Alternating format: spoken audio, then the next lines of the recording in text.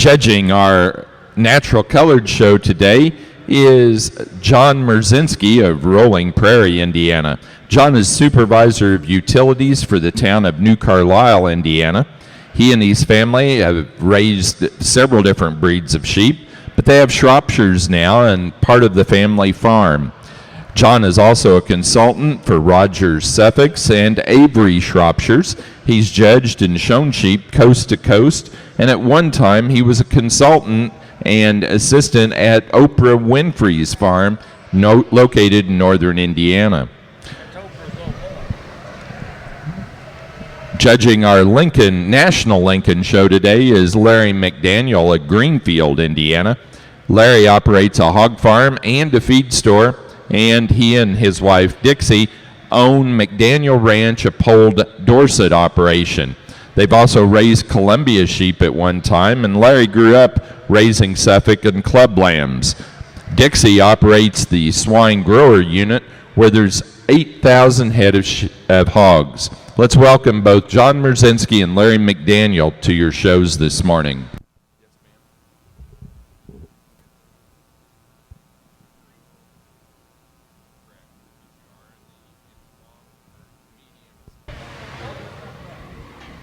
As we start on the natural colored side, really an impressive ram as we start to show off with. Really big in terms of his skeleton. I certainly appreciate him for that. And one again that really illustrates a very complete individual down his top line in terms of his handle. Really handles extremely well down that top. Tracks and travels very nicely, certainly stout in terms of his structure. And again, very nice fleece, very uniform, and certainly deserving of that first place honor. Thank you. Placing on the natural colored fine yearling rams, first place to entry one, Carbon Copy, Belmar Farm 1340, Cody and Cameron Paulus, Casstown, Ohio. Now ready for senior ram lambs, natural colored fine senior ram lambs.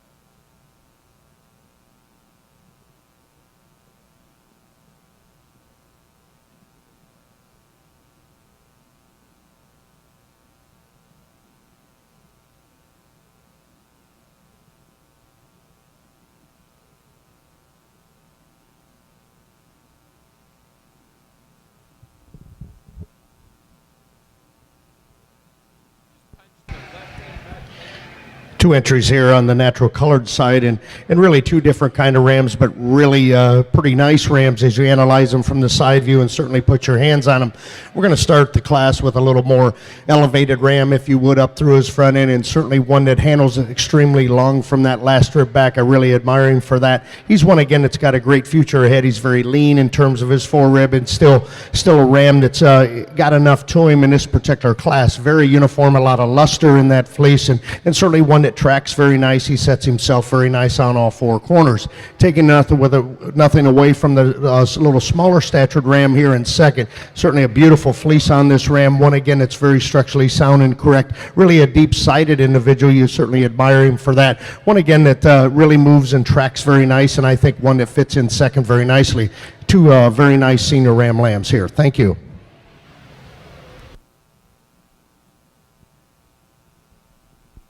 Now ready for natural colored fine division junior ram lambs, please. Placing on the class of senior ram lambs for the natural colored, first entry 42, Borcher 411, Borcher Sheep Company, Powell, Wyoming. Second entry 30206, Sonia Connor, Asheville, Ohio.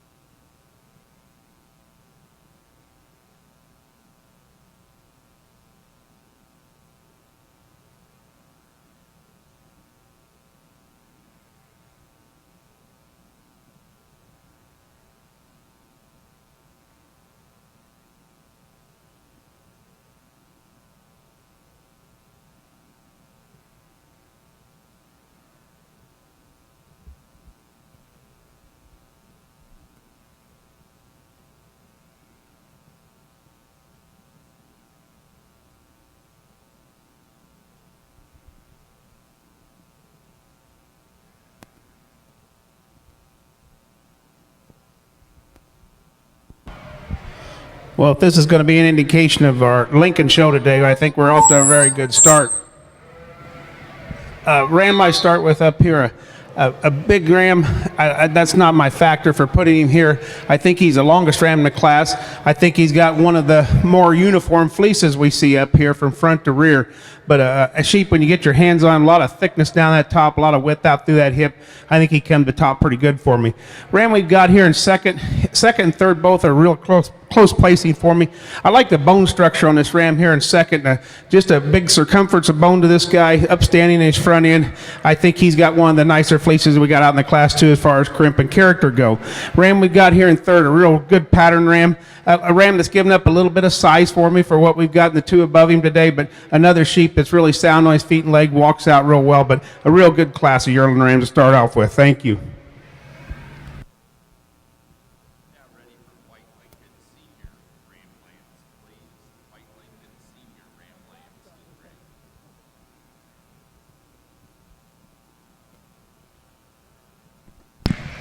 Placing on the White Lincoln Yearling Ram class, first to entry 1, RLA 1451, Lloyd Bergener, Richland Center, Wisconsin. Second to entry 8, Raider 415, Raider Lincolns, Danvers, Illinois. Third to entry 7, Beverly Boersma, Murfreesboro, Illinois. Four to entry 4, Deb Vanderwinde of Greenwood, Delaware. 5 to entry 6, Jonathan Cruz, Effingham, Illinois. 6 to entry 9, Brian Larson, Dowling, Michigan. 7 to entry 5, Blake Campbell, Waterford, Ohio.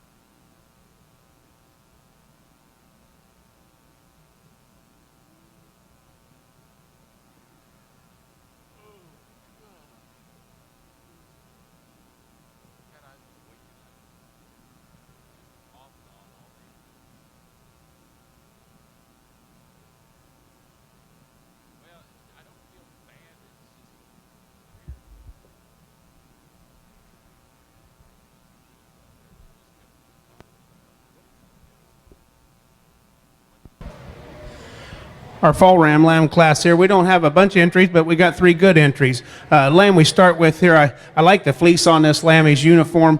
Really nice fronted, kind of a sheep. He stands up on his toes really well, carries out real good back through his hip. I think that's where he gets our ram in second, is from that last rib back. He's a little bit longer, a little straighter out over his dock. But the ram we've got here in second, another real good fleeced ram. You got to really like this lamb when you handle him down his top line. He's got some natural thickness to him. Like I say, we just think he gives up a little bit through that hip structure over this ram we got in first. But nice class of lambs.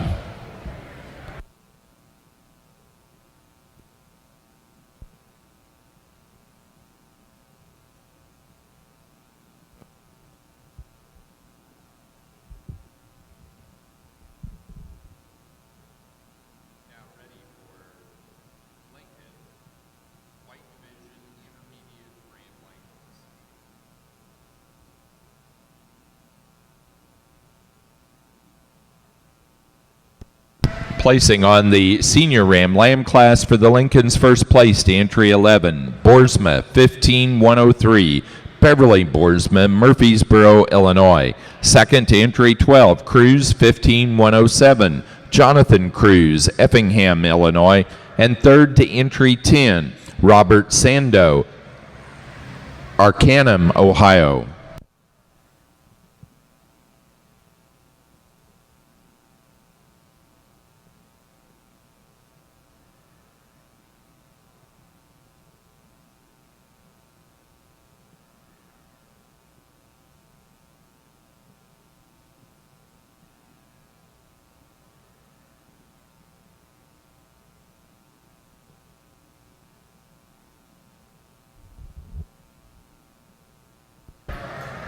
Really nice class of junior ram lambs here on the natural colored side.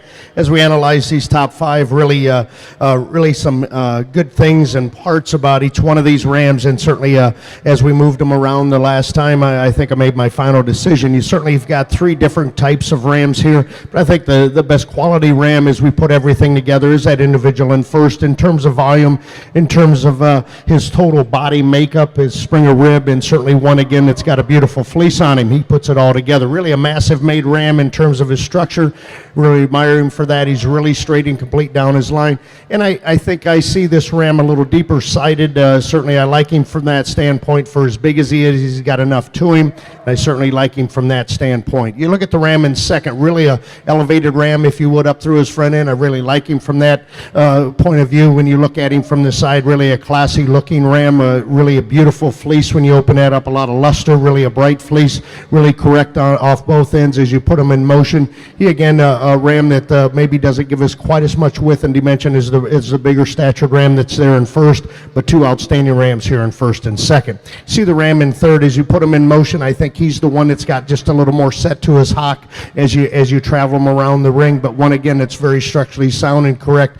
Beautiful fleece on this ram, and again, handles extremely well down that top line.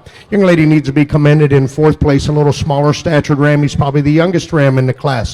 Really a beautiful fleece on this ram, really level and straight. I think one, again, that's got a great future, and I think just a smaller statured ram, there just isn't quite as much to him to get around these top 3, but she needs to be commended. Really a beautiful ram to look at from the side.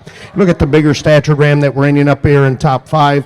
One, again, that's extremely well balanced. You look at him from the side view, he balances out extremely well. A little longer tail, and that's a management practice, and I'm okay with that. He might look like he's a little droopy from the side view and certainly from behind when you put him in motion, but he's fine in that regard. Really a beautiful ram. Maybe doesn't track quite as nice behind. He might just kind of come into his hock just a notch, but certainly one, again, that's very beautiful in terms of his fleece quality. Really a nice class of junior ram lambs here on the natural colored side. Thank you.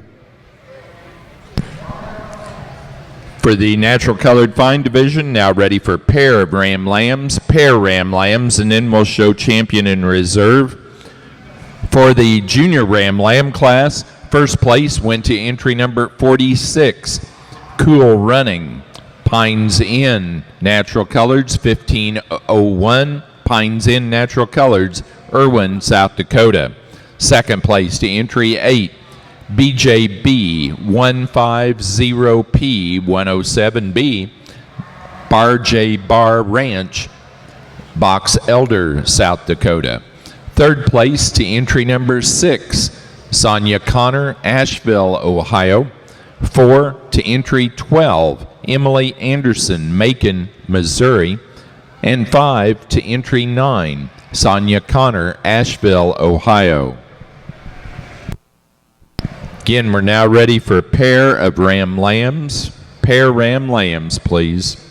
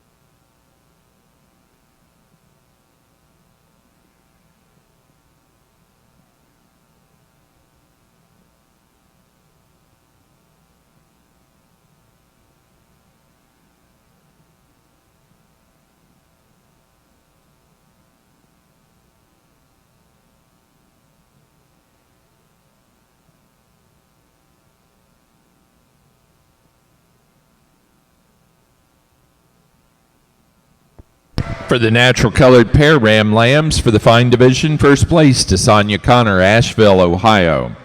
Now showing for champion and reserve champion ram.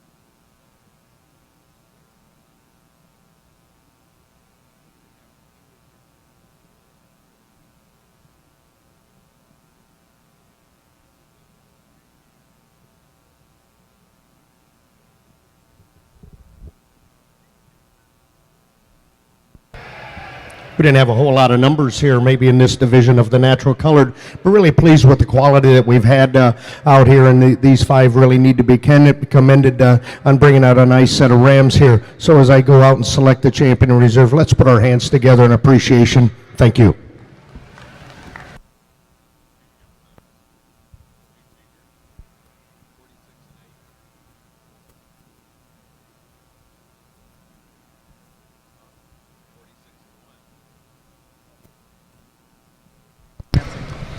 Champion ram for the fine division goes to entry number 46. First in the junior ram lamb class, Pines Inn 1501, Cool Running, Pines Inn Natural Coloreds, Irwin, South Dakota. The reserve champion goes to the first place yearling ram, Belmar Farm 1340, Carbon Copy, Cody and Cameron Paulus, Casstown, Ohio. Now ready for natural colored fine division yearling ewes.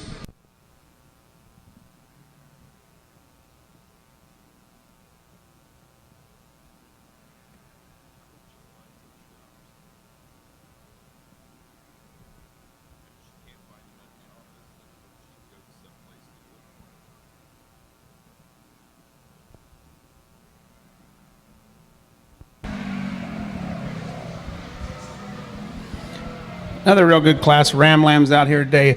Ram we start with here, I think, is my fault-free ram. He travels well around the ring. I like the way he handles. His fleece is not as in good a condition as what we see in these two rams behind him, but it's a good fleece. It's just not been, the environment's hurt a little bit more, but the crimp is there and the uniformity is there. So I think he comes to the top for me pretty easy. I really like this ram in second. When he's standing here, he is a big framed ram, wide sprung ram. Going to be a big yearling buck. I don't like him on his back legs when he walks as well as this ram we're starting with today, and that's why he's in second. Our really good fleeced ram is this guy here in third. Boy, that is a pretty fleece when you open it up. It's got a lot of character to it. Just not enough structure of this ram to get him up any bigger or any further up the line here today. But you like the length this ram has, but that fleece just really jumps out and bites you when you open it up. So that's why I got him up in third. So a really good class of ram lambs. Thank you.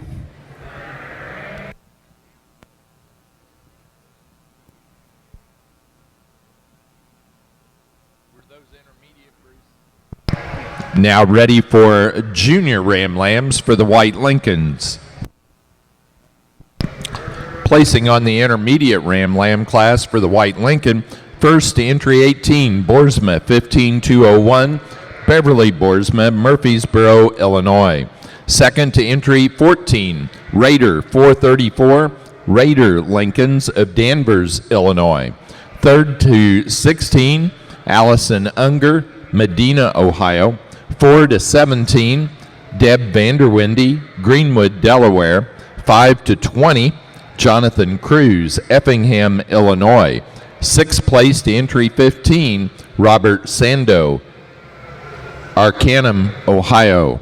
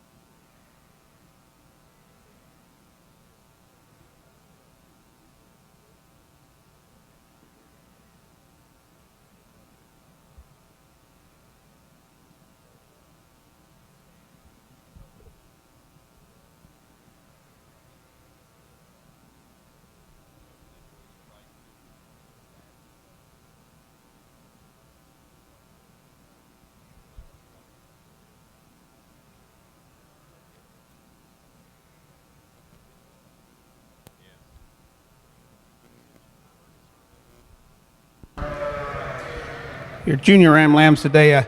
Ram we're starting with here is pretty tough to get around. It's a big old boy. He handles good. He's got some character to his fleece. I like this sheep for his length of top. He excels in that on every ram in here. He's just longer than a day is long. Ram we have here in second. I really like the pattern of this lamb. Got a good fleece on him. I like his rump structure. He just, like I say, gives up some length, gives up some size, and that's not always a determining factor for me, but I think this ram fits into second hole real well. The guy here in third, this is an awful pretty lamb. I'm sure he's one of the younger lambs in here, but straight as a die. Like I say, he gives up a little bit of structure to these two rams up above him, a little bit of thickness. Good quality fleece in this ram, but a nice class from top to bottom.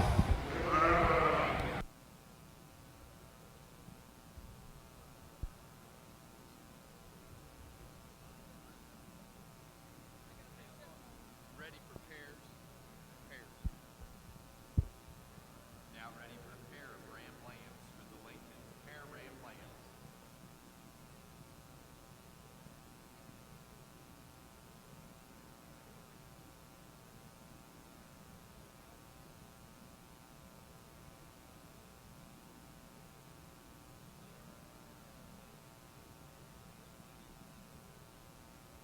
Yeah, but I don't know whoever.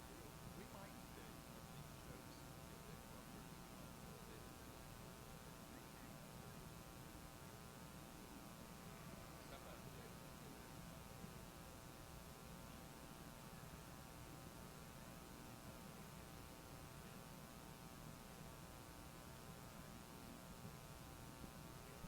Who's running? Is Miss Callahan still doing that, or did she leave too? The coordinator of or whatever. Yeah, she did all the commercial people. Not in pair of ram lambs, no. That's right. Placing on the junior ram lamb class for the Lincolns. First place goes to entry 24, Boersma 15209, Beverly Boersma, Murfreesboro, Illinois. Second to 29, Raider 461, Raider Lincolns, Danvers, Illinois. Third to 31, Beverly Boersma, Murfreesboro, Illinois. Fourth to entry 25, Taylor Gargis, Telford, Pennsylvania. 5 to 26, Taylor Gargis. 6 to 27, Jonathan Cruz, Effingham, Illinois. And 7 to 23, Deborah Vanderwinde of Greenwood, Delaware.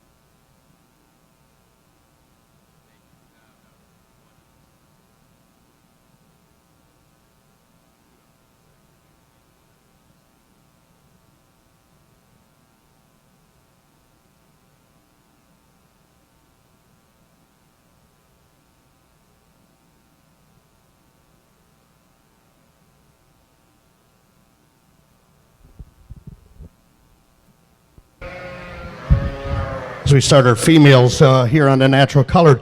Really a very competitive class, and you look at these top 5, and there is a lot of differences. And certainly we're kind of splitting hairs as you look at 1 and 2, and certainly there is a difference in terms of size and skeleton here. But as I analyze the 2 ewes that we have in 1 and 2, I see the ewe in first place really beautiful in terms of her fleece, really bright, a lot of luster in that, and she's one that balances out. She's a little deeper sided probably in that rear flank than maybe the taller framed ewe that's in second. I see her track around the ring really nice, and she might have that added length of hip over the ewe that's standing in second. Certainly we like the ewe in terms of her elevation, her levelness of dock in that ewe that's standing in second. Really a classy, eye-appealing ewe there also. Certainly a little softer fleece, if you will, in that female, but certainly 2 powerful ewes here in 1 and 2. Moving to a ewe in third, really a big volume ewe, and I really like her for that. Maybe as she gets set up once in a while, that neck doesn't come quite together quite as nice as the 2 females that we have in 1 and 2 in terms of her neck and shoulder junction,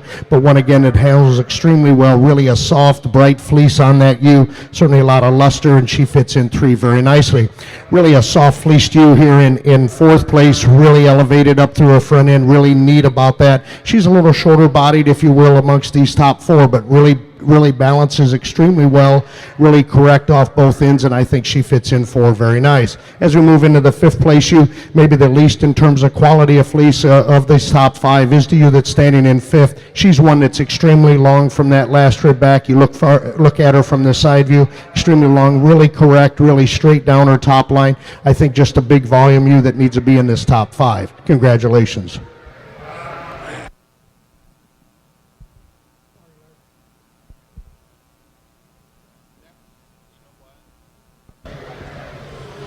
Well, I want to commend you Lincoln breeders on a really good set of rams. This was really fun to do. Found all the sheep I wanted to find out here, and you can look through it, what I've got in these 8 out here, and I think you can see what I was looking for.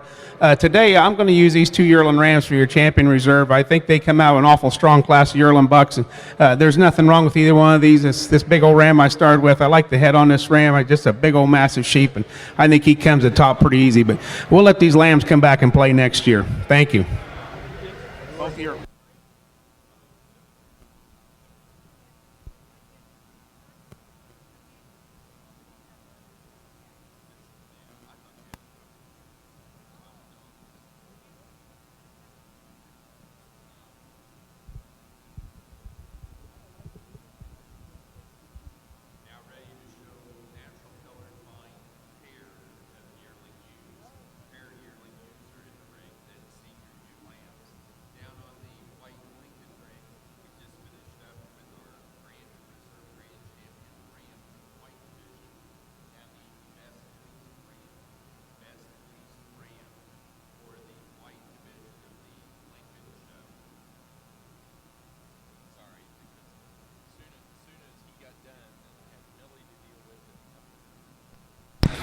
Placing on the pair of ram lambs for the Lincoln Show. First place went to Beverly Boersma, Murfreesboro, Illinois. Second to Raider Lincolns, Danvers, Illinois. Third to Jonathan Cruz, Effingham, Illinois. Fourth place, Taylor Garges, Telford, Pennsylvania. Fifth to Deborah Vanderwindy, Greenwood, Delaware.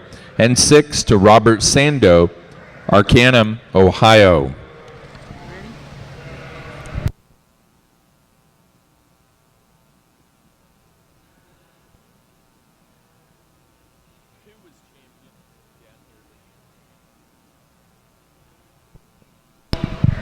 Champion ram for the White Lincolns went to entry number 1.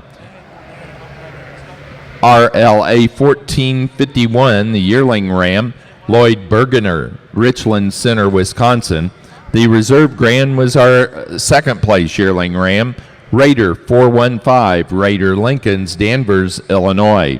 Again, now showing best ram fleece. Placing on the yearling U class for the natural colored fine division. First place to entry 20. Bar J Bar 14FF29B, Bar J Bar Ranch, Box Elder, South Dakota. Second to 68, Pines Inn 1418, Pines Inn Natural Coloreds, Irwin, South Dakota. 3rd to 22, Cody and Cameron Paulus, Casstown, Ohio. 4 to entry 19, Sarah Moore, Jerseyville, Illinois. 5 to 21, Bar J Bar Ranch, Box Elder, South Dakota. 6th place to entry 14, Austin, Logan, Addison, and Morgan Inbody, Bluffton, Ohio. 7 to 15, Sonia Connor, Asheville, Ohio. 8 to Sonia Connor. And 9 to 17, Carla Drazen family, Asheville, Ohio. Placing on the pair of yearling ewes, first place went to Bar J Bar Ranch, Box Elder, South Dakota. 2nd to Sonia Connor, Asheville, Ohio. We need senior ewe lambs, natural colored fine division, senior ewe lambs to the ring, please.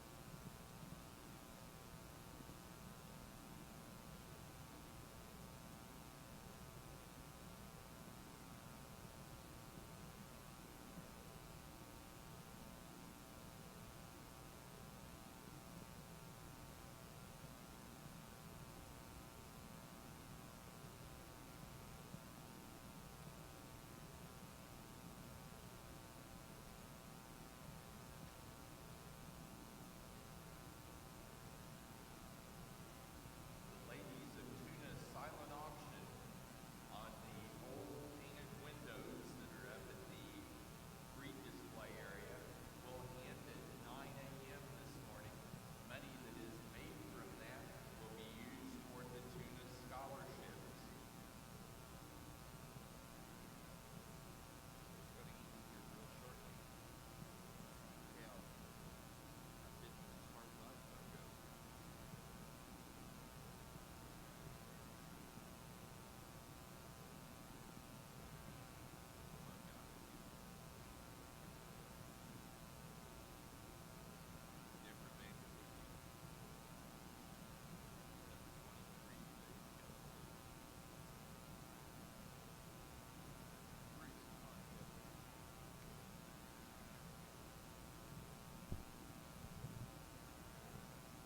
Now ready for White Lincoln yearling ewes to the ring, please. White Lincoln yearling ewes. Bruce, look it up.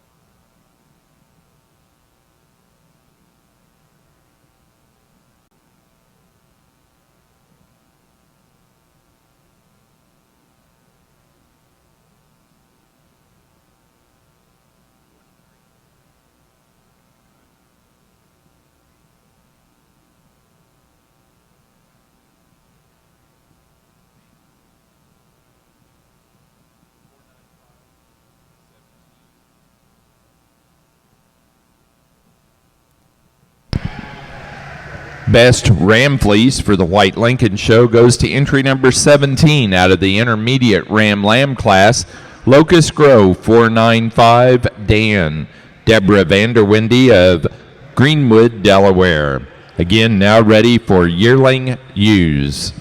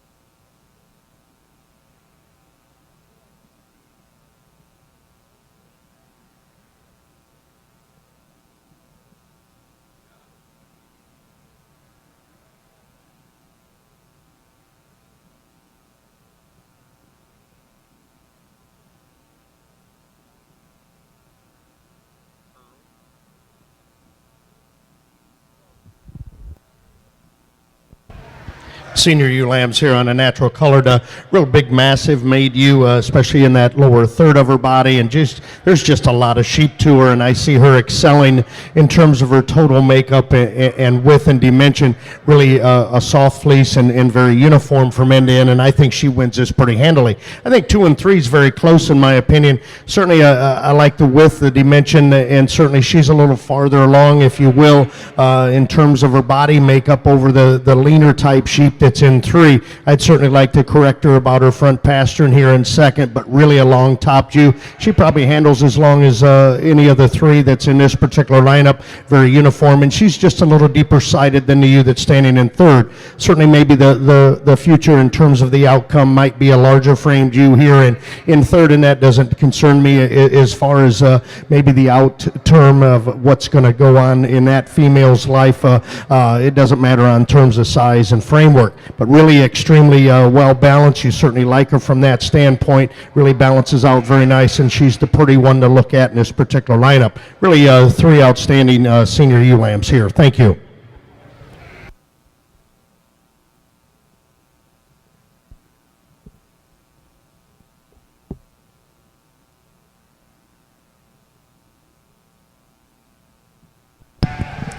Placing on the natural colored fine division senior ewe lamb class, first place to entry number 24, McDaniel Brothers 5-27, Austin, Logan, Addison, and Morgan in-body Bluffton, Ohio.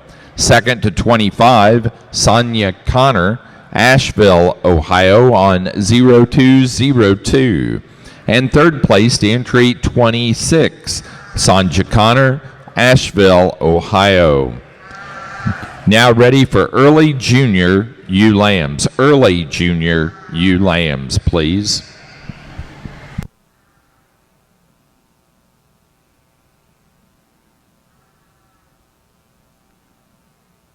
The early class is those born January 1 through and including February 15.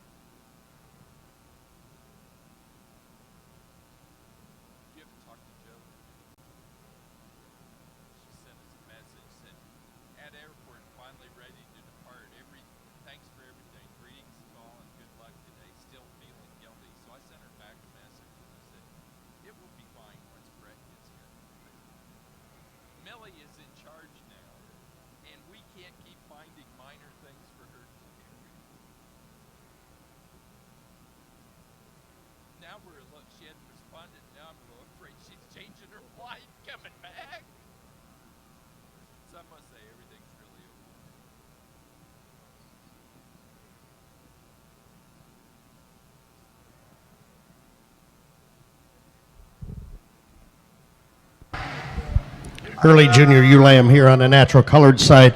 I really think we've got a pair of ewe lambs here that you go either way with them, and certainly it's very close in my opinion. I see the ewe in first, just maybe a little stouter in terms of her structure if you want to kind of nitpick a little bit. Certainly she's got a notch more volume to her. I think if you look at these two ewes in terms of their handle, they're extremely close in my opinion to the way they're made down their top line. They're certainly very straight and complete. I think the ewe in first really a little softer fleece, but very uniform. I certainly admire her for that. She really comes into a very complete package. Really a pretty one to look at is the female in second in terms of her length of top, levelness. She's really straight and very complete from end to end. And again, just an extremely well-balanced female there standing in second. In third place, I think a ewe that in terms of volume and mass, she gets in third place over the smaller statured ewe, if you would, in terms of her volume. I see her really a long-bodied ewe. Probably the longest handling ewe is the ewe that's in third. She wants to hock in just a little bit when you put her in motion, but I think a female that really needs to be put up here in that top three in terms of her quality of fleece, her length of top, and certainly her volume. The next ewe in class there fits in there very nicely in terms of her length and fleece quality there. One, again, that's very structurally sound and correct. She just isn't quite as far along in terms of maturity as these top three ewes in this particular lineup. So moving to the young ladies ewe coming up next there, one of the shorter bodied ewes amongst these top four here, or five, if you will, but one again that's really thick in terms of volume down her top line. I see her just a little wider sprung, especially right in that lower third of her body over the smaller statured female that just needs a little more time to develop. Really a nice class of early junior ewe lambs here on the natural colored side. Thank you.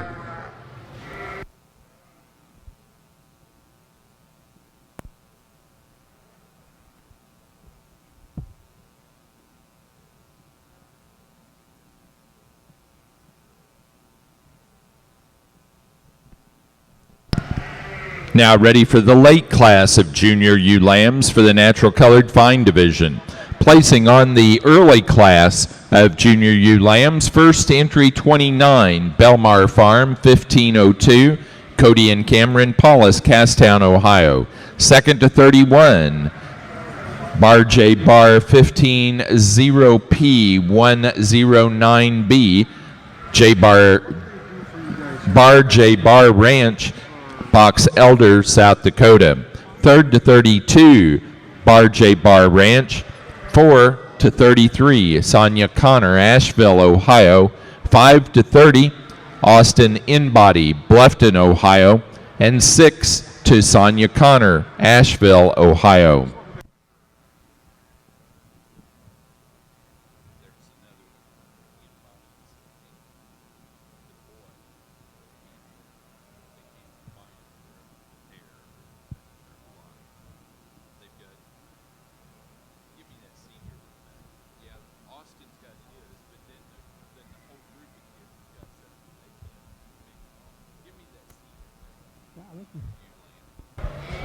It's a pretty nice class of yearling ewes here to sort through today. There's some different kinds of sheep out here. There's different lengths of fleeces. There's different amount of body condition. I think the sheep I come up with here on the front is a combination of what I like to see in all three of those. I like this ewe on her structure. She stands well. She walks well. I like her out through her hip. She doesn't have an extra amount of fleece on her, but she sure has a uniform fleece. You we've got here in second. I think she gives up a little bit on the walk to this ewe in front of her. Definitely the pretty sheep out here, but pretty don't always make good lambs. Sometimes they just make pretty lambs. But this sheep here, I think she's good up through her front end. She's good fleeced. She's just like I say, she gives up a little bit on the walk to this ewe in front of her, but there's not that much difference in the two of them. Ewe we've got here in third is one of the ewes I was talking about. She's carrying a little bit of extra body condition. That's not a bad thing. I mean, a sheep has to put on some condition to be able to milk a lamb, so I understand why we got some of that, but man, this ewe's got a pretty fleece on her. When you open that thing up, it's as uniform at front to rear and top to bottom as anything in the class. A ewe that I'd like to change her up through her front end just a little bit to get her to beat these two ewes above her, but she still has to fit in there in third hole. But real nice class of yearling ewes. Thanks for bringing them out. Now ready for pair of yearling ewes. White Lincoln pair yearling ewes, please.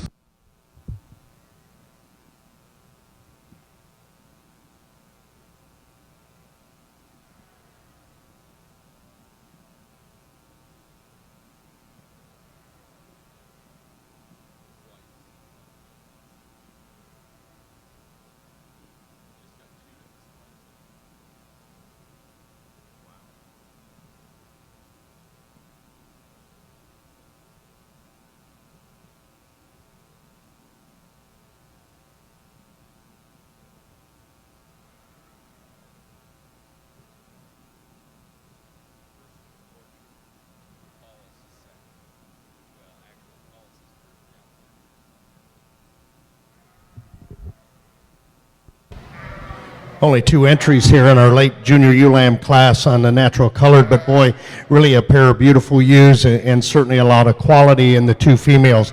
I guess what sorts these 2 apart is width and dimension and maturity here in the female that's in first, the dark ewe here, really a massive maid ewe, and still with that, she looks very, very youthful appearing when you view her from the side. I certainly like her from that standpoint, sets herself extremely well on all 4 corners, beautiful bright fleece, a lot of luster in that, and she's a notch longer, and certainly a ewe that handles with a little more width, a little more dimension, especially right in that lower third of her body. Taking nothing away from this young ewe lamb here that's standing in second, you certainly like her pattern, certainly love that beautiful color to her. She's long and extreme in terms of her pattern. She's one, again, I'd like to just deepen her up in that lower third of her body, give her a little more width and dimension, but boy, she's beautiful, extremely well balanced and very structurally sound. These 2 females here really need to be commended. Super class of late junior ewe lambs. Thank you.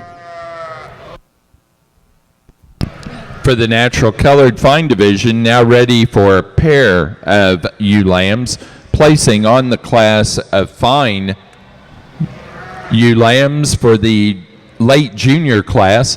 First place to entry 35, Belmar Farm 1508, Cody and Cameron Paulus, Casstown, Ohio. Second to entry 89, Borcher 5111, Borcher Sheep Company, Powell, Wyoming. Now ready for pair, and then we'll do champion and reserve champion. Placing on the yearling ewes for the White Lincoln Show. First place goes to entry 41, Raider 405, Raider Lincolns, Danvers, Illinois. Second to 38, Raider 400, Raider Lincolns.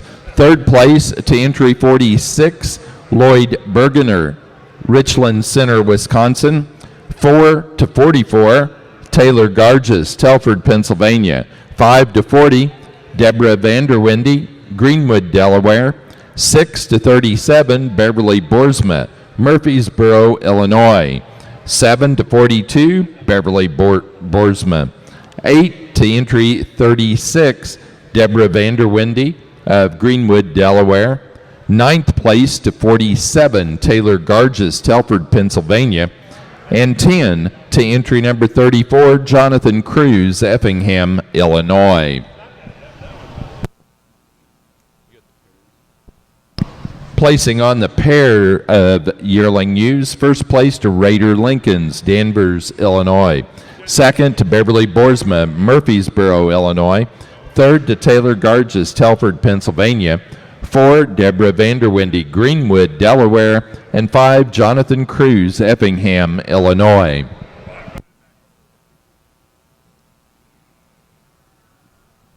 Placing on the pair of ewe lambs for the natural colored fine division. First place goes to Cody and Cameron Paulus, Casstown, Ohio. Second place to Bar J. Bar Ranch, Box Elder, South Dakota. Third place to Sonia Connor, Asheville, Ohio.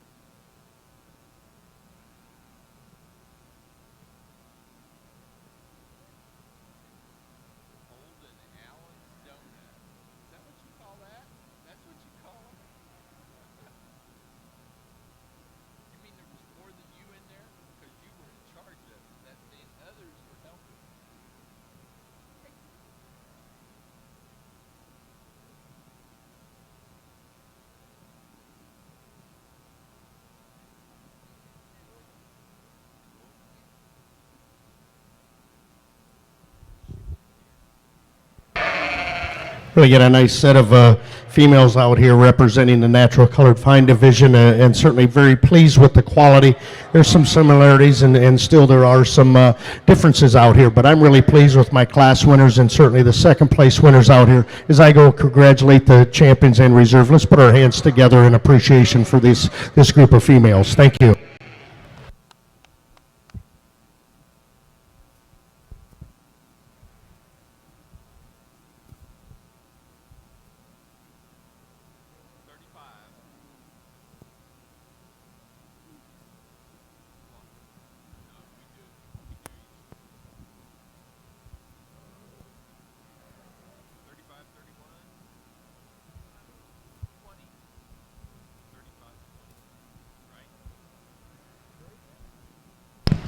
For the natural colored fine division, our champion ewe is entry number 35 out of the late junior ewe lamb class, Belmar Farm 1508, Cody and Cameron Paulus of Casstown, Ohio.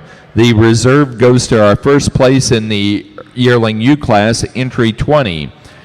Bar J Bar 14 FF 293, Bar J Bar Ranch of Box Elder, South Dakota. And our fall ewe lamb here, or the Lincoln, excuse me. This is a pretty easy placing for me. All three of these ewe lambs have acceptable fleeces on them. Lamb we're starting with here, a little more rugged made lamb, a little more length at top to her, a little square out over her hip. I think she comes to top pretty easily. Lamb in second, like I say, just not quite as rugged, but a good lamb in her own right, good upstanding lamb, good on her feet and legs. The lamb we've got here in third just gives up a little size and stature to these two lambs if I ever get any higher than this today, but a real nice class. Now ready for Best Fine Fleece in the Natural Colored Fine Division. Best Fine Fleece in the Natural Colored Division. And then we'll show flock. Placing on the White Lincoln show for Senior Ewe Lamb. First to entry 50, Boersma 15106, Beverly Boersma, Murfreesboro, Illinois. Second to 49, Boersma 15102, Beverly Boersma, Murfreesboro, Illinois.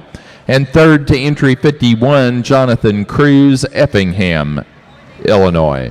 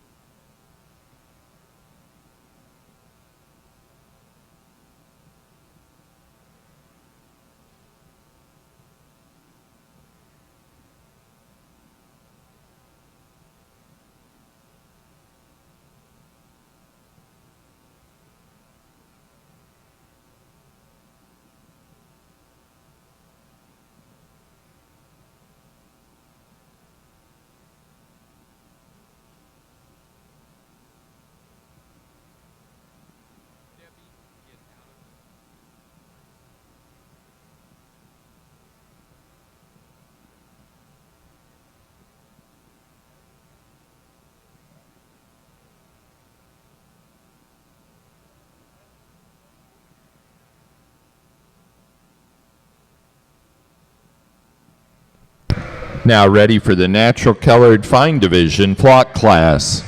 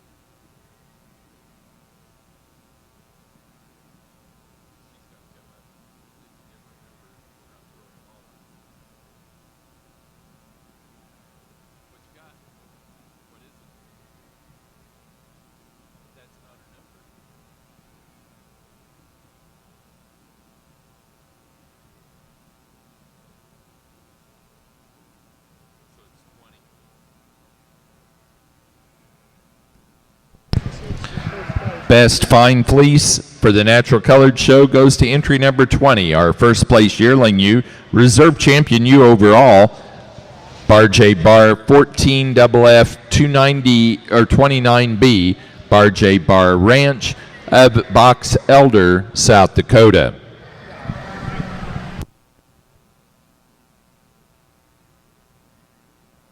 Placing on the flock class for the natural colored fine division, first place goes to Bar J Bar Ranch, Box Elder, South Dakota. Second to Sonia Connor, Asheville, Ohio. And Sonia Connor is our premier exhibitor for this division.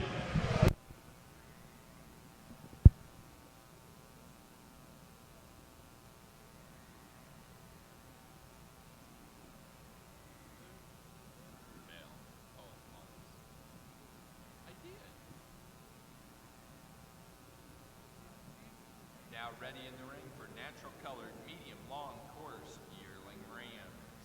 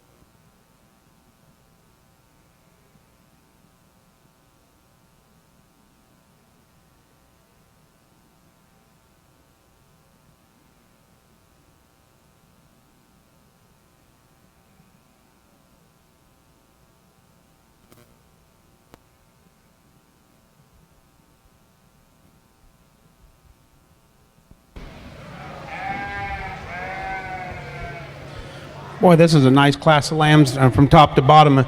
Lamb I start with here, I really like. I mean, this old gal, she stands up there like she's supposed to stand up. She's got a big old foot on her. Nice fleece to her. I like her head. I think she comes to top pretty easily. Gets a little closer here in second and third. I like this lamb in second. She's the same type and kind as what I got up in the front end here as far as fleece and everything. I don't like her as good over a rump structure as I do this ewe in first, but I think she's still a good high quality lamb. Ewe lamb we have here in third, a real pretty fleece kind of a ewe lamb, a thick-made ewe lamb. I think she fits in this spot real good. We did a couple other lambs here, a little smaller statured. I'm sure they're probably got a little bit of age difference in them than what we have up above them, but still some lambs that fit in here in fourth and fifth, just out of the same type and kind and pattern as what we see up in the top end, but a real good class.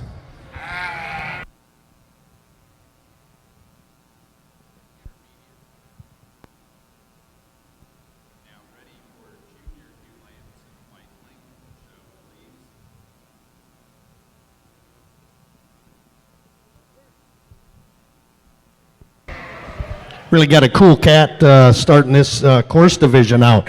Oh boy, he's really extreme in his pattern and still very complete. For a big sheep, he's got a lot of good in him. He's extremely straight down his top, very level, moves and tracks very nice, very uniform about his fleece, and certainly he has that added look to him in terms of his color.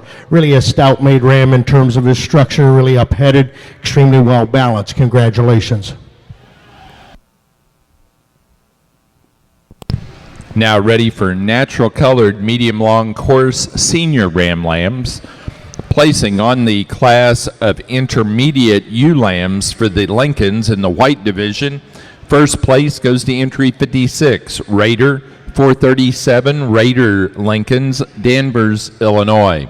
Second to 52, Raider 431, Raider Lincolns, Danvers, Illinois. Third to 54, Deborah Vanderwindy, Greenwood, Delaware. 4 to 60, Jonathan Cruz, Effingham, Illinois. 5 to 55, Beverly Boersma, Murfreesboro, Illinois. 6 to 59, Jonathan Cruz, Effingham, Illinois. And 7th to 61, Robert Sando, Arcanum, Ohio. Placing on the yearling ram class for the natural colored medium long course. First place to 36, Pines Inn, 1359A 02737, Happy, Happy, Happy.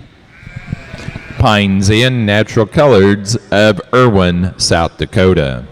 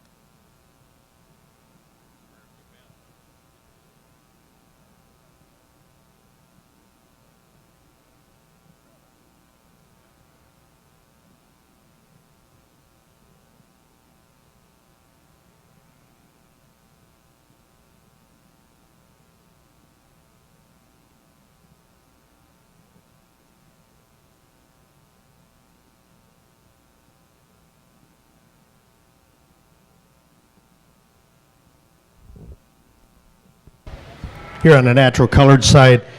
It's really enjoyable to place a class like this. This is really difficult, and that means that these sheep are really high quality, and certainly they need to be commended. All four of these have a lot of good in them, and certainly there are some differences in each one of these rams, but boy, there's really a lot of power in this particular lineup. As you look at the top two here, I think it's very close in my opinion, and again, fleece quality and certainly foundation and certainly movement, feet and legs really come into effect here, and certainly I like the ram for the young lady here, really nice down his top. He's the best pattern ram in this particular lineup. As I analyze him from that shoulder and neck region and back to his hip, he's extremely straight. Very short fleece over his top, and still a ram that's very complete. I really admire him for that. For that much length, he holds himself together very nice. When we put him in motion, he's really a heavy structured sheep. Sure, people talk about size and frame. That doesn't matter in this particular lineup, and certainly it doesn't matter in a lot of the breeds, and certainly I think we put more emphasis sometimes. Judges will say, you know, he's big and he's the biggest ram in this particular lineup. Well, he's not, and certainly that's one of the things that we're looking at in the natural colored side is certainly the most complete ram, and I think we see that, especially when we do put him in motion and we look at his quality of fleece. Isn't the best fleeced ram in the class, but he's certainly one that's okay for me in this particular lineup, just kind of balances out very nice. The ram for the young man that's in second, really a beautiful fleece, really soft, very uniform. He's one a little shorter coupled, and as he stands out here, he gets a little softer behind, but boy, he's one, again, that's really powerful in terms of his makeup. He's got a lot of width, a lot of dimension, certainly one that's very complete and certainly needs to fit in second very nicely. Third place ram, he certainly is one that doesn't want to be out here. He's really a tough one to show and get set up, but again, beautiful fleece to him, very long and straight. Certainly admire him for that. The classy looking ram is the one that's in fourth place, elevated extremely well up through his front end, really long top, very short fleece, maybe the least in terms of quality of fleece of the four rams out here, but boy, he's a pretty one to look at. He might be the big one, if you will, in terms of framework. Next time we see him, certainly a ram that is extremely well balanced. He certainly has a big foot on him. He's long bodied, and again, very straight and very complete, very similar to the ram that's winning the class in terms of his total design down his top line. Certainly a nice class of senior ram lambs. Let's give these exhibitors a nice round of applause. Certainly a nice group. Thank you.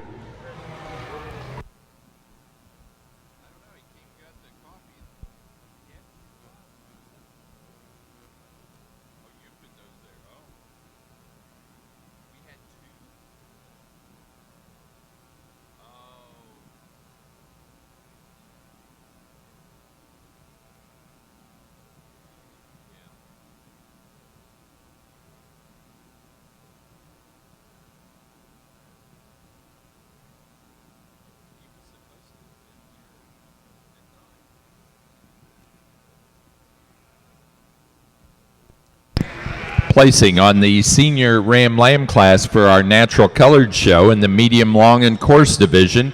First place goes to entry number 41, 1482, Outcast, Brittany DeFries, Freeport, Illinois. Second place to 38, Pines Inn 1462, Say What, Pines Inn Natural Coloreds, Irwin, South Dakota.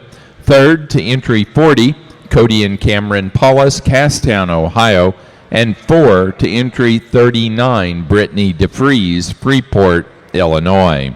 Now ready for junior ram lambs.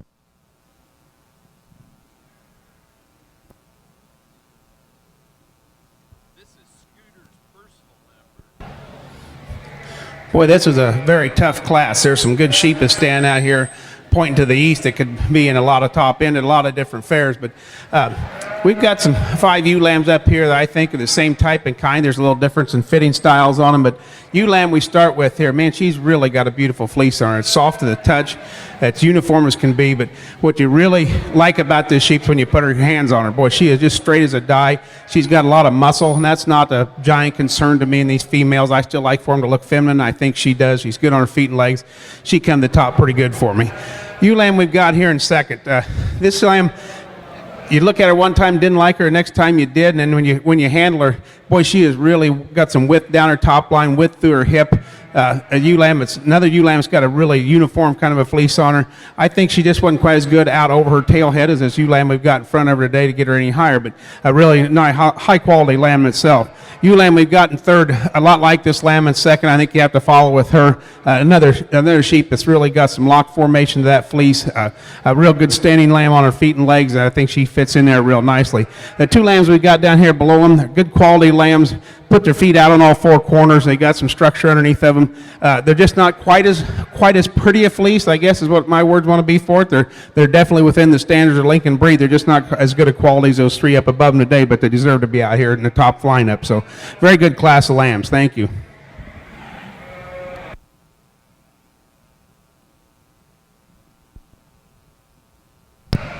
Now ready for a pair of ewe lambs for the White Lincolns.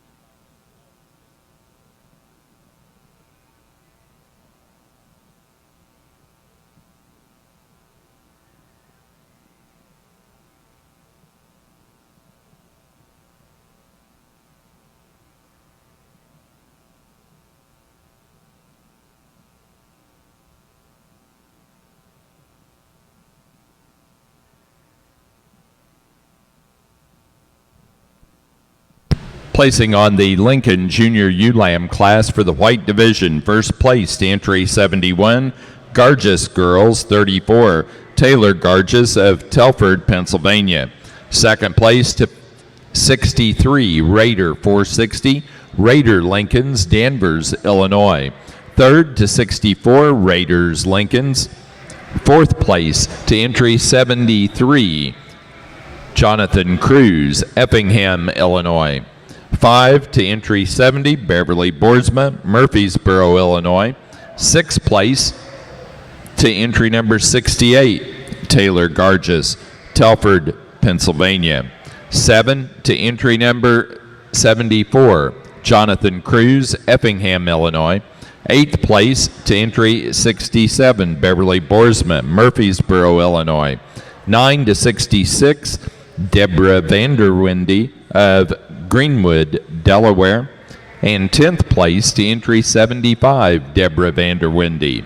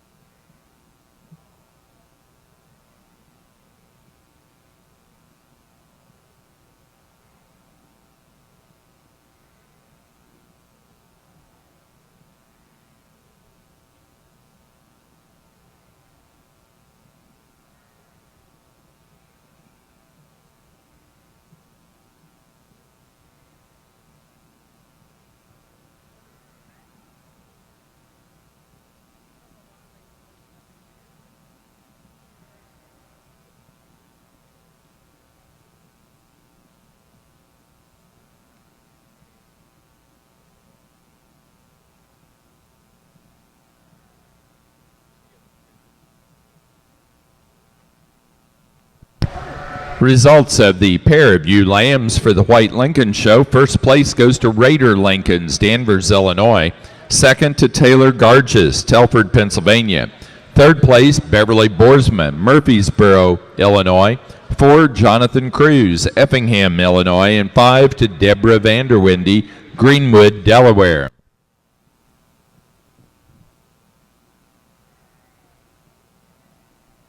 Do want to remind you exhibitors that have not checked registration papers for tomorrow's show. We have 2 breeds, Rambolates and Romneys tomorrow, and if you've not checked in your registration papers and picked up armbands, that process will close today at 12 noon. We will cut those off at 12 noon today, so if you've not done your paperwork on those, please go to the office now and get them checked in. Where are you going?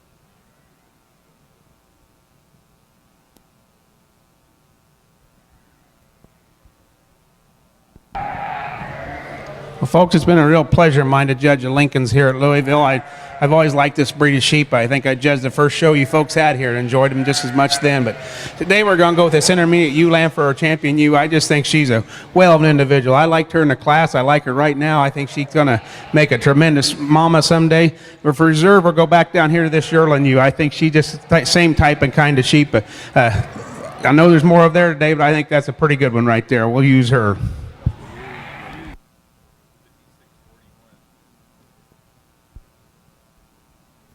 Now ready for White Lincoln, best you please. Best you please. 5641. Grand champion White Lincoln ewe goes to entry number 56. First place intermediate ewe lamb Raider 437, Raider Lincolns, Danvers, Illinois. The reserve goes to our first place yearling ewe Raider 405, Raider Lincolns, Danvers, Illinois. Again, now showing best ewe fleece. Following that, we'll show young flock and then flock.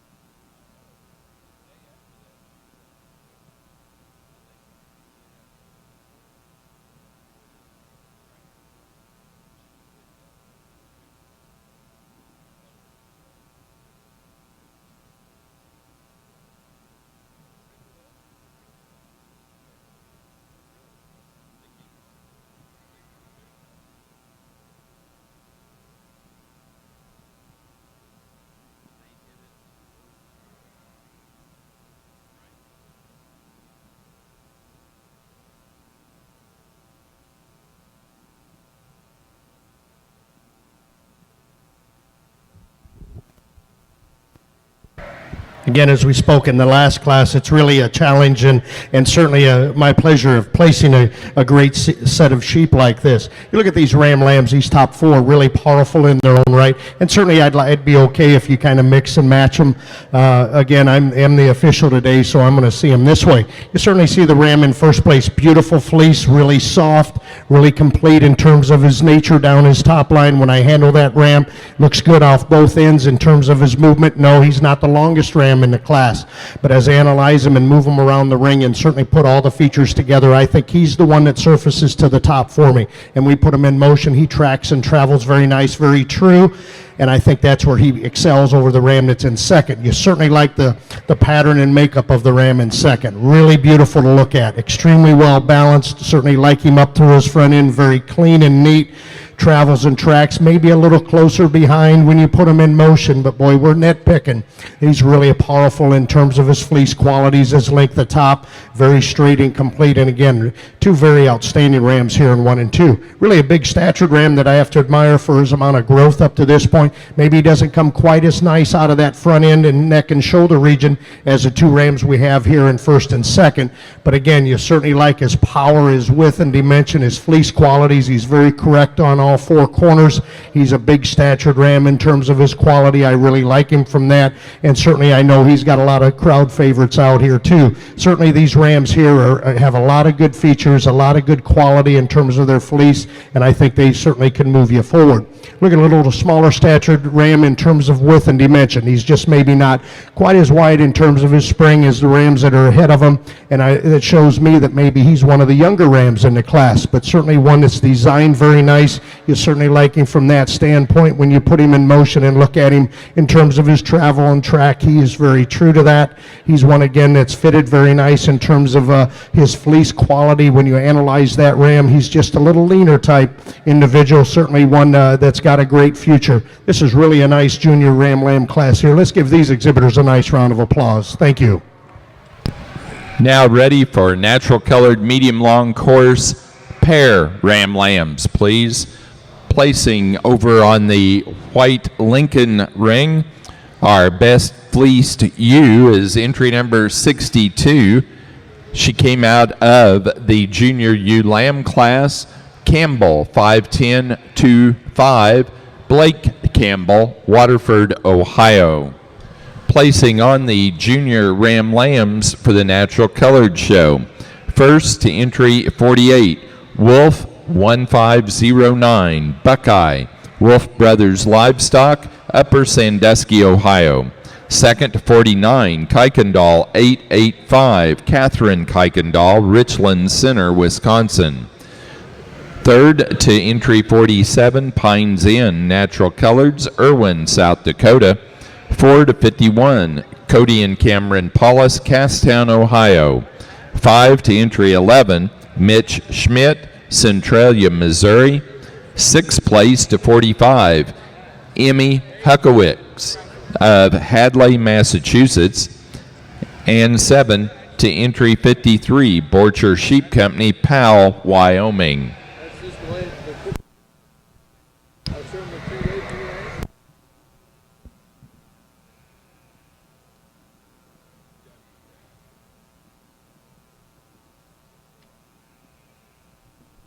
Placing on the white division Lincolns for the young flock class. First place goes to Raider Lincolns, Danvers, Illinois.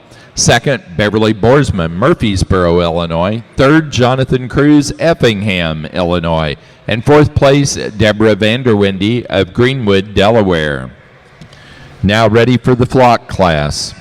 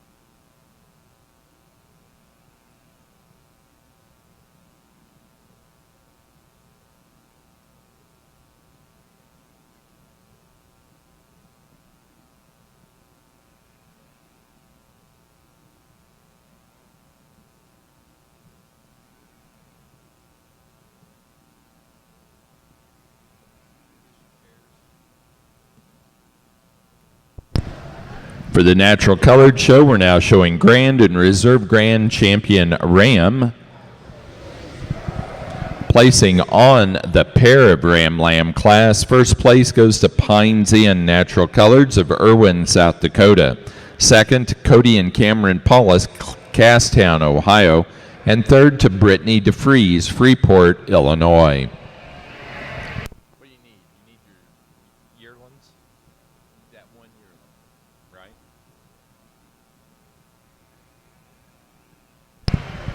Out here in this drive for Champion and Reserve Champion Natural Colored Ram, we need that single entry from the yearling Ram class from Pines Inn.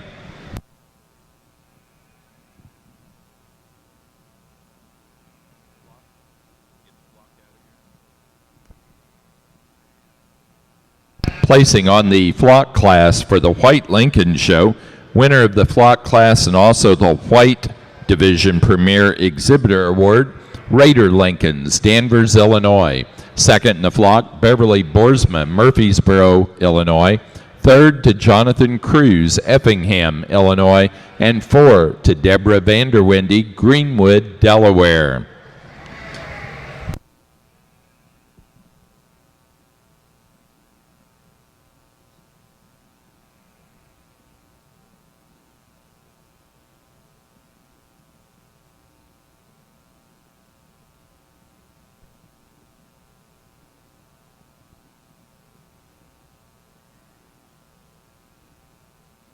What you got?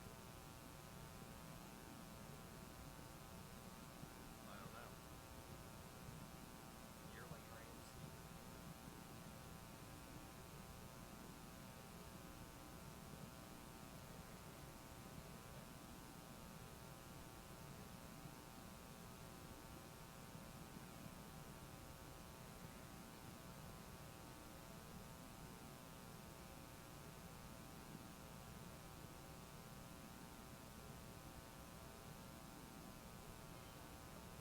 Way to go.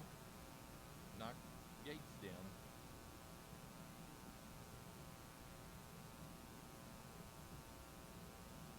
I think they knocked your gates down.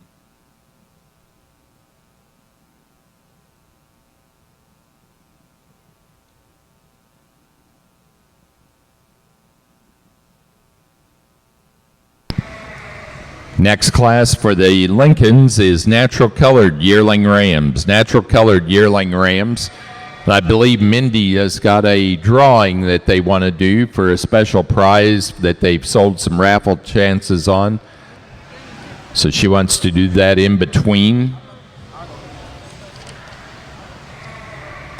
Also, we want to remind you, Lincoln exhibitors, there will be a meeting of exhibitors 15 minutes after the conclusion of the show over at the Reed Pens.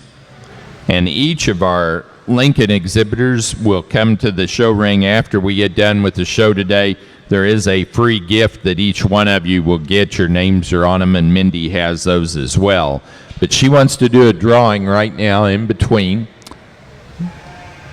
And this is their fundraiser drawing.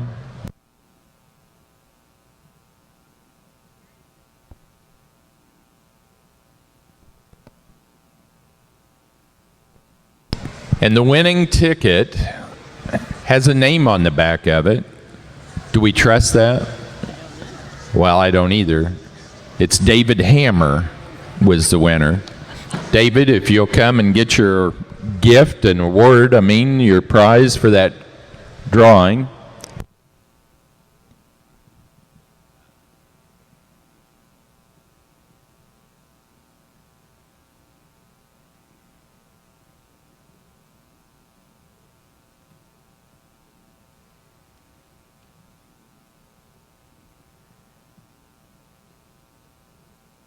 Lincoln exhibitors, we need natural colored yearling rams to the ring, please.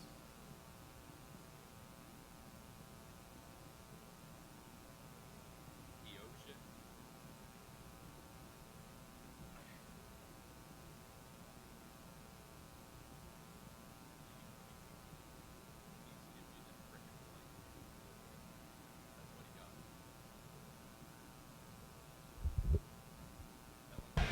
Here on the natural colored side, for the course division champion ram. Really a powerful set of rams. Each one of these really deserve an honor in terms of their class winning and in second place, taking nothing away from them. But I think we've got a few rams out here in contention, and certainly I think it's a very close, in my opinion, but really a powerful set of rams, as I spoke a little bit earlier, in that breed and certainly in this division. Congratulations to the winners out here. Let's put our hands together in appreciation. Thank you.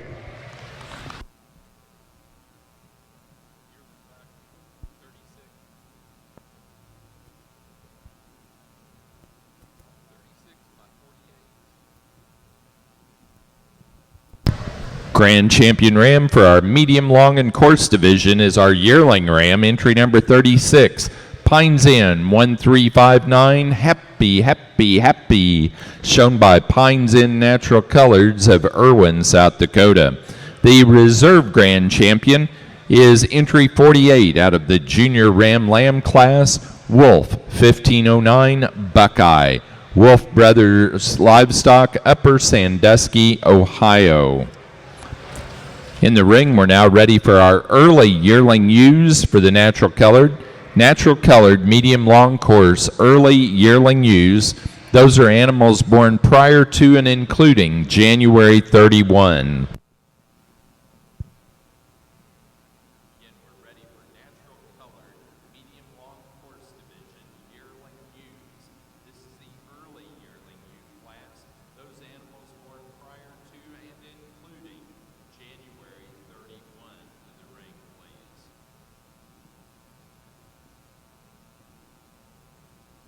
Like red. That's the way it says.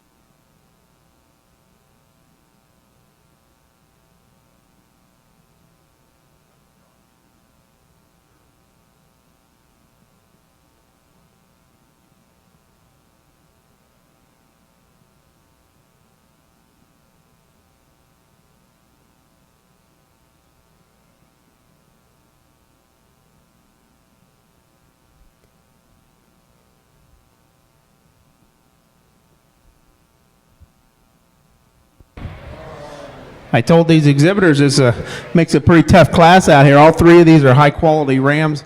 The ram we start with here, I think, is straightest in his design. Really stands nice on his feet and legs. Really pretty fleece when you part it. Really uniform. I think he comes to the top pretty easy for me. Rams here in second and third, both, like I say, still high quality rams. I think our ram here in second excels a little bit more in his top line than what we have in the ram in third. But the ram in third really has a nice fleece. When you open that up, it really jumps out and says, I'm a good one. So a nice set of quality rams to start our Black Lincoln show with today. Thank you.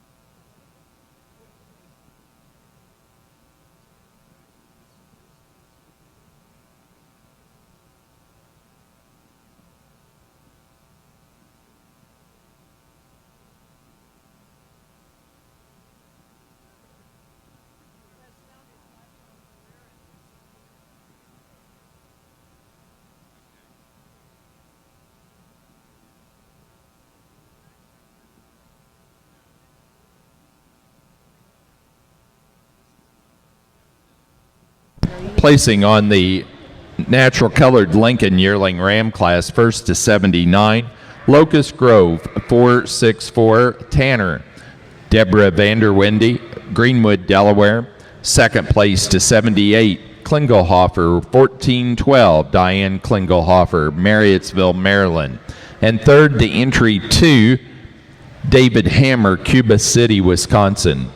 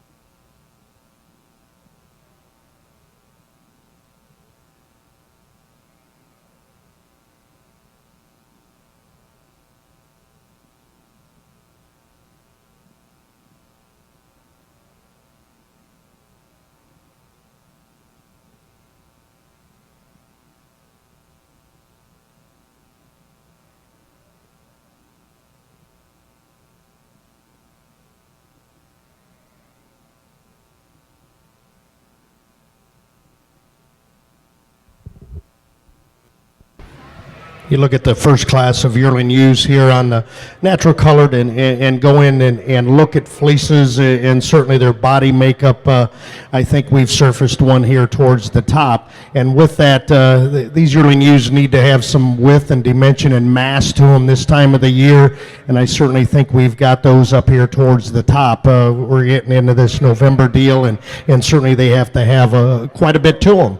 Carrying heavy with lamb and certainly going into the winter, and certainly I think these ewes are all in good quality. And you see this pair of yearling ewes here, maybe not the biggest ewe, and again we don't like to talk about size in here, but a ewe that's very very well put together in terms of front end, behind, movement, and fleece quality. And that's where she excels in terms of her quality of fleece over the ewe that's in second, that's a notch larger. But this ewe here in first just simply puts a lot of good features together. She's long enough for me. Maybe she doesn't appear to be as long as some of the ewes in class when you look at them from the side view, but boy, when you get your hands on her, she's long in the right places, certainly very level, very complete, and certainly a nice way to start this class. You see the big volume ewe that's in second. I really admire the width, the framework that this ewe has, and certainly for a ewe this large in terms of her framework, she moves and tracks very nicely. Really a super female from end to end. Sometimes when you get them this large, they don't balance out. Well, this ewe balances out very well.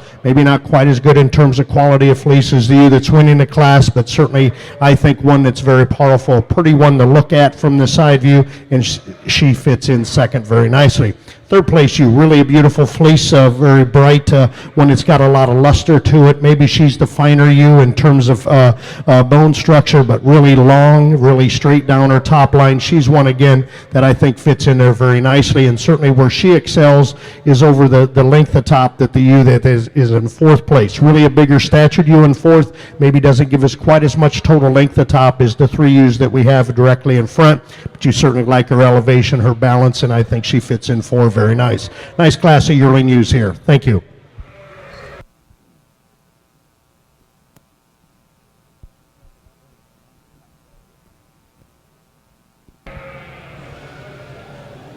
Well, in this class of intermediate ram lambs today here, the ram we're starting with, I didn't know if I liked him as well as I liked the ram in second, but the longer they stood there and you start analyzing this ram, he's got a little more length at top to him. Definitely got some thickness to him. I think where he beats this ram in second is that length at top, and he just got a little more structure underneath him. He's staying up on his toes very good. I think he comes to the top after you start analyzing a little better. Ram in second, like I say, falls in quite nicely. A ram that's really the same kind of design, just like say a little shorter top. The ram's really got some thickness out to him. Maybe a tick better on his fleece than the ram in first, but I think they have to be 1-2. We come down here to our third place ram. Ram's really got a nice fleece on him. I like this ram. He just gives up a little bit of that structure. He's not quite as level and as wide out from his hooks to his pins, but you got to admire this buck for his fleece. The rams we have here in third and fourth just get overpowered by these three rams above and bidet. They're not quite as good a fleeced. They're not quite as big as structured, but still high quality rams. But a really good class of January ram lambs. Thank you.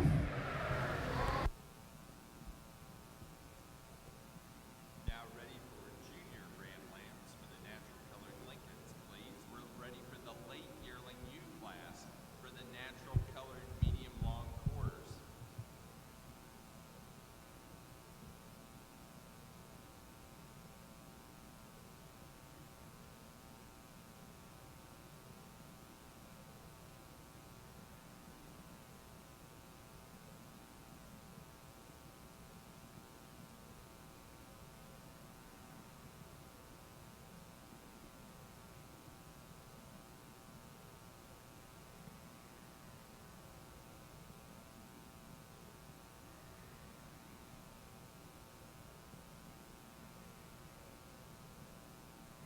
Placing on the early class of yearling ewes for the natural colored show.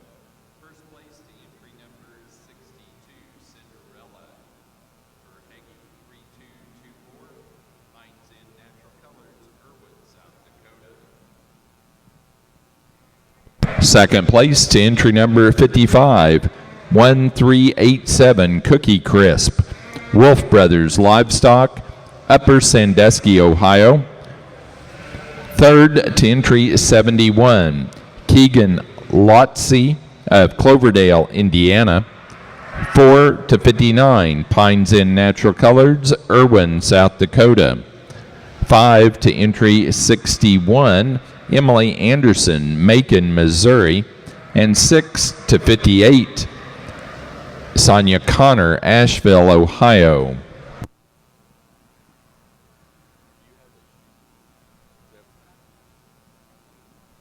No, there was no senior ram lambs. Placing on the intermediate Ram Lamb class for the Natural Colored Lincoln Show. First place goes to entry 80, Reed 1505, Mindy Reed, Houstonia, Missouri. Second to entry 81, Reed 1507, Mindy Reed. Third to 83, Deborah Vanderwindy, Greenwood, Delaware. 4 to 82, Deborah Vanderwindy. And 5 to David Hammer, Cuba City, Illinois.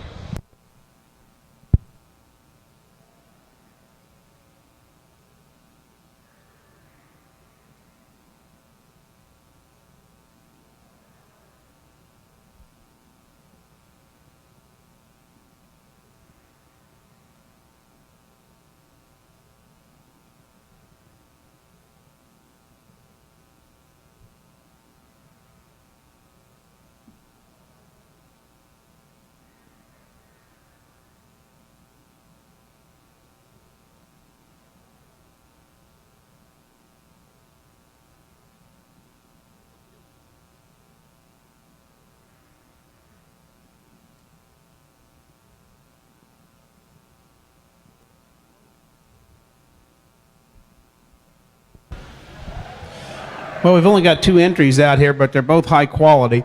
The ram we start with here, just a big old thick made kind of a ram, a lot of structure underneath of him. Like him out from his hooks to his pins. He's really nice in that aspect. Ram we have here in second, what a beautiful fleece on this ram. He just shortens up in his side a little bit more than this ram in first to get him up any higher today, but both these are high quality bucks. Thank you.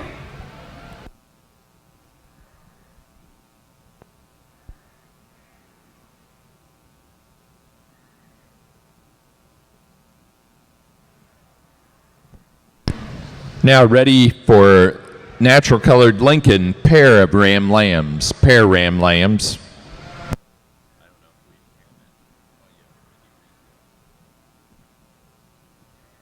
Placing on the class of Junior Ram Lambs for the Natural Colored Lincolns. First place to entry 86, Reed 1519, Mindy Reed, Houstonia, Missouri.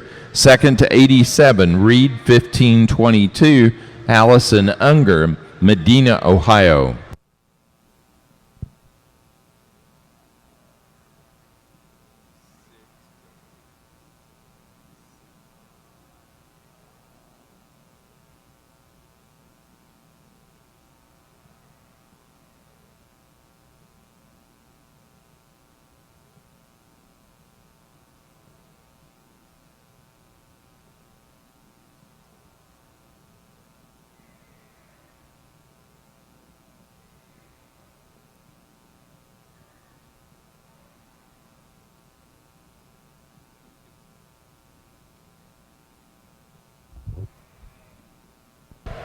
As we spoke in the last class, a lot of quality, and especially in these. You can certainly see that from the side view, and certainly the way they're fit, and really have to analyze in terms of fleece quality and body makeup. And I think, again, as I spoke in the last class, I think we've got the most complete ewe here in class, in terms of her width, in terms of her structure, in terms of fleece quality and her balance. She runs uphill. She's one, again, that's got maybe just a notch more in terms of width and dimension over the ewe that's in second. I certainly like both designs in both these females. Certainly very close in my opinion. I just see the ewe in first just gives us a little more width, a little more dimension from end to end, and again, a very uniform fleece on the female. The ewe in second, really up-headed. She runs uphill. I really admire her for that. Correct off both ends. Yeah, you know, you talk about framework, and certainly she's a ewe that really balances extremely well. She's very stout in terms of her structure, very straight and level, and again, very beautiful, bright fleece to her, a lot of luster in that fleece. I think these two females kind of sort themselves apart. See the ewe in third place, a long-bodied ewe. She's very similar to the ewe that's in second place in terms of length of top. I just see her excelling in terms of straightness of lines, and she gives us a notch more length of top over the two ewes that were ending up the class, and certainly taking nothing away from the ewe that's standing there in fourth. Really admire the width, the dimension that female has, and again, a very uniform in terms of her fleece. See the ewe that we're ending up this top row here. Again, a high quality female. She's bigger in terms of her stature. Really admire the correctness when you put her in motion, and again, a very uniform fleece. Really a nice class here in class 2 of yearling ewes. Thank you. Now ready for pair of yearling ewes, pair yearling ewes for the natural colored medium long course show. From our pair of ram lambs for the natural colored Lincoln show, first place went to Mindy Reed, Houstonia, Missouri. Second, Deborah Vanderwindy of Greenwood, Delaware. Placing on the late class of yearling ewes for the natural colored medium long and course show, first to entry 64, Wolf 1432, Hailstorm, Wolf Brothers Livestock, Upper Sandusky, Ohio. Second place to 65, Kuykendall 873, Catherine Kuykendall, Richland Center, Wisconsin. Third to entry 70, Ridge Betts, Felton, Delaware. Fourth place to entry number 63, Emmy Huckowitz, Hadley, Massachusetts. And 5 to entry 67, Emmy Huckowitz, Hadley, Massachusetts.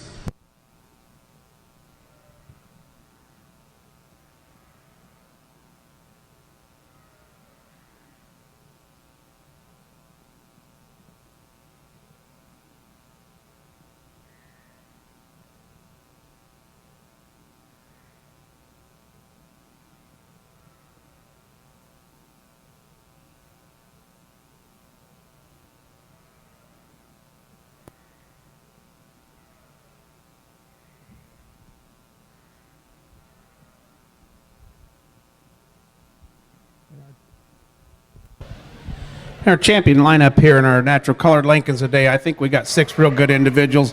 Today, for me, I think I'm going to have to go with our 2 intermediate ram lambs. I think they're just 2 powerful buck lambs that look good out in the class. They look good out here. They've got that structure I like to see underneath them, so we're going to use our 2 intermediate ram lambs today. Thank you.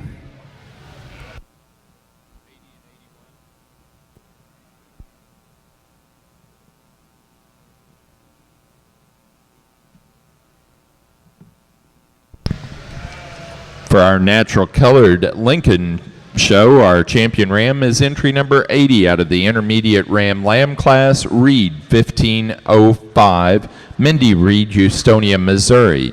For reserve champion ram, it was second place in that intermediate ram lamb class, entry number 81, Reed 1507, also shown by Mindy Reed, Houstonia, Missouri.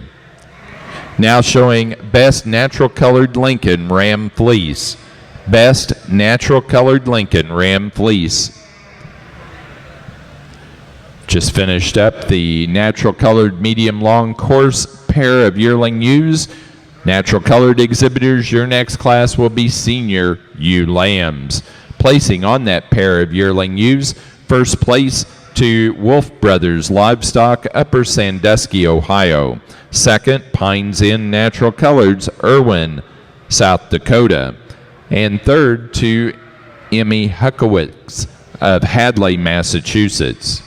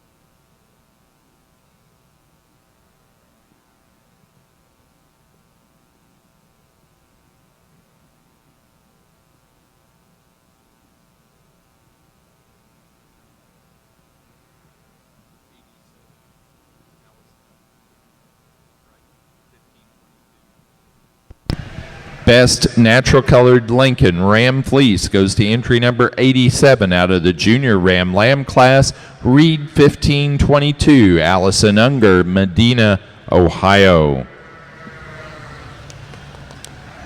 Now ready for yearling ewes. Lincoln Natural Colored Yearling Ewes to the ring, please.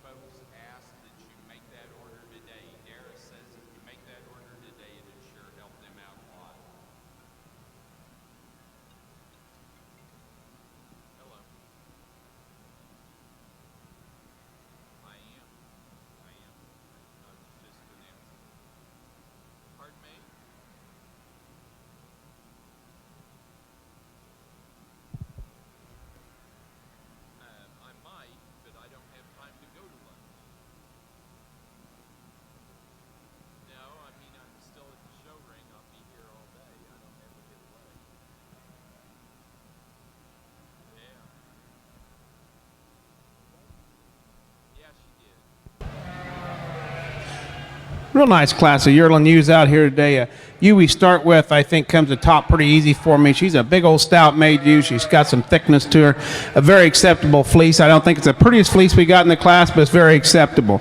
Ewe we've got here in second follows her in type and kind. Another real sound made ewe, sound on the walk, really nice and square out through her hip, and a very acceptable fleece on her as well. Ewe we've got here in third, a little bit smaller statured ewe, but you got to like the fleece on this gal. I think she can't get around these two in front of her just for undercarriage and the way she moves down through the ring and stuff, but you got to get her up in there just because of the quality of the fleece on this ewe.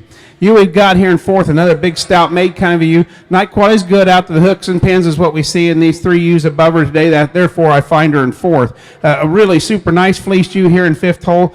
Just not enough to her today to get any higher than this. She's a little finer featured, but you have to admire the fleece on this old gal. But a real nice class of yearling ewes. Thank you. Now ready on those natural colored Lincolns to pair yearling ewes.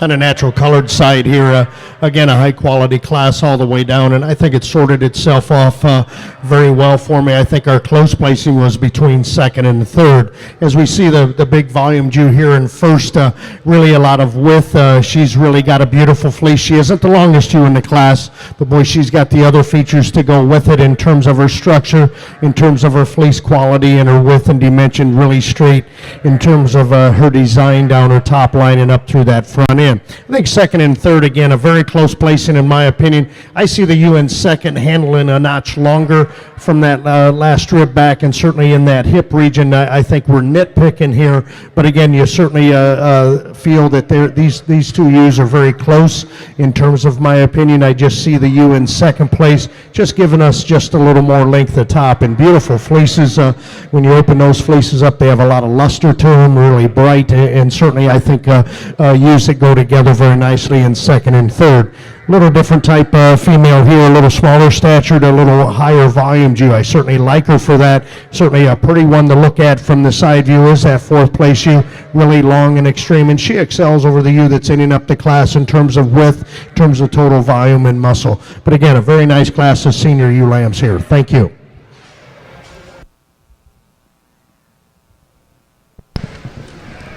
For the natural colored show, we're now ready for medium long course early junior ewe lambs, January 1 through and including February 14.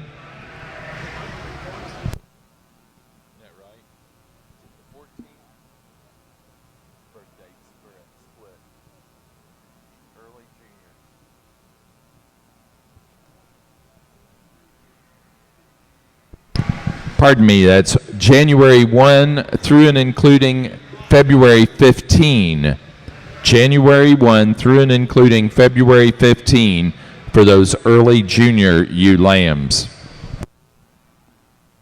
For the natural colored Lincoln show, we're ready for senior ewe lambs.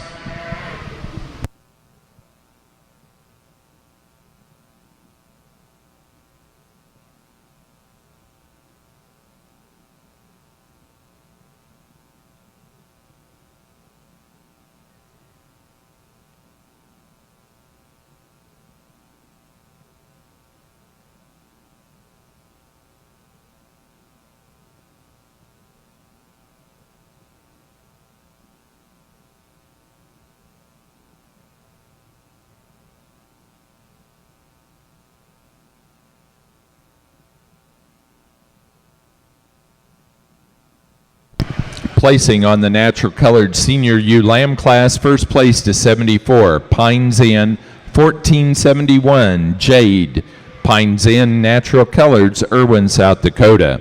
Second to 77, Wolf, 1502, Misery, Wolf Brothers Livestock, Upper Sandusky, Ohio. Third to 76, Thomas Vandeventer, Camargo, Illinois. 4 to 75, Thomas Vandeventer. And 5 to 73, Sonia Connor, Asheville, Ohio.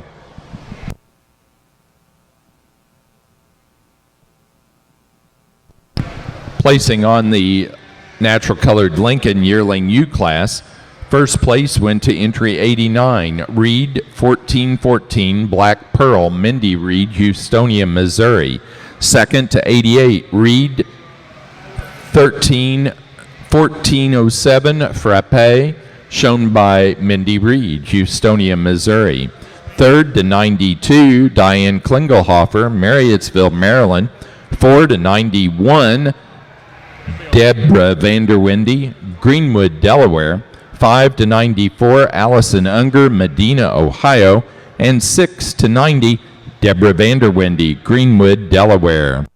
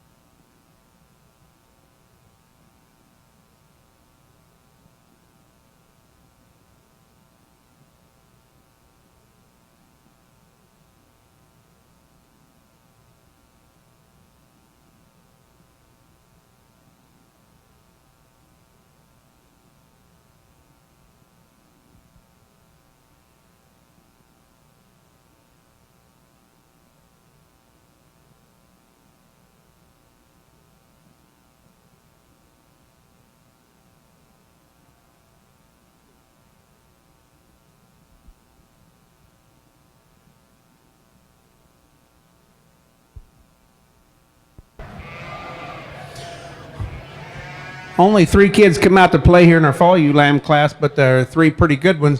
Ewe lamb we start out with here, I just like the way this ewe walks and moves. The structure of this ewe, she's sound on her feet and legs. Really nice out through that hip and a real nice fleece on this ewe. Gets a little closer here in second and third. I think this ewe lamb we've got in second excels in length a little more than what we have in our ewe in third, but this third place ewe lamb's a good quality ewe lamb in her own right, but a real nice class. Thank you.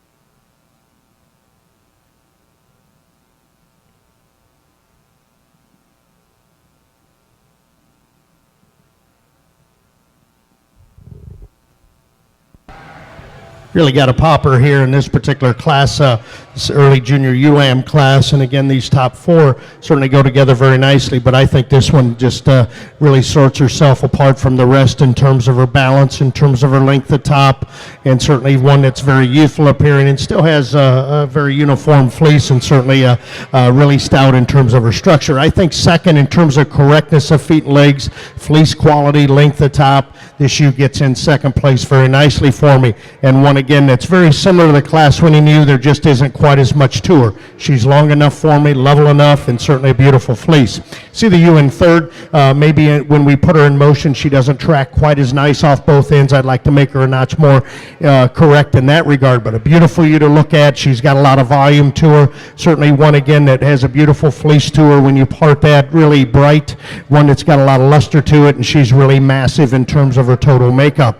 Look at the ewe in fourth place there. I think she's probably the youngest ewe in the class, really long-bodied. I think she's got a beautiful fleece on her also. One again that I think's got a great future ahead. There just again isn't quite as much to her as these bigger volume ewes that are ahead. Young man needs to be commended. I think that's going to be a tremendous yearling ewe in terms of time. Thank you.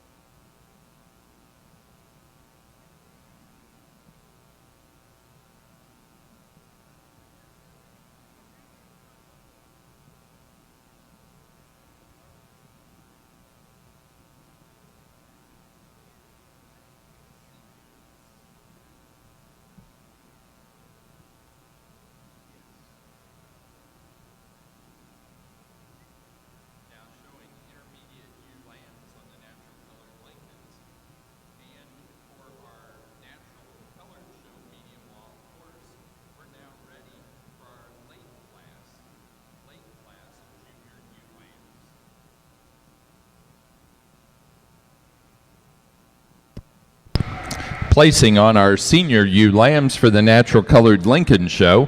First place goes to entry 96, Reed 1447, Mindy Reed, Houstonium, Missouri. Second place to entry 97, Reed 1451, Brittany Anderson, Ash Grove, Missouri. And third to 95, Reed 1445, Mindy Reed, Houstonia, Missouri. Placing on the natural colored early junior ewe lambs for the medium long course division, first to 84, Wolf 1513, Heartbreaker, Wolf Brothers Livestock, Upper Sandusky, Ohio. Second to 83, DDF 530, Chelsea Bellew, State College, Pennsylvania. Third to 81, Pines Inn Natural Coloreds, Irwin, South Dakota. 4 to entry 87, Sydney Lotze of Cloverdale, Indiana. 5 to 85, Emmy Huckowitz, Hadley, Massachusetts. And 6 to 82, Borcher Sheep Company, Powell, Wyoming.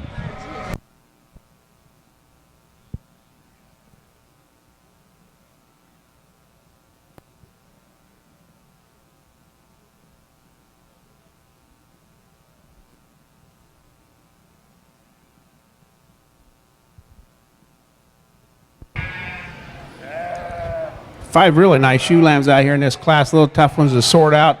We got a little different styles of fitting, different styles of condition here. And lamb I start with, I think, is the most well-balanced lamb out here. I'll grant you she's not as long as this lamb in second, but I like her out through her rump structure a little bit better, and she's really sound on her feet and legs. I think she comes to the top real nice for me.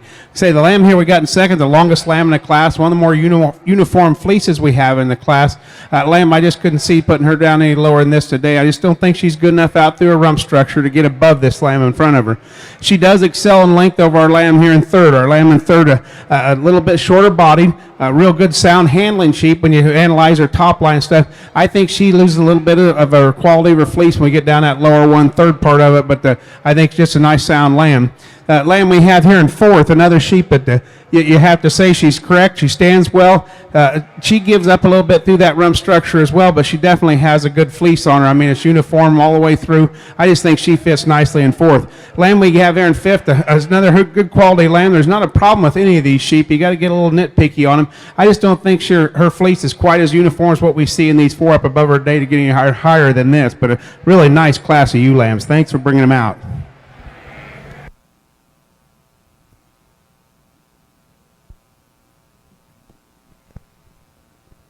Now ready for Lincoln, natural colored junior ewe lambs.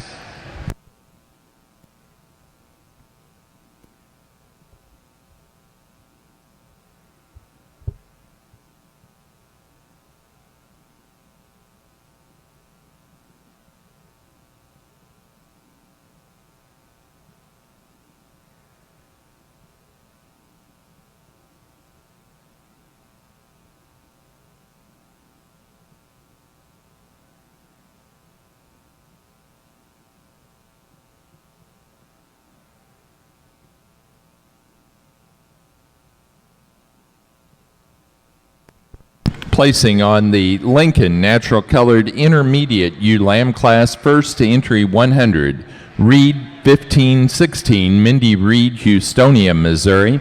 Second place to entry 101, Locust Grove 496, Moshi Deborah Vanderwindy, Greenwood, Delaware.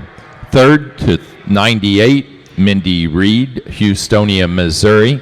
4 to 102, Deborah Vanderwindy, Greenwood, Delaware. And 5 to 99, Robert Sando, Arcanum, Ohio.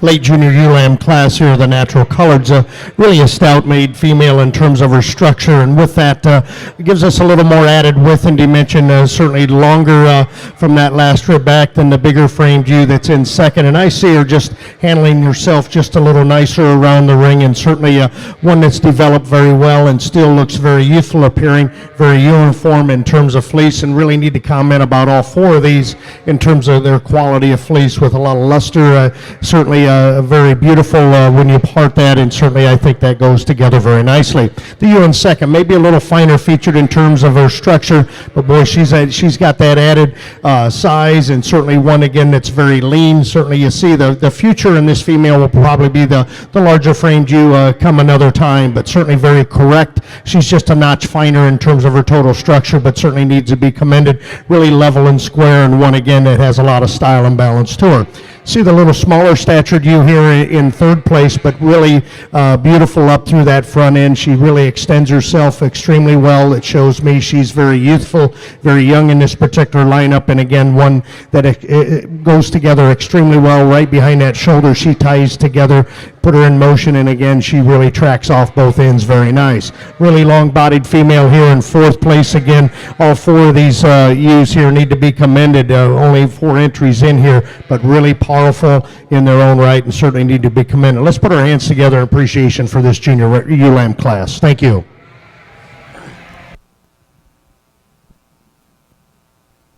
Placing on the late class of junior ewe lambs for the natural colored medium long and coarse show. First place goes to entry 92, Pines Inn, 1514, without a doubt. Pines Inn Natural Coloreds, Irwin, South Dakota. Second to 91, Pines Inn, 1511, Caught Lookin', Pines Inn Natural Coloreds, Irwin, South Dakota. Third to 93, Wolf Brothers Livestock, Upper Sandusky, Ohio.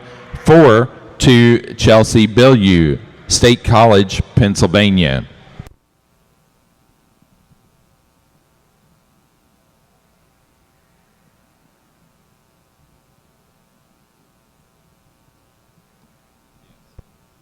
Now ready to show pair of ewe lambs. Pair ewe lambs. Yeah, she had one in the class before and this one.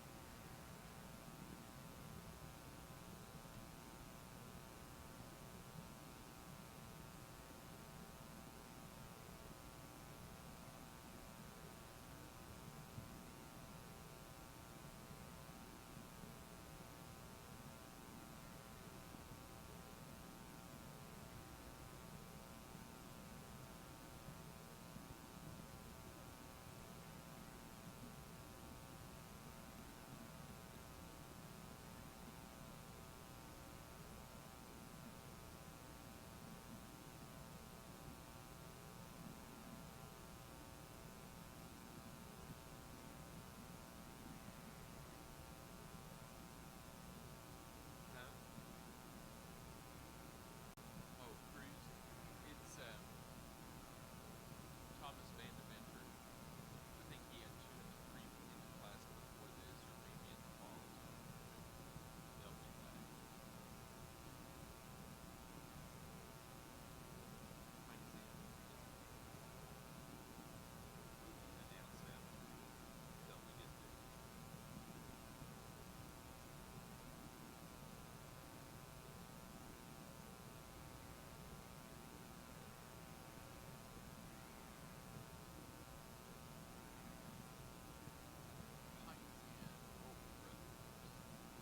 Chelsea Bilyeu and Thomas Van de Ven.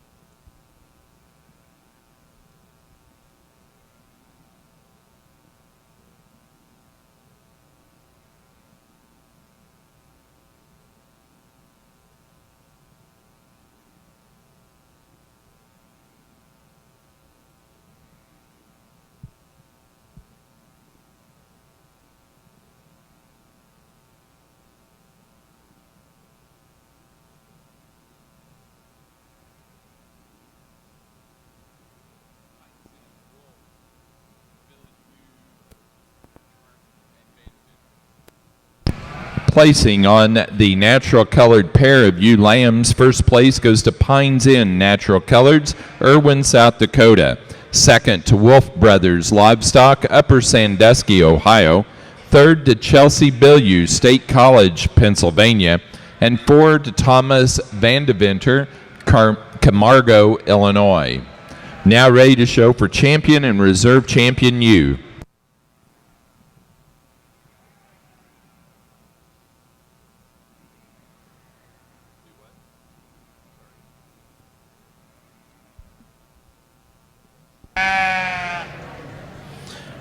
One thing I'd like to commend you Lincoln breeders on, whites and natural colors both.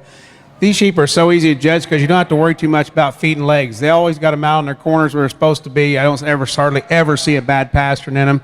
You know, that's really makes my job easy. Lamb we're starting with here exemplifies that. I mean, she's really got her feet out on all four corners. Love the pattern of this lamb. Love the way she's structured. She's really got a nice fleece there. I think she comes to top real easy. 2 and 3, a little closer placing for me. I think this ewe lamb here in second, I think she ties a little nicer in through her shoulder and her neck, the way her front end's made up. I like her out through her rump structure. I don't like her fleece as well as the lamb we've got in third, but I do like that part of her. That's why I want to fault this lamb in third a little bit, the way she opens her shoulder up and when she moves a little bit, but it's not a big deal. But another nice fleece kind of a lamb, but real nice class of ewe lambs. Glad you brought them out. Lincoln exhibitors, we need natural colored pair ewe lambs.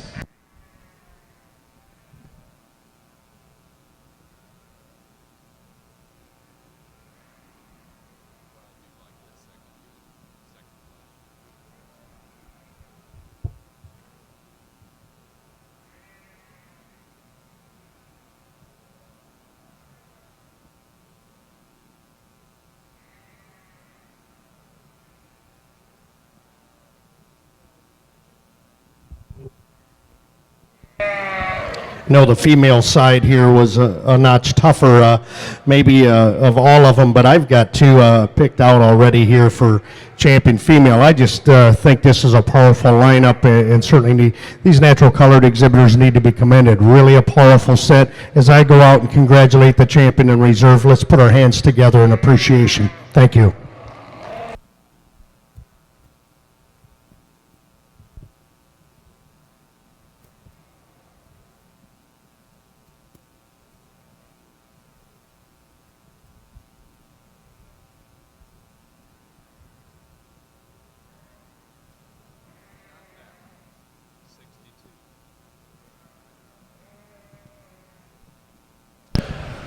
Champion natural colored medium long course ewe goes to entry number 84 out of the early junior ewe lamb class. Wolf 1513 Heartbreaker, Wolf Brothers Livestock, Upper Sandusky, Ohio. The reserve champion goes to entry 62 from our early yearling ewe class. Verhege 3224 Cinderella, Pines Inn Natural Coloreds, Irwin, South Dakota. Now ready to show best fleece in the medium long and coarse, please. Placing on the junior ewe lamb class for the natural colored Lincoln show, first to entry 105, Raider 457, Allison Unger, Medina, Ohio. Second to 106, Reed 1534, Mindy Reed, Houstonia, Missouri. Third to 104, Jonathan Cruz, Effingham, Illinois. 4 to 108, Deborah Vanderwindy, Greenwood, Delaware. 5 to 109, Mindy Reed, Houstonia, Missouri. And 6 to entry number 3, David Hammer, Cuba City, Wisconsin.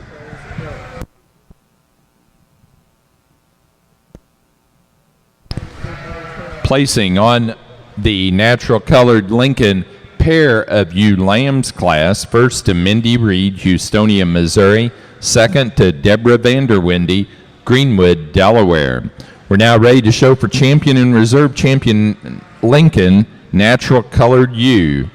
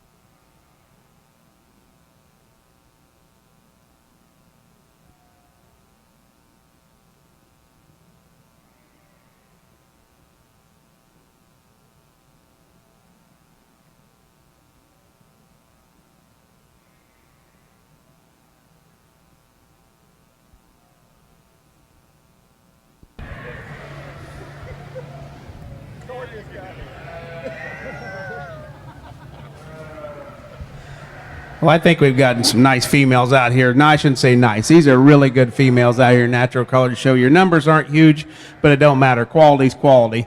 Today we're going to use your yearling ewe for your champion ewe. I think she's just got a heck of a hip in her, heck of a top in her. She's a nice ewe all the way through, and you look at her, it's hard to falter.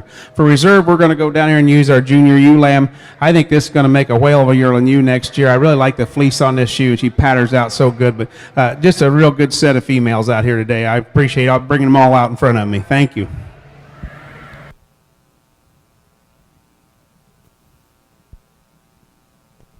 For the Lincoln Show in the Natural Colored, our champion ewe is entry number 89, the first place yearling ewe, Reed 1414 Black Pearl, Mindy Reed, Houstonia, Missouri. The reserve goes to the first place junior ewe lamb, entry 105, Raider 457, Allison Unger, Medina, Ohio. For the Natural Colored medium long and coarse, our best fleece animal went to entry number 62, our reserve champion ewe. The early yearling ewe, Verhege 3224, Cinderella, Pines Inn, Natural Coloreds, Irwin, South Dakota. Now ready for Natural Colored medium long coarse flock.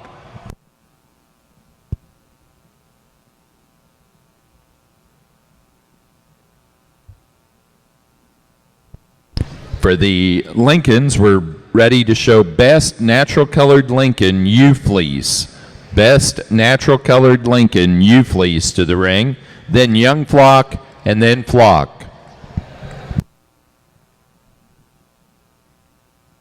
Again, we're ready for Best Natural Colored Lincoln ewe fleece in the ring.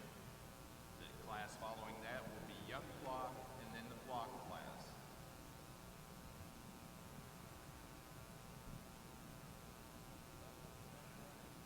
Oh, yeah.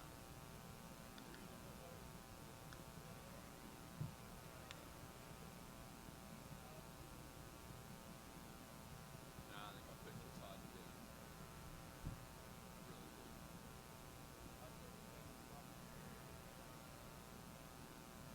Well, there's a lot of both of them. The second half, they had to go in now. They all need the second half. So really good. They're 6-1 half less than Tunis will lead better than Todd. But I'm still going to pick going on with the defense down here. I said that.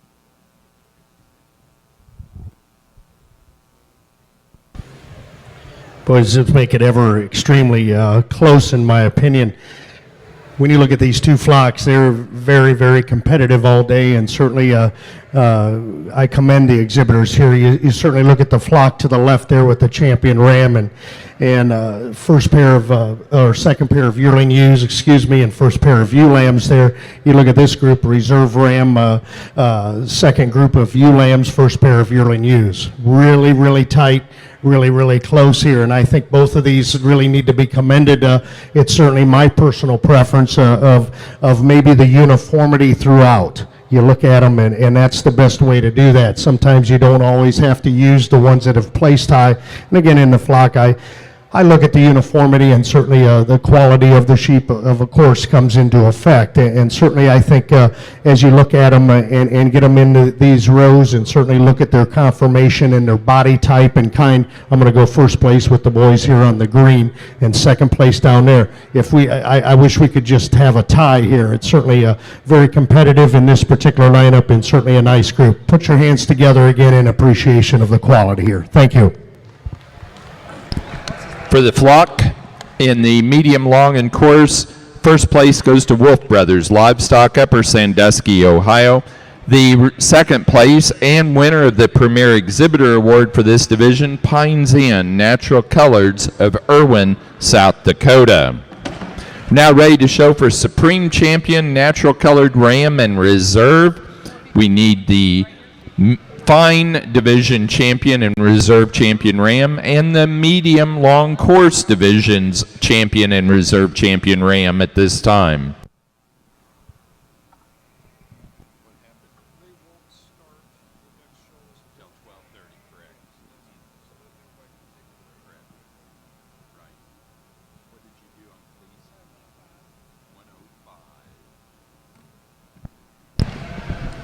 Best natural colored Lincoln U fleece went to entry number 105. Our reserve champion U out of the junior U lamb class, our class winner, Raider 457, Allison Unger, Medina, Ohio. Now ready for young flock with the Lincoln Natural Colored Show, please.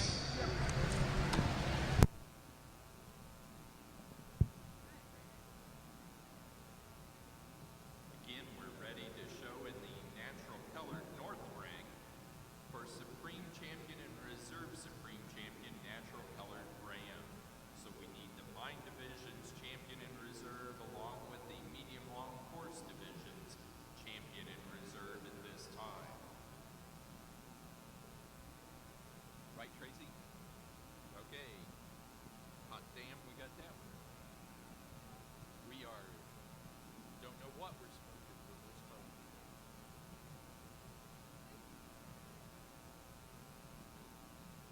We think it was good.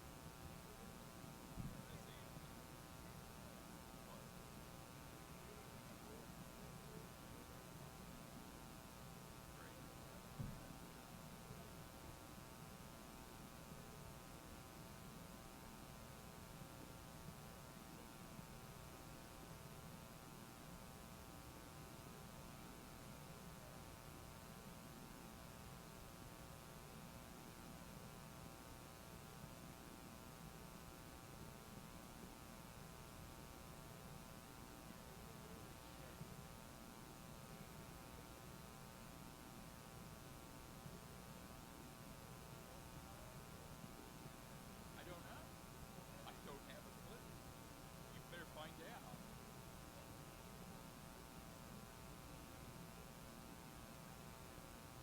Both meetings.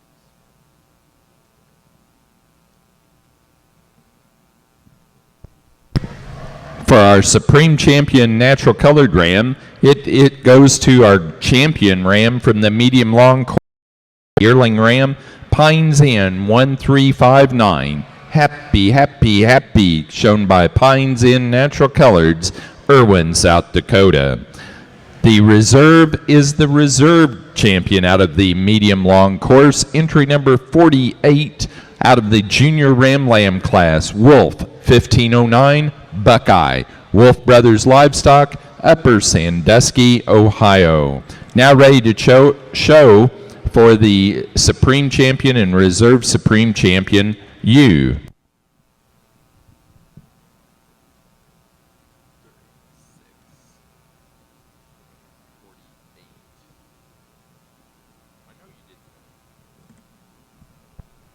Placing on the young flock class for the natural colored portion of the National Lincoln Show.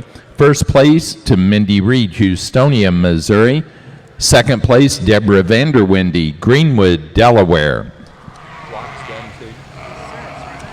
Placing for the flock class, first place in flock and the winner of the Premier Exhibitor Award for the Natural Colored Lincoln Show is Mindy Reed, Houstonia, Missouri. Second, Deborah Vanderwindy, Greenwood, Delaware. That does conclude our National Lincoln Show today. Our judge has been Larry McDaniel of Greenfield, Indiana.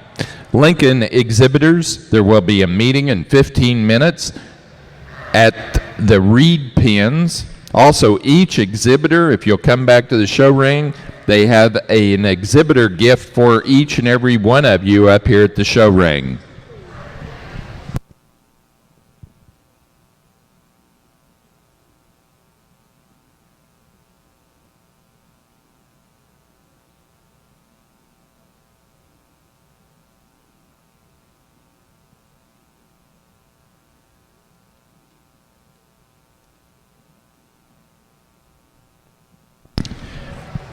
Supreme Champion Natural Colored U goes to our medium long course winner, and that was entry number 84 out of the early junior ULAM class, Wolf 1513 Heartbreaker, Wolf Brothers Livestock, Upper Sandusky, Ohio.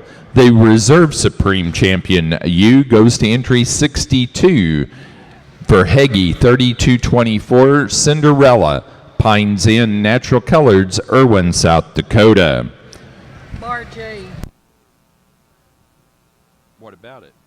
Is that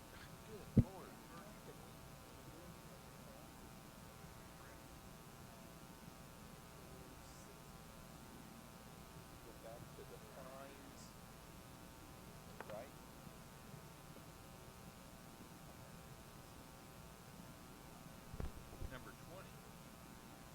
20. I said 40. Our Supreme Fleece for the Natural Colored Show goes to entry number 20, which was our Fine and Mediums Reserve Champion U out of the Yearling U class. Bar J Bar 14 FF 293, Bar J Bar Ranch of Box Elder, South Dakota. Now showing Supreme Champion Flock. Supreme Champion Flock will be your next one.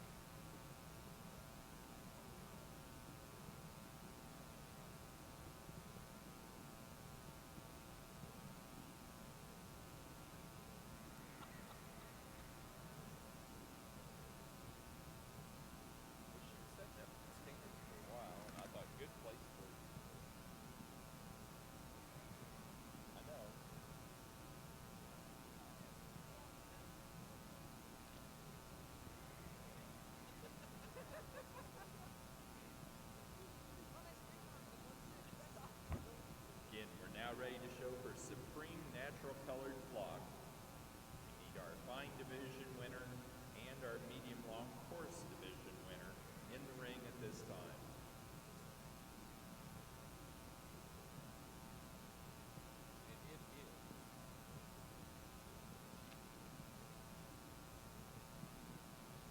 I don't know. Only one's out there. George only got one shoot for a flock, and then he ain't gonna win it that way.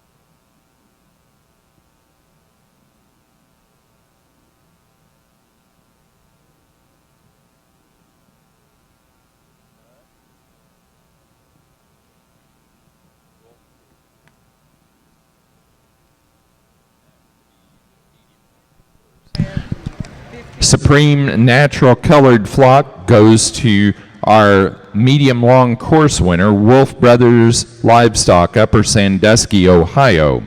And our overall premier exhibitor for the Natural Colored Show is Pines Inn Natural Coloreds, Irwin, South Dakota.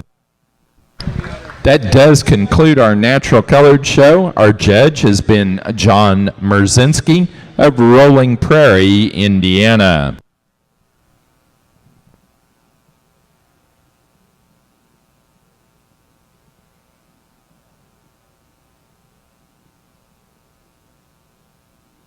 Leanne will be there in a minute, Larry. She's helping somebody else. Somebody's got a problem.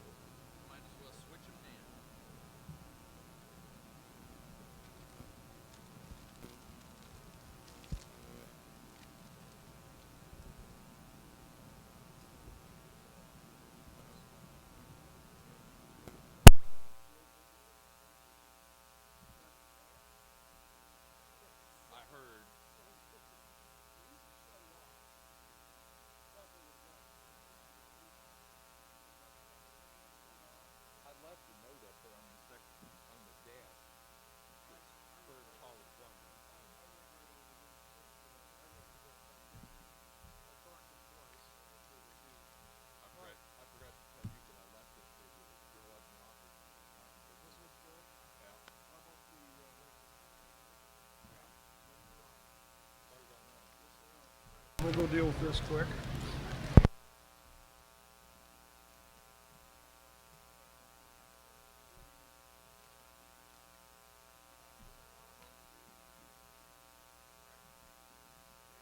What? I'm sorry.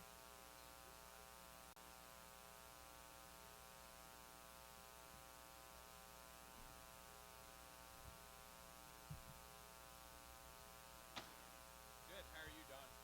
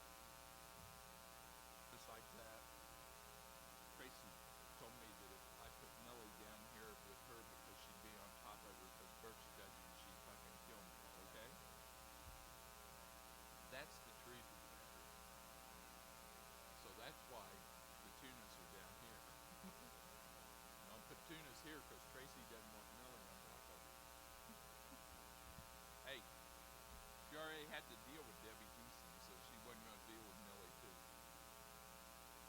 I owed it to her.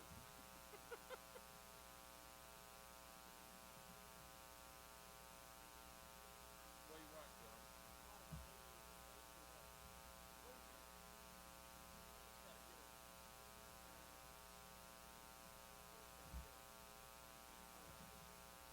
You get your cup.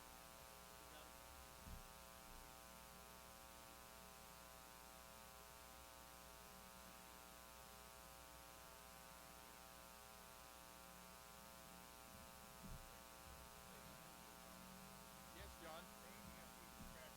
Nope. Nope. This is you guys. If you don't have them written down, I don't do them. No, here. Hang on. Oh, if you pay, yeah. Yeah.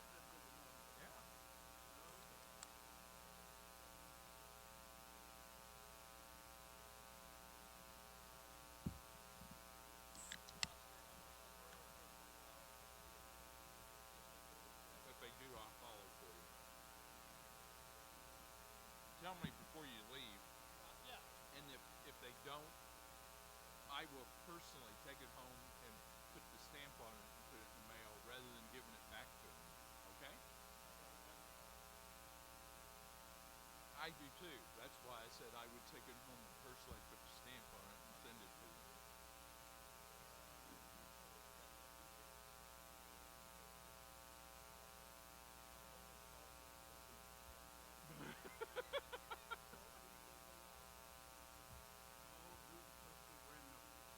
Okay, in all your groups. All the groups. Pairs. So, I'm not sure about that. All pairs, I know.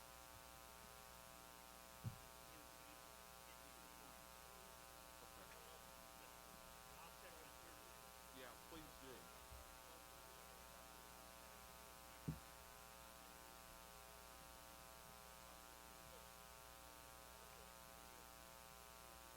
Yep. Should be. Kind of depends on the people and on the judges now. Unfortunately, we had the two fastest judges of the whole show this morning instead of this evening. However, Dave Cook's not judging. However, Dave Cook and Matt Best are not judging. So. Oh, yeah. You and I both know that. Hi, Jim. How are you?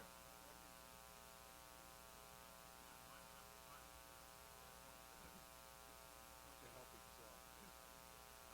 All pairs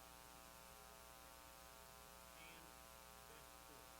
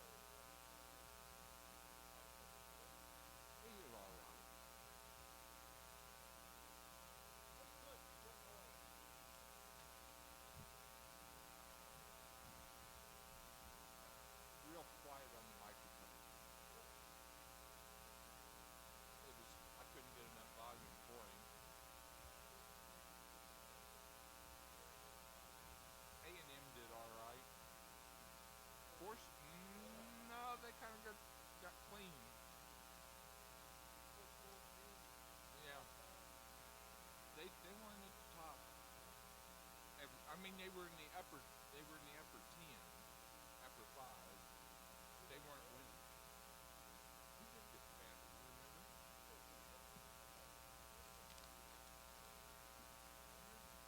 I don't either. Let me look.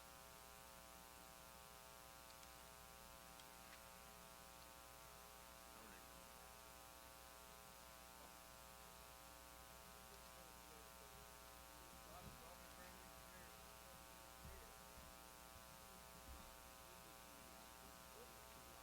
They have.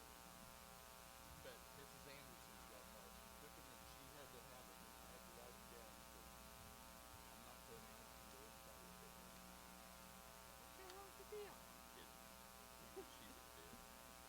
Forsey did get the band. Sheer numbers. Anyway, yearling news prior to and including the 7th of February, the 8th of February and after. Yeah, 2728. February ewe lambs 29 and then 210 and after. And the marches will be 3-5 and then 3-6 and after.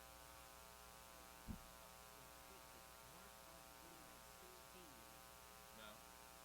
You said the march is right, Alan. You had over whatever it took. What did it take for the march to Tunis? There is no number. It says it will be split. Yeah, it will be split into 2 classes. It doesn't say a number. It just will be split. February and marches will be split. Same thing on those yearly news. It doesn't give a number that it had to have. If there'd only been 2, we'd have one in one class and one in the other. It wouldn't be like this.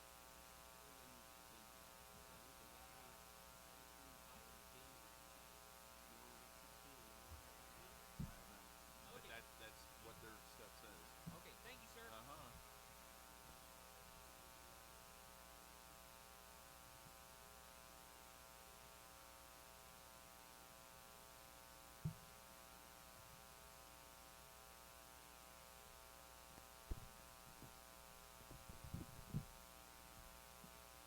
Five-minute call, Tunis exhibitors. 5-minute call, Tunis yearling rams.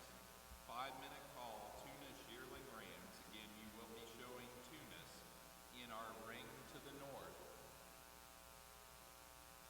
And you've got a little longer than that, since yours is a 1 o'clock.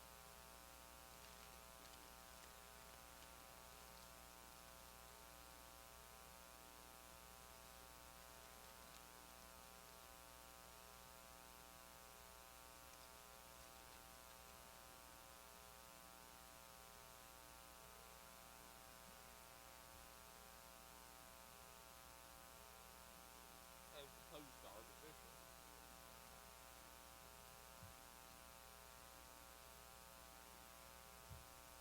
Oh. You should have cups too. They do have cups. Natural coupons considered natural. I hadn't thought about that. I just thought it sounded pretty cool to be artificial coupons.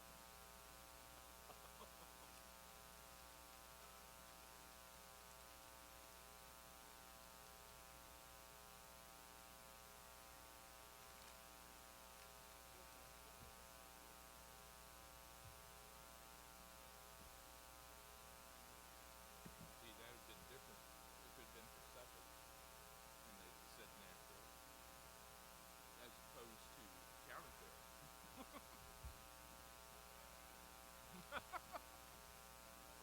Oh, okay. All right. So maybe the ham. Or the Dorset. Or maybe even the Columbia.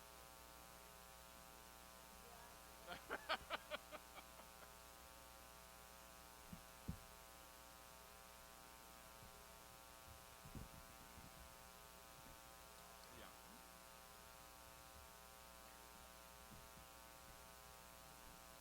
Maybe a little bit like that. Oh, originally. I meant now.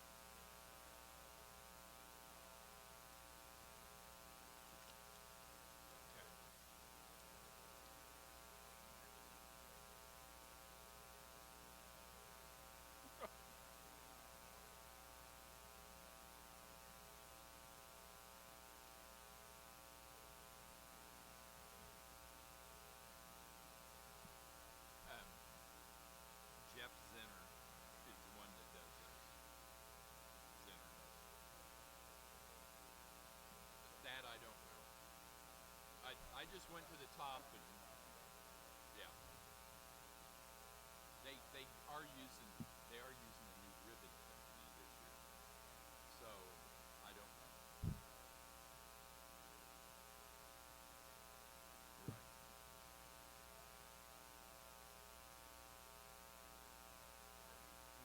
Millie and Brett are the management now. They're the superintendents.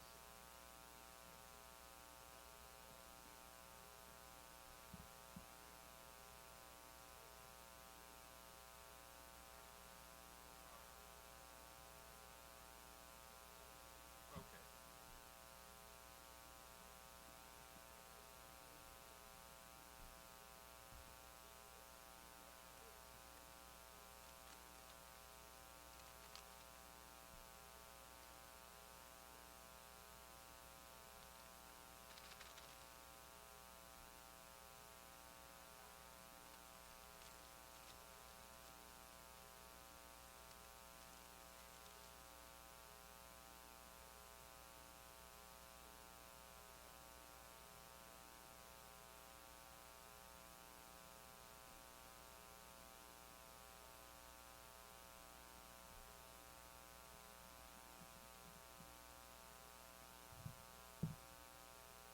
Tunis exhibitors.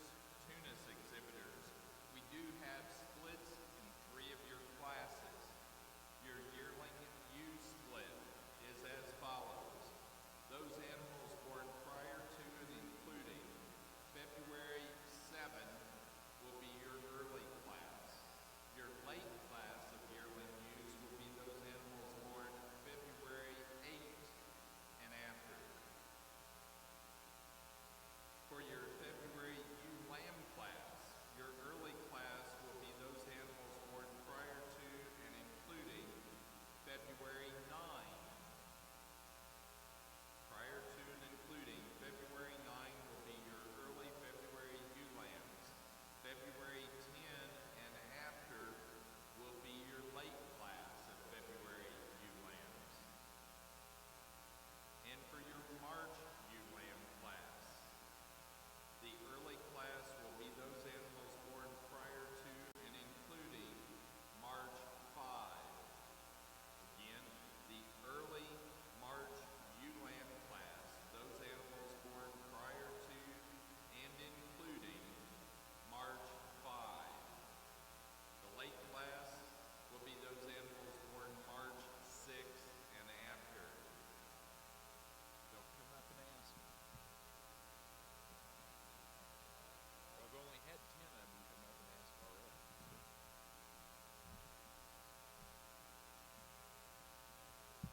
And Miss Anderson had to have it written out for her.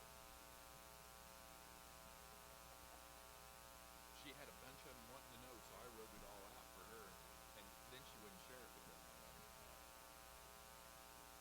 The whole bunch that wanted it was just her bunch.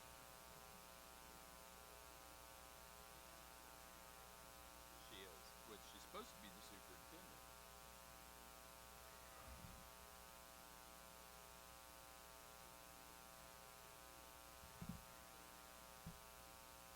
I really don't even want to know what the B stands for in her name, Susan B. Anderson. I think I know.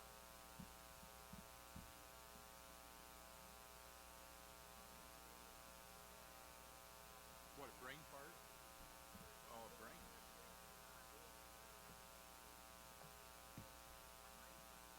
Do you? Then you remind yourself not to get so full of it, right? What?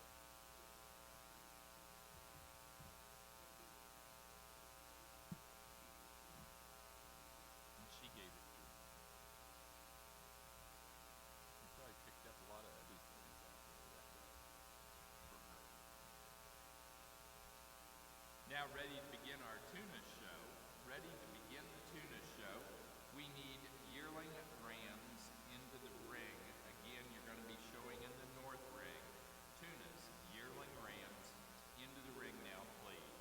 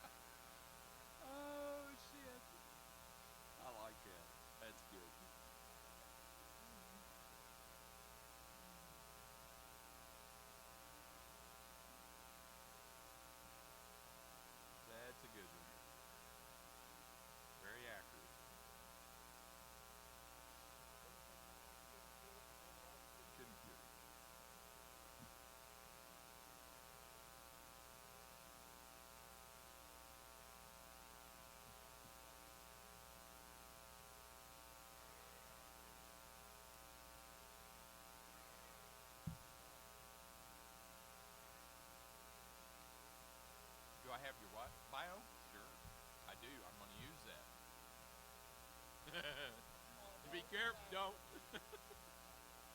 What? I wrote yours. I wrote yours. I've done yours enough over the years. I know what I can say and what not to say. I do yours and Smith. That's the only two I do. And that's only because you guys have got enough stories on me that we don't screw each other over.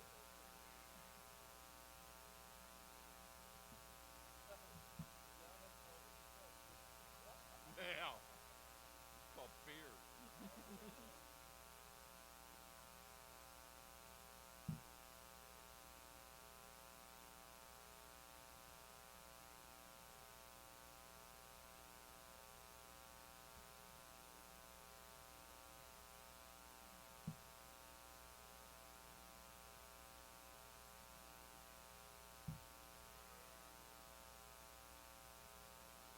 The bad one is that Smith and I were at Purdue together. We really know stories about each other. Fortunately, I wasn't with him the night they butchered that goat over at their apartment in Ada. It was their roommate's goat. She had a late night exam and they ate her goat. Thank God I wasn't with him.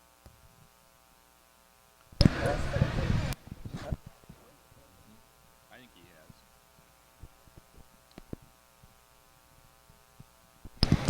Judging the Tunis show today is Skip Anderson of Fargo, North Dakota. Skip's the shepherd at North Dakota State University.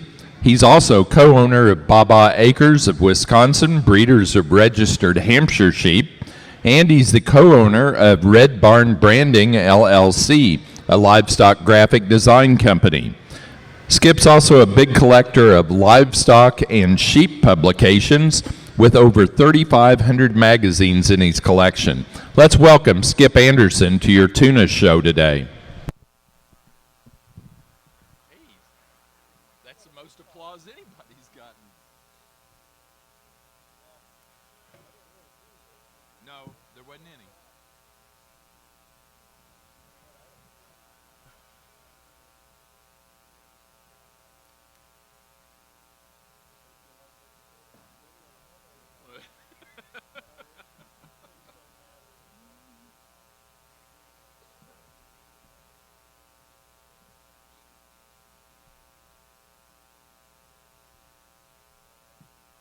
Okay.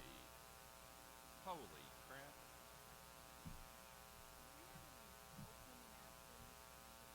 There's a bunch right down there, Millie. I'm not looking. There's some right down there on the table. On the table down there by the coffee.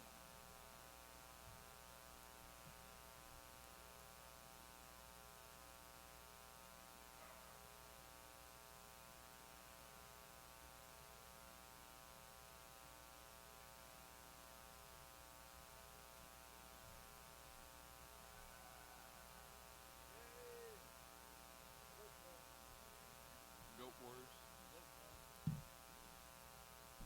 Well, I had the ham pretzel. Don't recommend it. No. Pretty dry.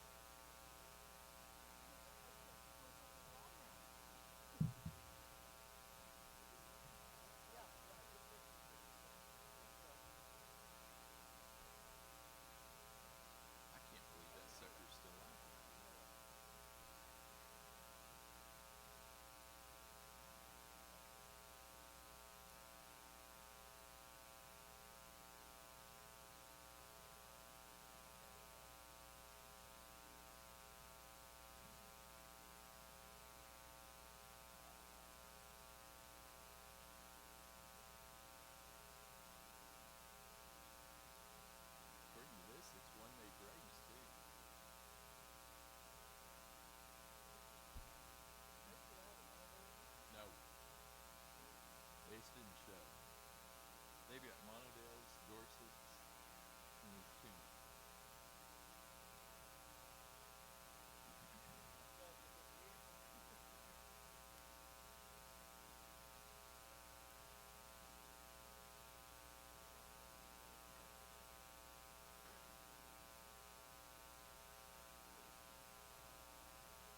I like the ones, John. I like the ones Philby's got. I just don't know what's going on here. Do you? I mean, yeah, yeah. I like how, I like his trimness, you know, just, no, I don't either.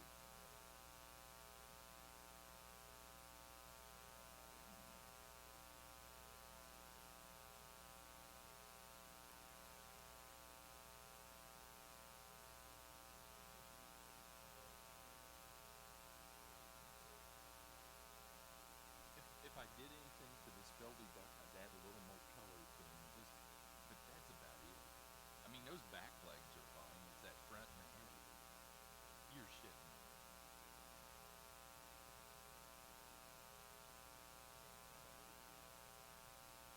You are shitting me.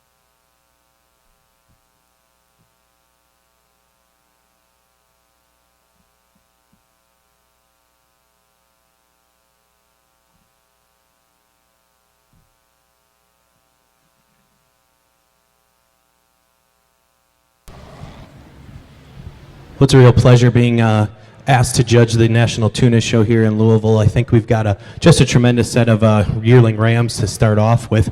We're going to go ahead and use just a real powerful made kind of a sheep to lead off with. He's certainly a big buck when we look at him from an outline standpoint. A sheep that when you get your hands on him, he's really opened up down that top. He's really wide and square throughout his hip. A sheep that really does have a lot of natural thickness about him, one that's really deep-sided. He's bold sprung. He's yet still very attractive through his front end when he comes together. I think in terms of his bone work, we can appreciate the size of foot that he stands on. Just a lot of nice pieces here in the ram in first. Ram that we have here in second, a really attractive kind of a ram in terms of the profile. Just a real extended kind of a buck, one that runs uphill, one that's really straight and true down his top. He's really wide and powerful throughout that loin and into his hip. I think a ram that certainly as we look at the lineup here, he's not the tallest or the longest ram, but I think in terms of structural correctness, he's the kind of sheep that works his way up here into the top hole or second hole quite nicely. For me, I think if we were going to change him a little bit, we'd like to hand him just a little longer from that 13th rib back compared to the ram in front of him. But I think in terms of structural correctness and quality, I like the ram logically here in second. Real long-bodied kind of a sheep here in third, one that we can appreciate for his size and growth and performance. A big outline kind of a sheep when we look at him from a profiling standpoint. For me today, I think we just need to see him a little straighter and truer down his top. We need to level him up from his shoulder into his loin. But I think in terms of his overall makeup, I really like him here in third. A real youthful appearing kind of a buck in fifth, one that's really sound when we set him into motion, one that's really correct in the way he's put together. For me, we just need to power him up in terms of the way he comes together, in terms of his overall muscle shape and volume. And then we've got an outlier kind of a ram here in fifth, a real long-bodied, real extreme pattern kind of a buck, certainly the tallest and longest bodied ram. For me today, we need to change him in terms of his structure, especially the way he handles himself down that top line. And then when we set him into motion, he just gets a little restricted in his movement. But again, a really nice class of yearling rams from top to bottom. Thank you. Now ready for Tunis Fall Ram Lambs. Tunis Fall Ram Lambs to the ring, please. Placing on the Tunis yearling ram class, first place to entry 12, West Wind 643, West Wind Farm, the Anderson family, Houstonville, Kentucky. Second to entry 1, Spildy 2228, Avery Spildy, Stoughton, Wisconsin. Third to entry 5, Corn Silk Hollow, Ivanhoe, Minnesota. Fourth to entry 8, Shady Brook Farm, Brookville, Ohio. 5 to 2, Don Kraft, Flora, Indiana. Sixth place to entry 10, Clint Gary, Chestnut, Illinois.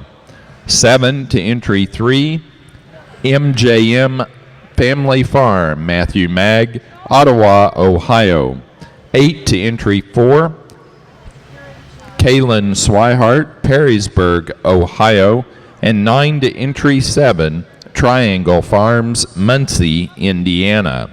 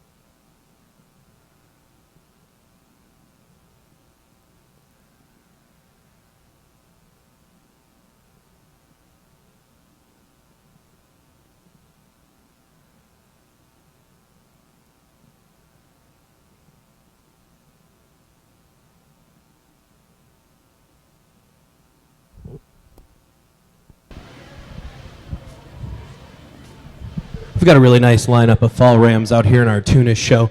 I think we're going to go ahead and use the ram that works his way to the top pretty easy in my mind. Just a lot of things about this sheep. He's just really straight and correct when you get your hands on him. He's the kind of sheep that you can appreciate his elevation and extension he has from the profiling standpoint. And then when you study him from the ground up, you appreciate the base width that he has, the size of foot that he stands on, and the bone work that he has. I think he's got a lot of nice pieces about him. And then when we study him in terms of his makeup, we like how long-bodied he is. He certainly handles long in that hind saddle. He's the kind of sheep that's got some width and thickness about his hip. Yet he's still massive in his look, but attractive in his profile. I like him to win the class pretty easily. Ram that we've got here in second, very similar in type and kind of the buck that wins. Just a little more piecey for me today compared to the sheep that wins. A ram that we can like, all that length of body that he has. A ram that's a big buck, big outline in the way he's put together. One that we can appreciate how long body he is and how long spined he is. For me today, he just needs to come together down his top a little nicer compared to the ram that wins. But I like him here in second. Real youthful appearing kind of a ram here in third. One that's just really attractive through his front end. He blends really neat from his neck into his shoulder and shoulder into his forerib. Very smooth in the way he comes together in terms of his profile. A sheep for me today, yeah, he's not the biggest or the heaviest that we have out here, but I think in terms of his structure and design, he works his way up to these, in with this trio of rams here and fits in quite nicely in terms of the way he's put together. I like the bone that he stands on. I like the eye appeal that he has. We just need to see more power in him and in the way he's put together. A big rugged kind of a ram here in fourth, a real performance-oriented kind of a sheep, one with a high weight per day of age here. A sheep that's got some natural thickness down his top. He's pulled apart through the center portion of his skeleton. We just need to change his movement when he sets out and goes. He gets a little restricted in his top and restricted off his hind too. As we talk about the four rams that we have up here, but I think he's a ram that we can see a lot of good in terms of his growth and size and scale at this stage of the game. And then we're going to round out the class with two nice ram lambs in terms of their growth and performance. We just need to see these bucks change in terms of their structure. The ram that we have in fifth, we need to see him straighter and true down his top. We need to fix him right from his shoulder into his loin before he could move up a spot. Same holds true for the buck that we've got here in sixth. Again, a ram that we can appreciate from his attractive look, youthful appearance. We just need to power him up. Really nice class of fall ram lambs.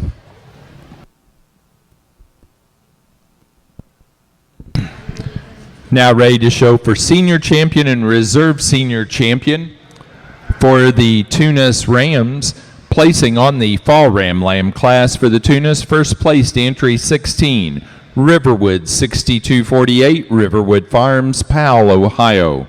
Second to entry 15, Riverwood 6247, Riverwood Farms, Powell, Ohio.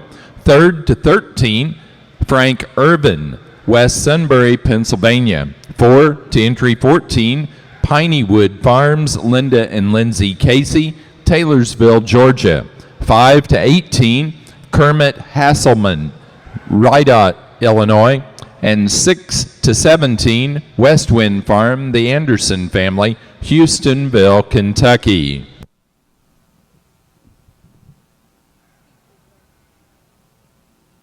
Somebody parked a red truck in front of our trailer, and we can't pull up to it, and we're with the goat show. But they announced it over there. Over where? Over at the goat ring, because we lost somebody there.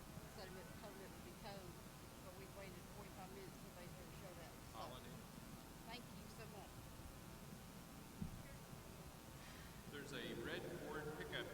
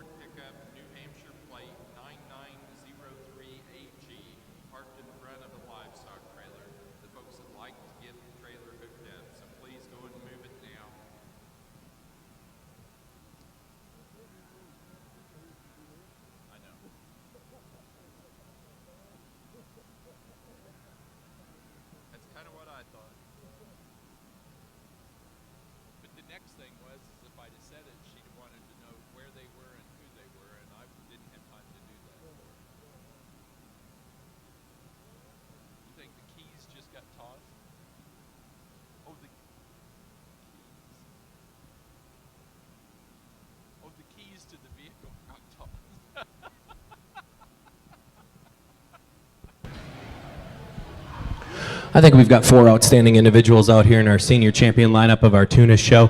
I think as we study the rams that we have out here, I think we found a set of bucks that are really complete. I think we found some rams that have some power and mass about them, but also have some breed type and some structural correctness about them. I think the decision gets pretty easy for me today. I'll go out and congratulate your grand in reserve.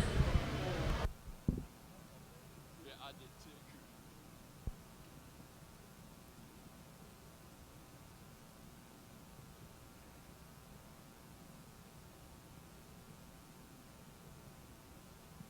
16 and then 12. It's hard to keep good health.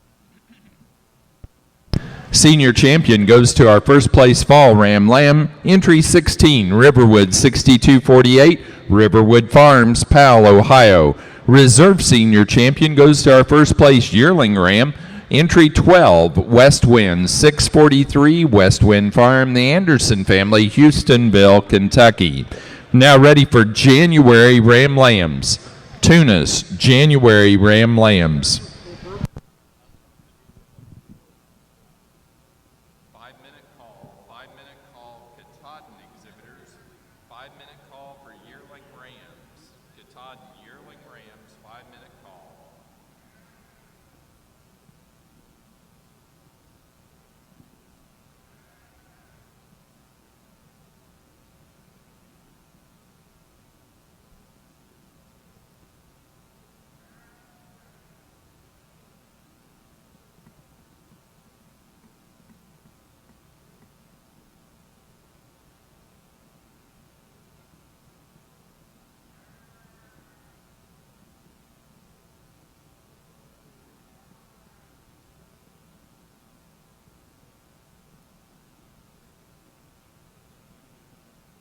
There's January, February, March, and then a slick short spring. Yep.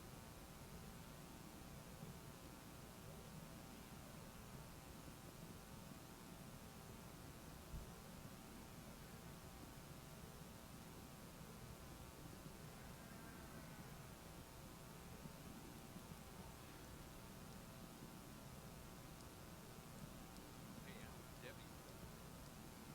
She's wanting her buttocks on that. Did you watch?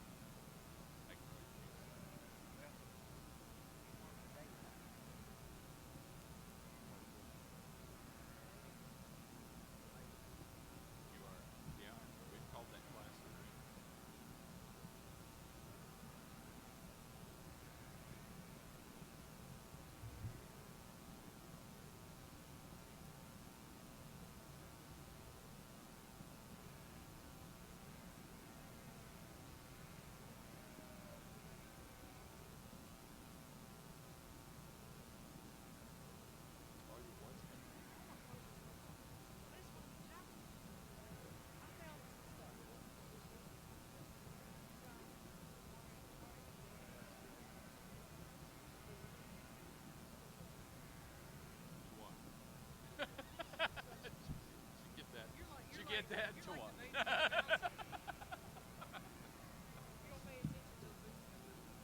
Yeah, yeah. Yeah. I heard her say her clothes were coming off. I heard that part. Yeah. The rest of it was blah, blah, blah, blah, blah, blah.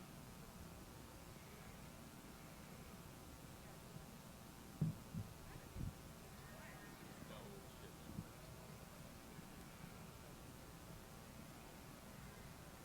Katahdin exhibitors, we want to remind you that all pairs and best for head must be bred and owned for your show today.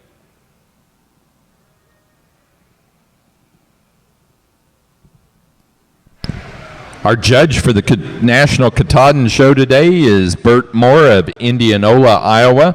Bert is the area representative and state association liaison for the American Simmental Association. He's a former faculty member and livestock judging team coach at North Dakota State University for 40 years. He was the faculty supervisor of the North Dakota State University Sheep Program. Bert has judged sheep and cattle shows in 28 states and 4 Canadian provinces. Let's give Bert Moore a warm welcome to the National Katahdin Show. We also want to wish a happy birthday to Judy Dyer in the crowd, one of our Katahdin exhibitors. Her husband now owes me money for making that public service announcement.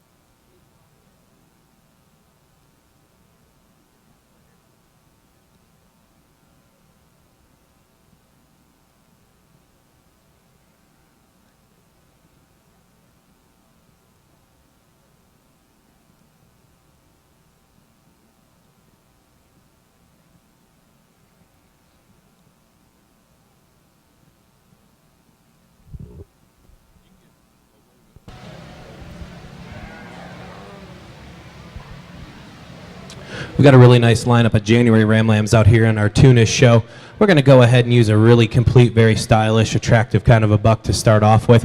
One that I think that has the advantage over the ram that stands directly behind him is just in terms of his length of body and length of hind saddle. A sheep that when you get on the top of him, he's really pulled apart to that center portion of his body. He's round-ribbed, he's deep-sided, he's dropped in deep in his rear flank and carries that width and thickness into a big, wide, square hip.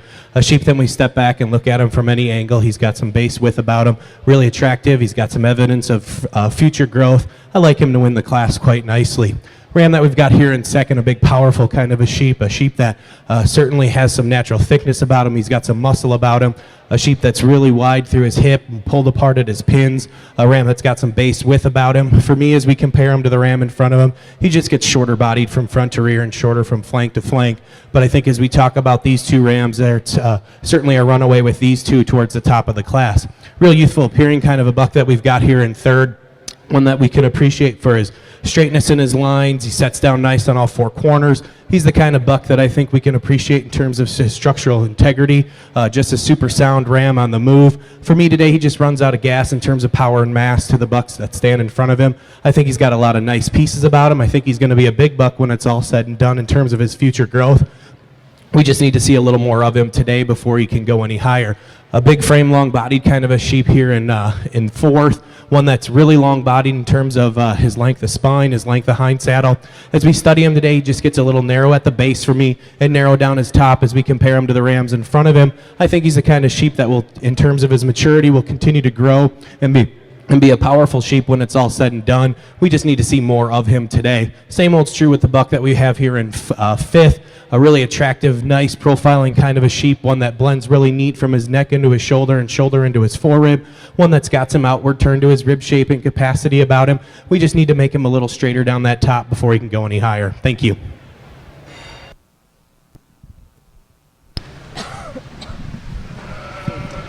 Now ready for Tunis February Ram Lambs. Placing on the January Ram Lamb class, first place to entry number 28, McCulley 1505, Kyle McCulley at Glen, Pennsylvania. Second place to entry 30, Spildy 2752, Avery Spildy, Stoughton, Wisconsin. 3 to 23, RQL Farms, Hillsborough, New Jersey. 4 to 24, Rachel Shambo, Janesville, Wisconsin. 5 to entry 19, Olivia Brown of Millersburg, Ohio. 6th place to 29, Old Glory Farms of Wayland, New York. 7 to entry 20, Kermit Hasselman, Rydot, Illinois. 8 to entry 26, Old Glory Farms, Wayland, New York. And 9th place to 27, Seth Furman, Rochdale, Indiana. Well, it's a privilege to be, it's a privilege to be here to work this Katahdin Show at the North American again this year, and I do thank the people who have asked me to do this, and I think we've started out a class with certainly a class of some strong yearling rams, and I consider this placing here in this first pair to be relatively close. I think there are things that we can see about the first place ram that we certainly like. You know, the strength to his top, the strength right behind his shoulder, the openness and squareness that he does have as far as his rib structure is concerned. Just looks like one that has a world of capacity and a world of doability in him as well. By contrast, I like the underpinning on the second place buck. A little more substance of bone, a little bigger foot on him there. It's obvious that he's been out doing some kind of the things that we want bucks to do, and that's getting used bred too. But I also like the extension up through the front end on the second place buck. But there are some differences there as well, and I think that pair of bucks, are a nice pair to draw to right off the bat. As we get into third and fourth, why again, bucks that certainly have some outcome to him. A nice straight top buck there that stands in second and third place. Not quite as square and true as far as they hit the ground. The kind of bucks I think that'll go out and certainly get a lot of views bred, however. And so again, congratulations to these exhibitors.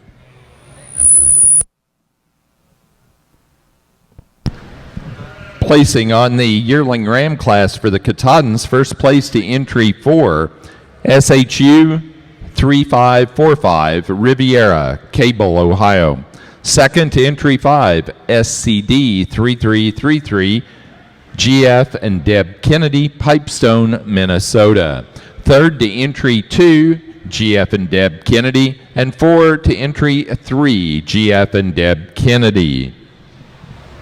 Now ready for Fall Ram Lambs. Katahdin Fall Ram Lambs to the ring, please.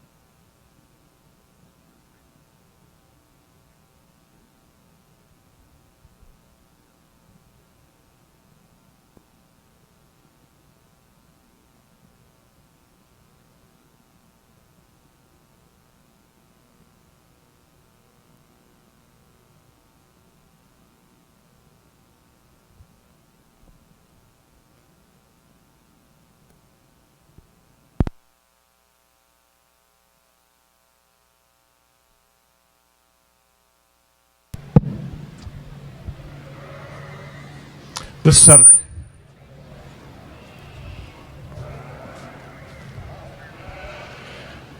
This set of fall rams here, I feel real comfortable with the ram I'm choosing to lead off with. I think in terms of the combination of things that he shows, certainly a big body, big rib sort of a sheep that's surely square and true, and clearly has the most length of body as I analyze him, like from his last rib on back in particular.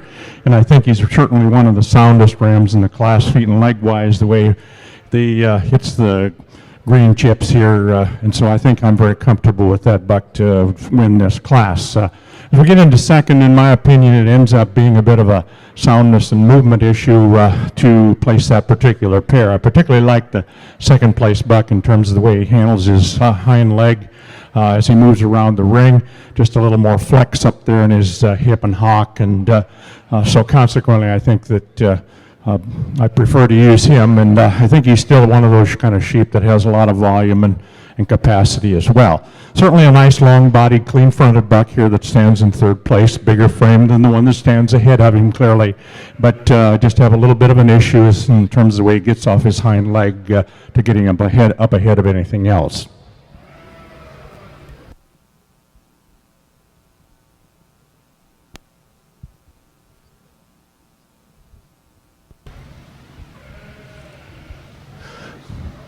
Here in our February Ram Lamb class, I think this is probably the deepest set of bucks that we've seen here yet today.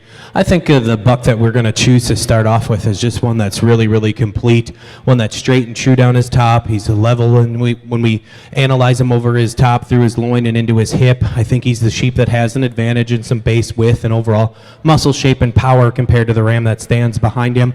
I certainly appreciate how neat and attractive he is through his front end. He's elevated through his chest floor. He drops in deep into his rear flank. He gets around the ring on a sound set of feet and legs. I think he's a ram that stands on adequate amount of bone, and I like the breed type about him. I think he's just a really good sheep to start off with in terms of the way he puts together and his overall balance. I like him to win the class quite nicely.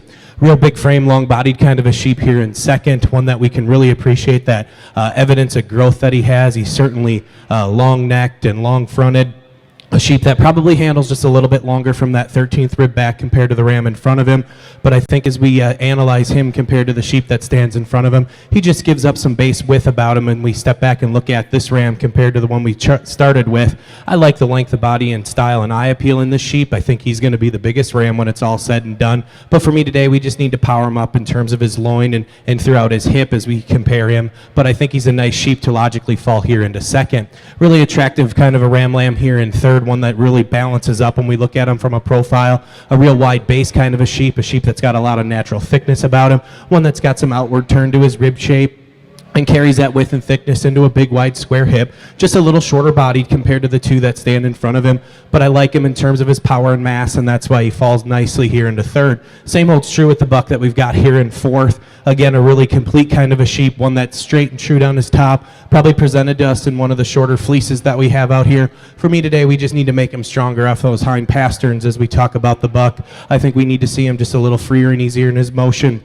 But I like him to fall in here quite nicely in terms of the four-hole, just from that style and eye appeal. Real youthful appearing buck in fifth, one that's really attractive from the profile, balances up quite nicely. We just maybe see some more bone and some more width down that top before we can go any higher. Thank you.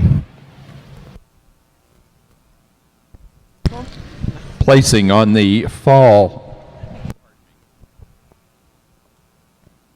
Fallborn Ram Lambs for the Katahdin Show. First place went to entry 7, DOCP 1532, GF and Deb Kennedy, Pipestone, Minnesota. Second to entry 6, DOCP 122814, Lex Cartston of Pipestone, Minnesota.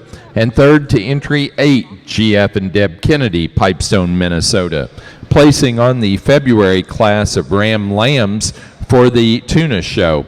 First to 41, Spildy 2869, Avery Spildy, Stoughton, Wisconsin. Second to 37, Shambo 496, Rachel Shambo, Janesville, Wisconsin. Third place to 42, Avery Spildy, Stoughton, Wisconsin. 4 to entry number 39, RQL Farms, Hillsborough, New Jersey. 5 to entry 33, Colton Brown, Oxford, Ohio. 6 to entry 32, Clint Gary, Chestnut, Illinois. 7th place to entry 43, Murray Farms, Higginsville, Missouri. 8th place to entry 38, TriStar Stock Farm, Gilt Edge, Tennessee. 9 to 36, Matthew Mag, MJM Family Farm, Ottawa, Ohio. And 10 to 34, Amanda Sumi, Arcadia, Indiana.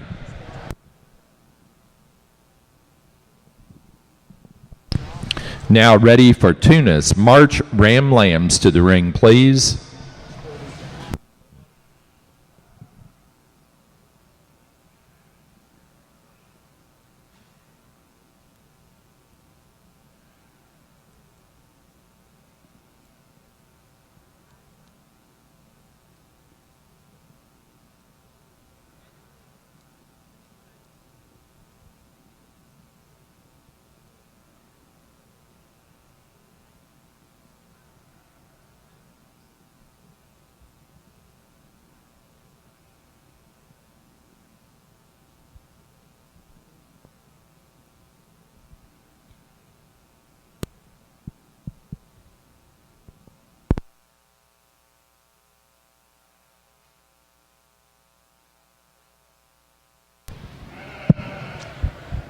Well, I think we have certainly some nice Rams out here in this senior championship lineup. Rams that have, I think, ability to certainly contribute at several stages of their, as far as the breed is concerned as well. I think we have some kind of close decisions to be made here as far as this class, but I'll go out and tell you at least the ones that I like.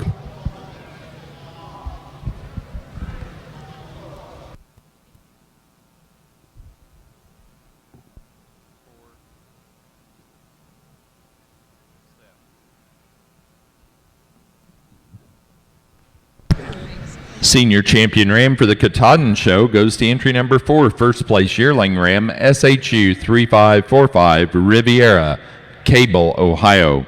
Reserve goes to the first in the fall ram lamb class, entry number 7, DOCP 1532, GF and Deb Kennedy, Pipestone, Minnesota. Now ready for Katahdin January ram lambs.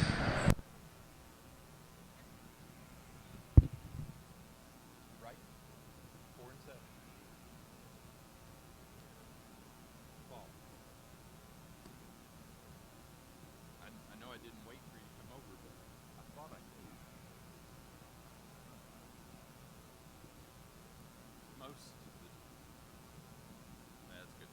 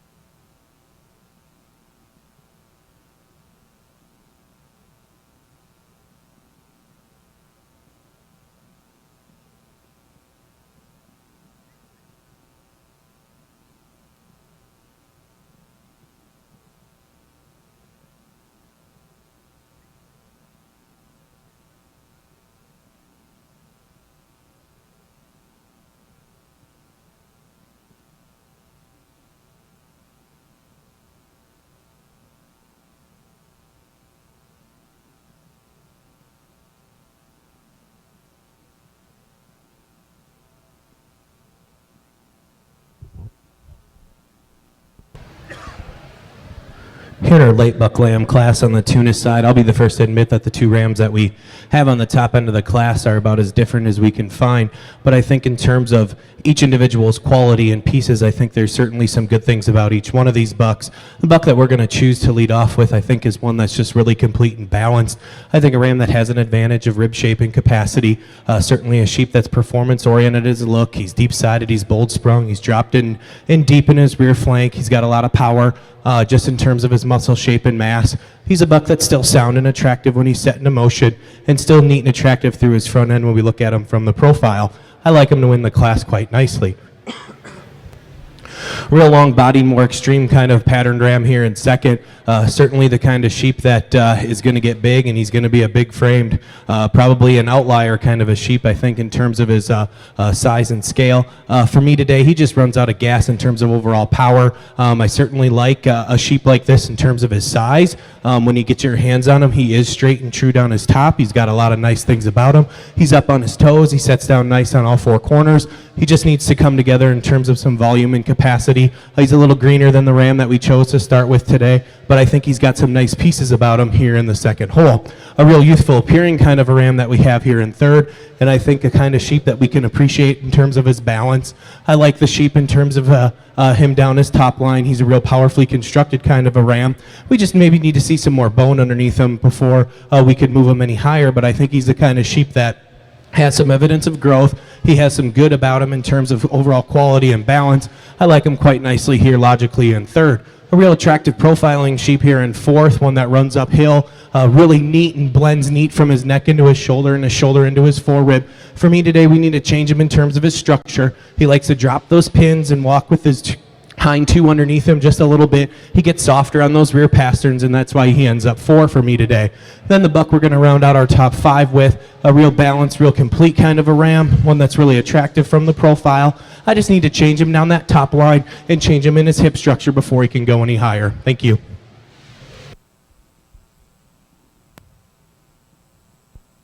Now ready for Tunis Slick Shorn Spring Ram Lambs. Tunis Slick Shorn Spring Ram Lambs.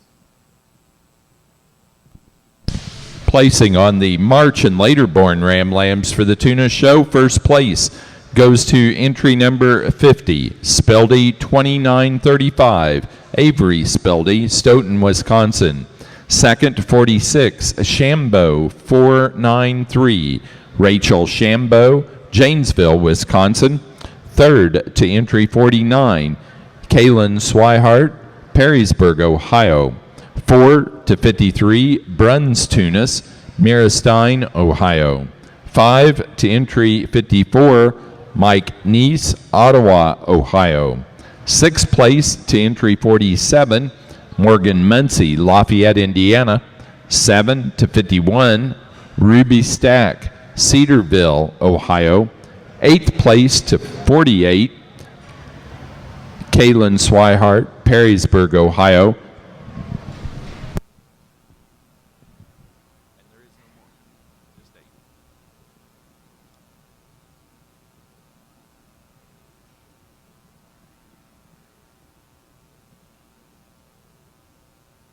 Did you see what they did on the ribbons for the Katahdin?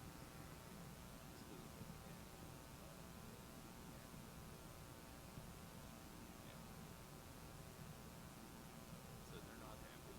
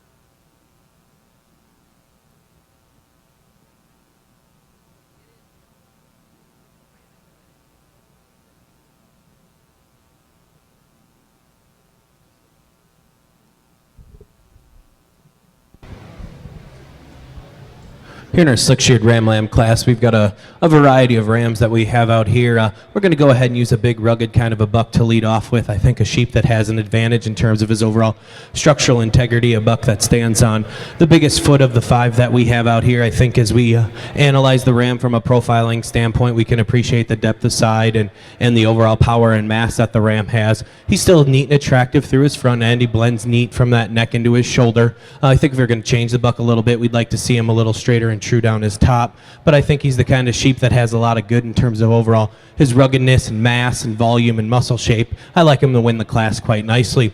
A really attractive lamb here in second, one that balances up really nice from a profiling standpoint. A sheep that when you get your hands on him, he's got some power down his top. He carries some width and thickness into his loin and into his hip. For me today, he just gets a little shorter in that hind saddle compared to the ram that we chose to start with. If we lengthen him out a little bit from front to rear, I think he would push that ram in front of him a lot harder. Ram that we have here in third, just a big frame, long-bodied kind of a sheep, one that's just powerful in the way he's put together.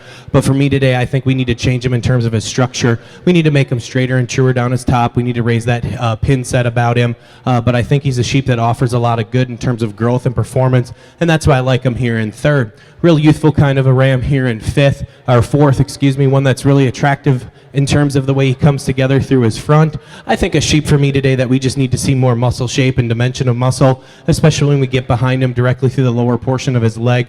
We just like to see him with some more outward flair in terms of muscle expression. But I think he's a sheep that we can appreciate from a balance standpoint in an attractive look. And then we've got again another youthful appearing kind of a buck here in fifth. I think one that's super long bodied and one that when you get your hands on him, he's got a high percentage of hind saddle when you handle him from that 13th rib back. We just need to power him up in terms of his muscle shape. I'd like to pull him apart through the center portion of his body and give him some more base width as he meets the ground. Thank you.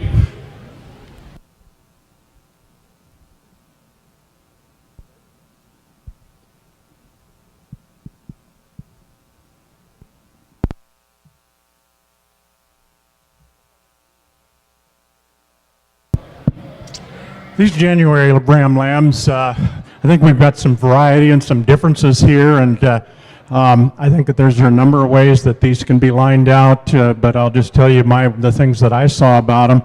I found about the most positives in the buck that wins the class anyway.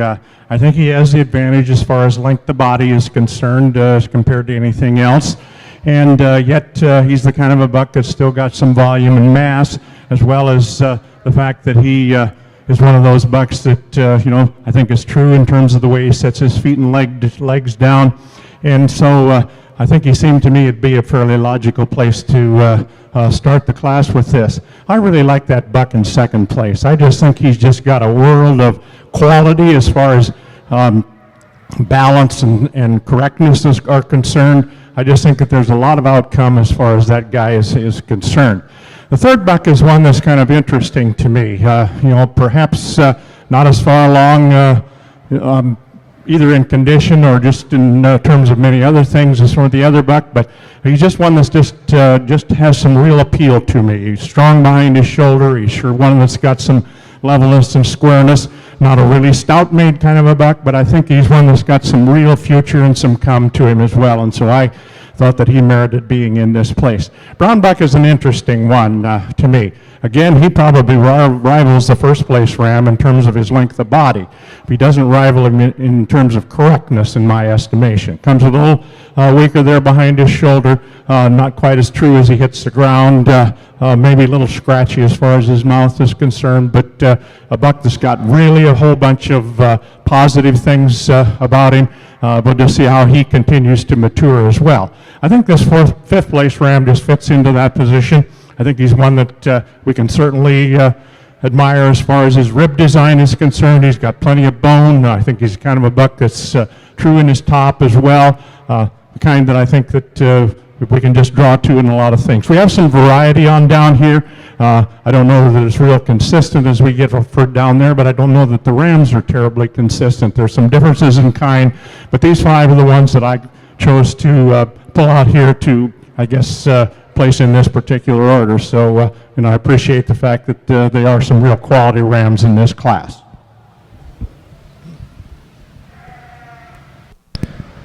For the Katahdins, now ready for February ram lambs. And for the Tunis, we're now showing pair of ram lambs. Placing on the slick shorn spring ram lamb for the Tunis, first went to entry 57, RQL Farms 1523, RQL Farms, Hillsborough, New Jersey. Second to 56, Kraft 1510, DJ, Triangle Farms, Muncie, Indiana. Third to entry 35, Portia Kellums, Anderson, Indiana. 4 to 55, West Wind Farm, the Anderson family, Houstonville, Kentucky. And 5 to 58, Morgan Muncie, Lafayette, Indiana. Placing on the Katahdin class of January ram lambs, first place to entry 10, Julian 506, Ed and Helen Julian, Rootstown, Ohio. Second place to entry 17, Dyer family 519, Dyer family, Katahdin's, Chrisney, Indiana. Third place to entry 12, Luzon Farm, Bonnets Mill, Missouri. 4 to 16, GF and Deb Kennedy, Pipestone, Minnesota. 5 to 14, Bruce Shanks, Lincoln University, Jefferson City, Missouri. 6th place to 18, GF and Deb Kennedy, Pipestone, Minnesota. 7th place to 21, Lex Cartenson, Pipestone, Minnesota. 8 to entry 20, Dosh Katahdins, Frederick, South Dakota. And 9 to entry 15, Luzon Farm, Bonnets Mill, Missouri.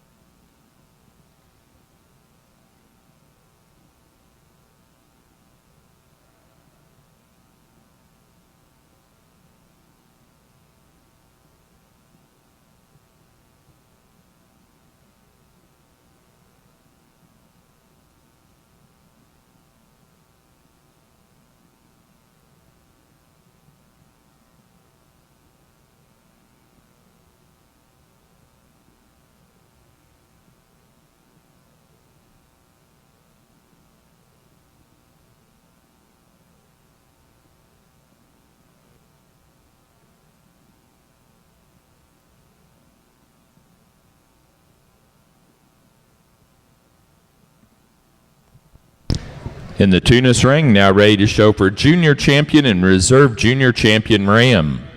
Again, we're bringing in February ram lambs into the Katahdin ring.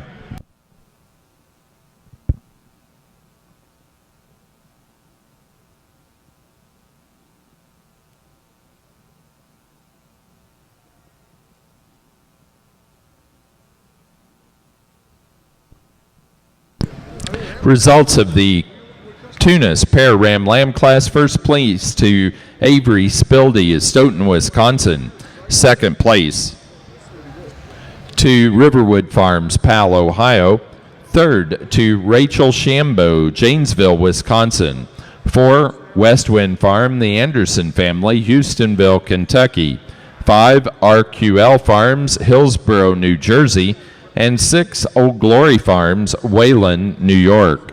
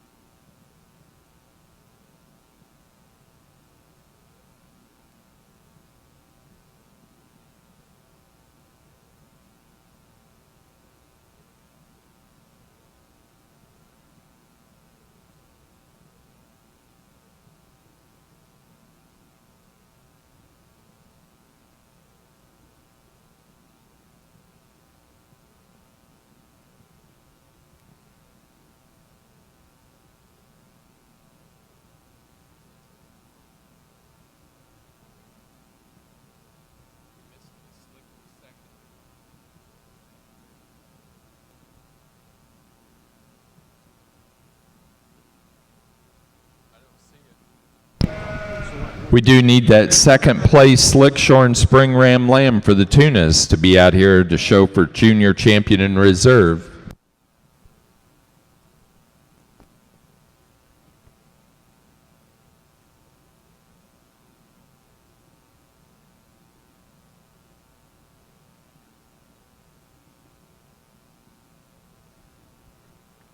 I'd say judge without it. To hell with it. It's Linda Cook.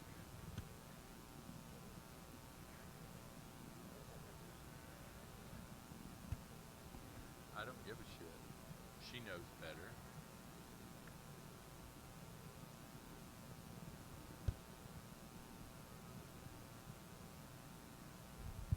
She didn't need to bother. Let's give these Tunis exhibitors a nice round of applause for bringing out a nice set of young Ram Lambs in our junior champion lineup. I think we've got some outstanding individuals out here. I think as we look across both lineup of bucks, I think we found some really attractive sheep. I think we found some sheep that have a lot of growth and performance about them, but also I think we found some bucks that are thick and complete and really attractive in the way they put together. So with that being said, let's congratulate these exhibitors with a nice round of applause, and I'll go congratulate your grand in reserve.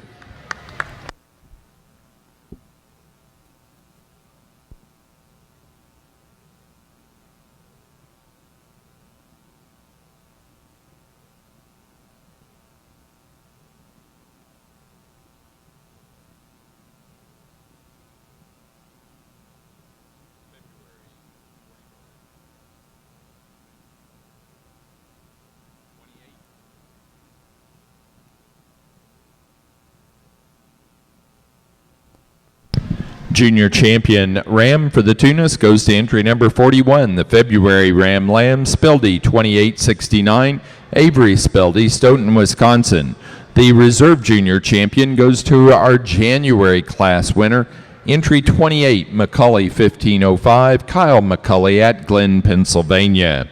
Now ready for our grand and reserve grand champion Tunis class. We need the senior champion in reserve along with that junior champion in reserve that was just selected.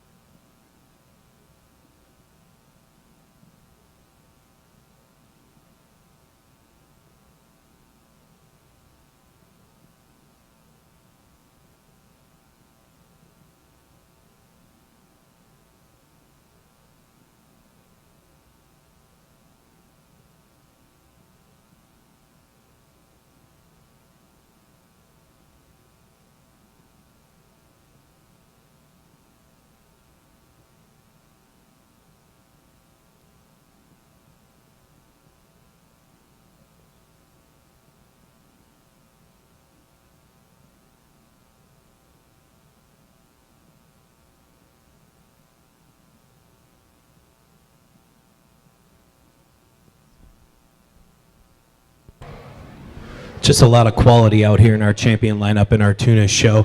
I think we've got four individuals out here that are just really, really good. I think they represent the breed quite nicely. I think for me today, we could go with just about any one of these rams for our champion buck. It just comes down to some personal preference for me today.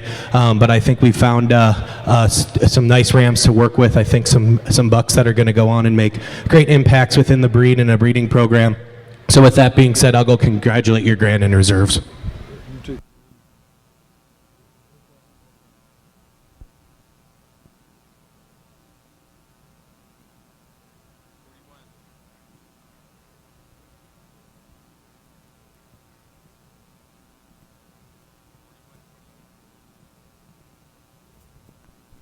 Grand Champion Tunis Ram is our junior champion, entry 41 out of the February Ram Lamb class, Speldy 2869, Avery Speldy, Stoughton, Wisconsin.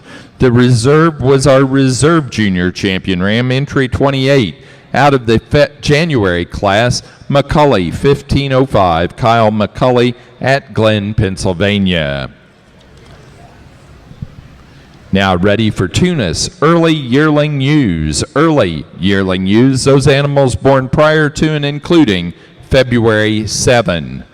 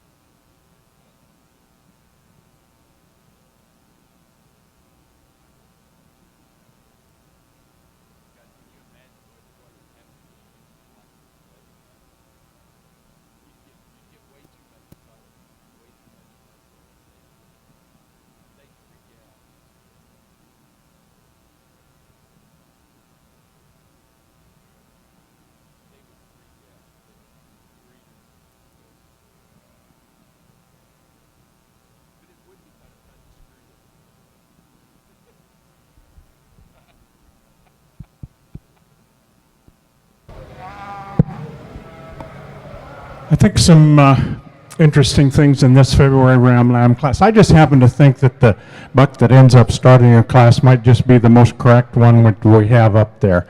I like his levelness at the top. I like his length of body. I like the way he sits down on his hind leg. He's got enough substance of bone to go along with it. The kind of a buck I think that will just really maintain himself extremely well and all kinds of conditions. There's no question that the second place ram does have more thickness when you get back behind him. He's, if anything, obviously he's a bigger scaled buck and he's a big, heavy bone buck.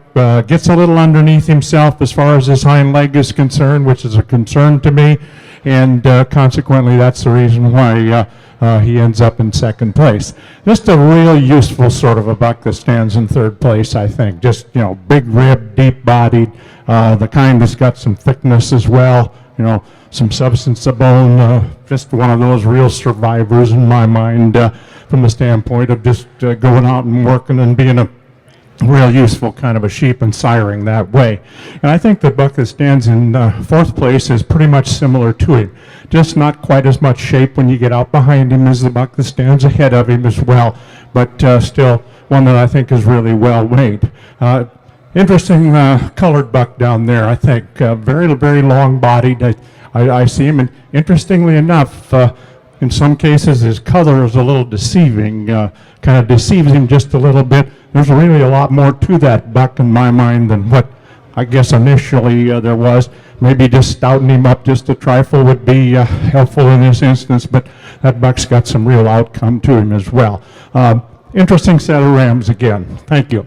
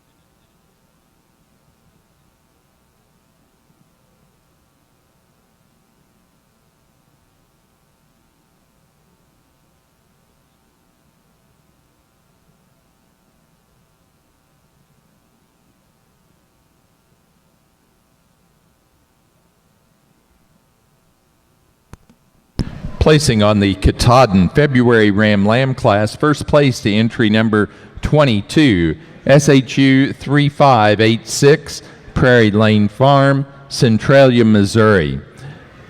Second place to entry 26, BB 562, Prairie Lane Farm, Centralia, Missouri. Third to 23, Dyer Family Katahdins, Chrisney, Indiana. Fourth place to entry 25, Bruce Shanks, Lincoln University, Jefferson City, Missouri. 5 to 24, Dave and Jane Smith, Earl Park, Indiana. Sixth place to entry 28, GF and Deb Kennedy, Pipestone, Minnesota. And 7 to 27, GF and Deb Kennedy, Pipestone, Minnesota.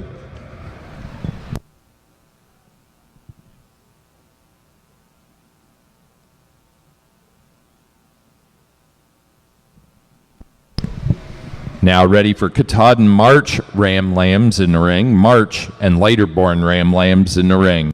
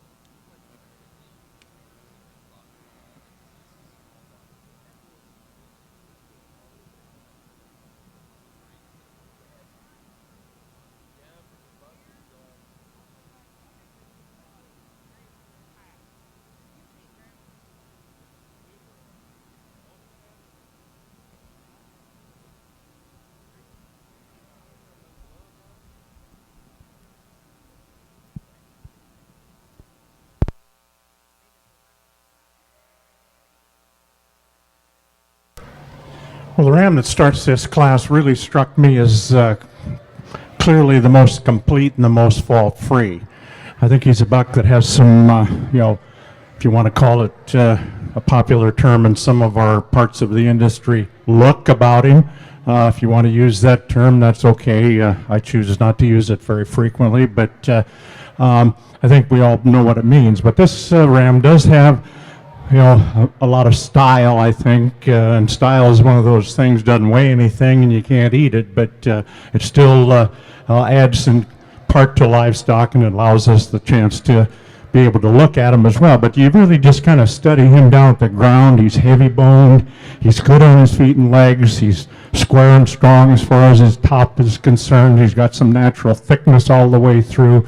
Certainly the kind of a buck I think that that has some real outcome to him. Second place buck fits into that position in my mind, just a lesser amount, not quite as strong there on his front pasterns as the first place buck. He's certainly one that's got some dimension as far as his top and rib shape are concerned, and that's where he excels the third place ram. Third place or second place in terms of his thickness as you get out behind him. He's one of those kind that just has some dimension out there. A lot of length in the roan buck that ends up being in third place. He's one of those that again has some future to him. I think seem a little frailer as far as his kind is concerned than the ones that end up preceding in him as far as class is concerned. The fourth place buck fits into that position in nicely. Again, a very useful kind of a ram, one that's got some thickness, some dimension of rib as well. I think we have just a lesser amount of that as we move further down into the class. Thank you.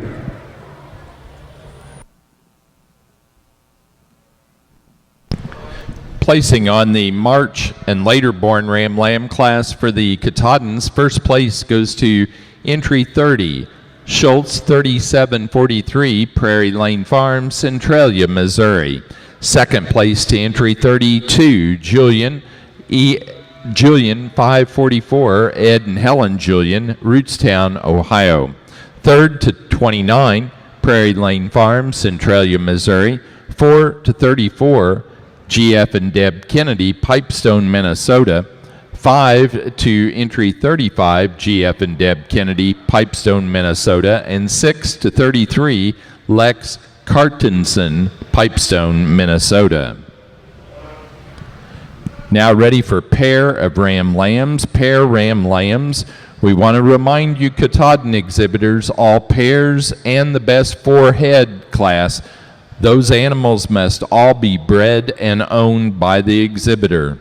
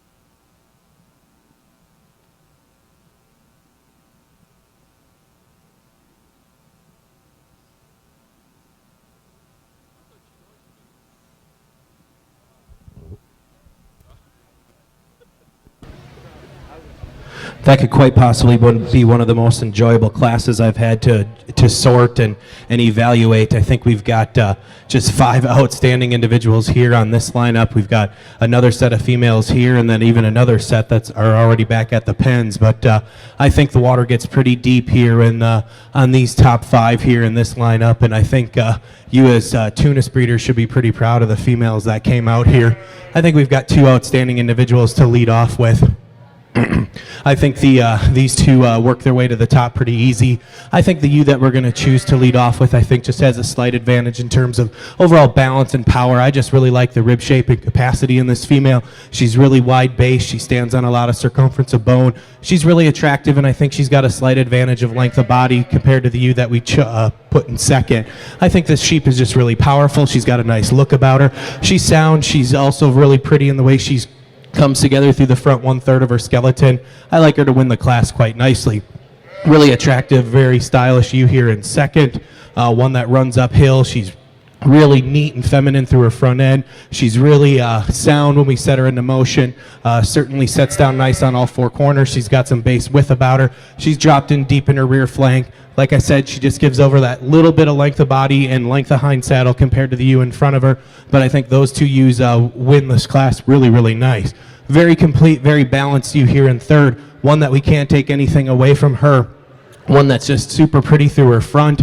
She's really nice in terms of her head and her breed type. She's really attractive when she's set into motion. She's really sound on the move. It just comes down to a few little nitpicky things in terms of personal preference. She might just be a little bit round in terms of her hip structure compared to those 2 ewes in front of her, but I think that gets awfully critical of a really nice ewe here in third. A real long-bodied, more extreme patterned ewe that we have here in fourth. One that I can appreciate. She's really straight in her lines. She's really level down her top. She's really complete and really balanced when we look at her from a profiling standpoint. As we put her in here into this lineup of 5, she just runs out of gas in terms of her bone work. I'd like to see her just a little heavier structure in terms of her structural integrity, but I think she's a sheep that has a lot of look and eye appeal and has to come into this top lineup. Same holds true with the ewe that we have here in fifth. A ewe that's kind of a very fault-free kind of ewe, one that doesn't have a lot of holes in her, but she just doesn't necessarily excel in any one category either. She's really complete, she's really balanced. We just maybe like to stretch her out just a little bit as we talk about her here in our lineup, but again, a deep, deep class of ewes from top to bottom.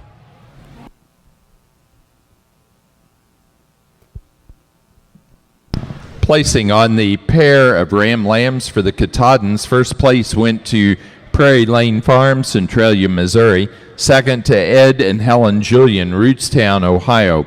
Third to GF and Deb Kennedy, Pipestone, Minnesota. 4, Dyer Family Katahdins, Chrisney, Indiana. 5 to Bruce Shanks, Lincoln University, Jefferson City, Missouri. And 6 to Luzin Farm, Bonnets Mill, Missouri. Now showing for junior champion and reserve junior champion ram for the Katahdins. For the Tunis, we're ready for late yearling ewes. Late yearling ewes for the Tunis.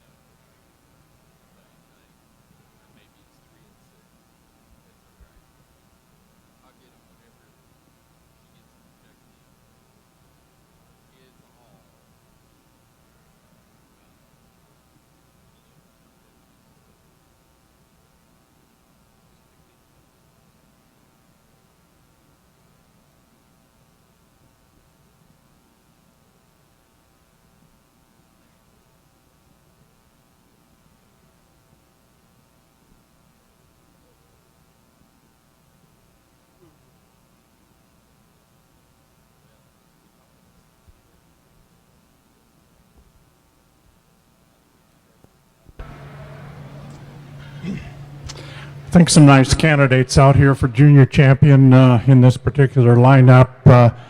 I think all sheep that have some real outcome to them. I think they're going to be even better when they get to be yearling rams. They have the kind of, in my mind, structure, body dimensions, capacity, enough natural thickness to go out and get the job done and make some genuine improvements. So again, I'll go tell you which two I like, and I think it'd be appropriate if you folks at ringside would give these exhibitors a nice round of applause at this particular time, because it's a really nice set of buck lambs.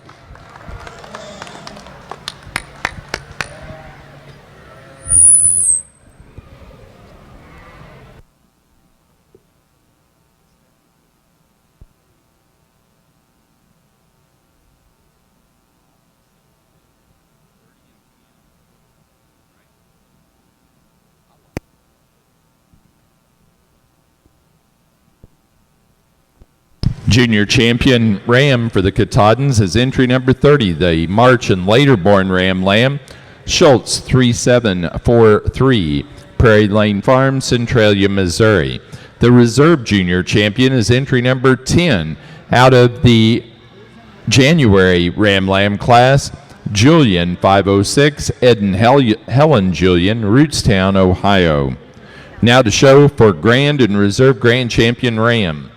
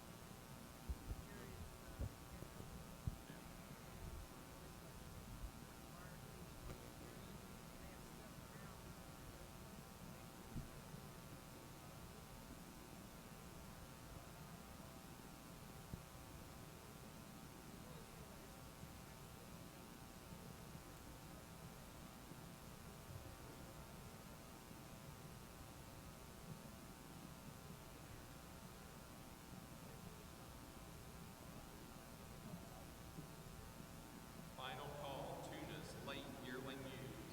Tunis late yearling ewes. Those animals born February 8th and later. Final call.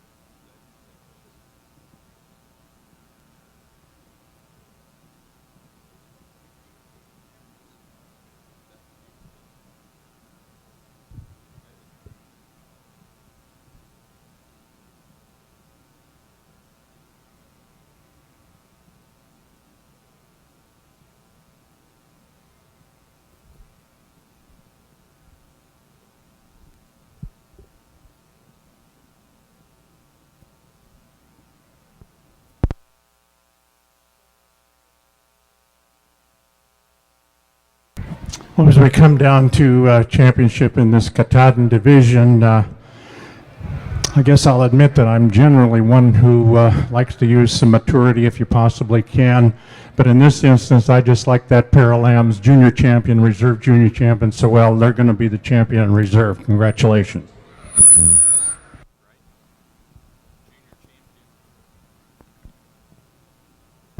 Grand champion ram goes to our junior champion ram, entry number 30 out of the March ram lamb class, Schultz 3743, Prairie Lane Farm, Centralia, Missouri. The reserve grand champion is our reserve junior champion from the January ram lamb class, Julian 506, Ed and Helen Julian, Rootstown, Ohio.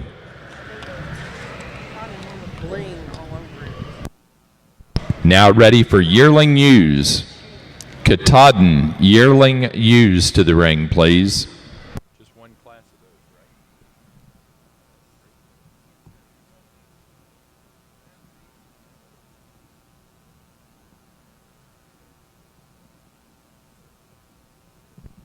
right? Placing on our early class of yearling ewes for the Tunis, first place went to entry 66, Shambo 454, Mitch Schmidt, Centralia, Missouri. Second place to entry 76, Riverwood 6172, Riverwood Farms, Powell, Ohio. Third,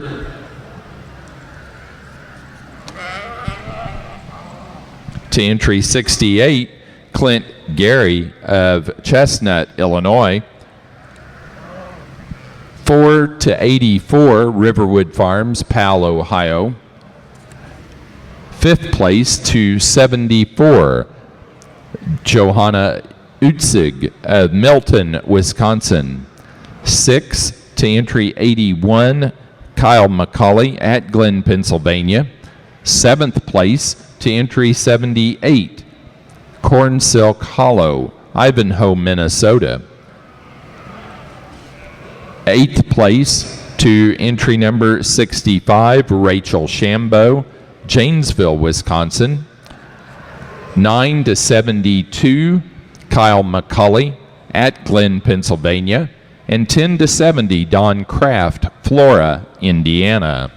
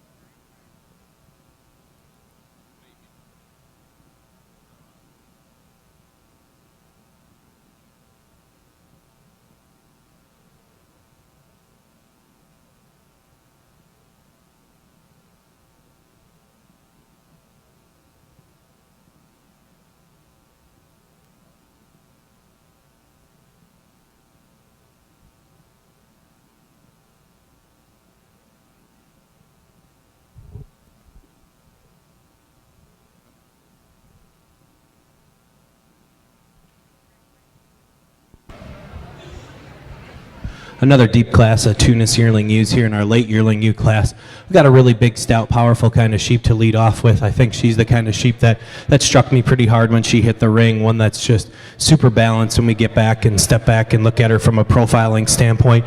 A sheep that I think is, when we get our hands on her, she's the most powerfully constructed kind of a ewe, one that's really opened up down her top. She's really wide and square throughout her hip. She's certainly pulled apart in her pin set, and then when you stand directly behind her and study her from the ground up, she's the ewe that stands on the most base with out here. Just really like the power and mass in the sheep, but she still remains feminine and attractive through her front end. I like her to win the class quite nicely. Real similar type and kind ewe that comes at us here in second, one that might have a slight advantage in terms of length of body compared to the sheep that stands in front of her, one that's really elevated and attractive through her front end, one that's super smooth and balanced when we look at her from the side here. Maybe not as deep-sided or deep in her rear flank as the ewe that stands in front of her, maybe just gives up a little bit of bone when we study her from the ground up. But I think in terms of her balance and eye appeal, she comes together really quite nicely, and I like her here in second. The ewe that's very similar in type and kind to the ewe in second stands here in third. Just a super balanced, very attractive kind of a sheep, one that's really smooth in her design. She's straight down her top. She's really attractive in the way she moves about the ring. For me today, we might just have to change her in terms of her bone work, maybe make her a little stronger in terms of her hind pasterns when she sets out and moves. But I think she's a sheep that brings a lot of good to the table in terms of youthfulness, attractiveness, overall style and eye appeal, and I think she works her way to the top three here pretty easily in this really deep class of yearling ewes. The ewe that we've got here in fourth, a big rugged kind of a sheep, one that's probably the longest bodied ewe out here, and when we look at them from the profiling standpoint, one that handles long from that 13th rib back, real long hind saddled kind of a sheep. Where I falter today is when we set her into motion. She just gets a little more restricted in her movement. She likes to drop that pin set about her when she moves and likes to roach that top just a little bit, but certainly that's being really critical of a nice ewe here in fourth. The ewe that we've got here in fifth, a straight topped kind of a sheep, one that's really balanced from the profiling standpoint, a sheep that's got some outward turn to her rib, she's got some width down her top, she's got some thickness about her. I'd maybe like to see her just a little bit longer through that loin and into her hind saddle, but I think in terms of overall balance and eye appeal, she fits into this lineup really quite nicely. Same holds true with the rugged ewe we've got here in sixth, the real deep-sided, bold-sprung, performance-oriented kind of a ewe. Maybe not as attractive from the side as the ewes that stand in front of her, but I think a sheep that's got a lot of usefulness and function and broodiness about her and deserving of being here in our top lineup. Thank you.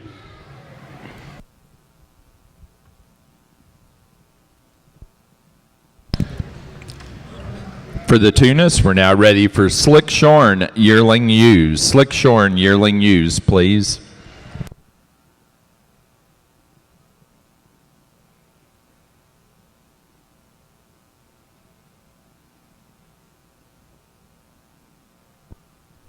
In our Tunis show today, one special award, the Ketchum Flock Trophy. Ketchum Equipment sponsors the traveling trophy presented to the first place Tunis flock.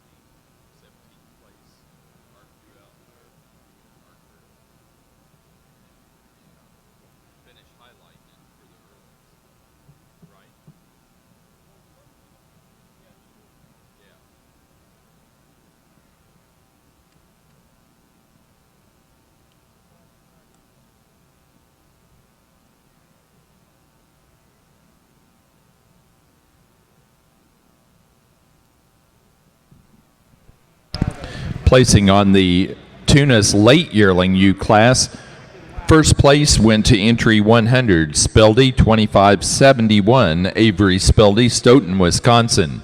Second place to entry 98, Spildy 2570, Avery Spildy, Stoughton, Wisconsin. Third place to entry number 59, Olivia Brown, Millersburg, Ohio. 4 to entry 105, Clint Gary, Chestnut, Illinois. 5th to 90, Rachel Shambo, Janesville, Wisconsin. 6 to 103, Michael Neese, Ottawa, Ohio.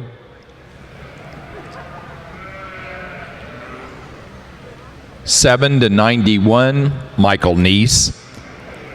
8 to 99, Frank Irvin, West Sunbury, Pennsylvania. 9th place to entry 87, Old Glory Farms, Wayland, New York. And 10th place to entry 93, Piney Wood Farms, Linda and Lindsay Casey, Taylorsville, Georgia.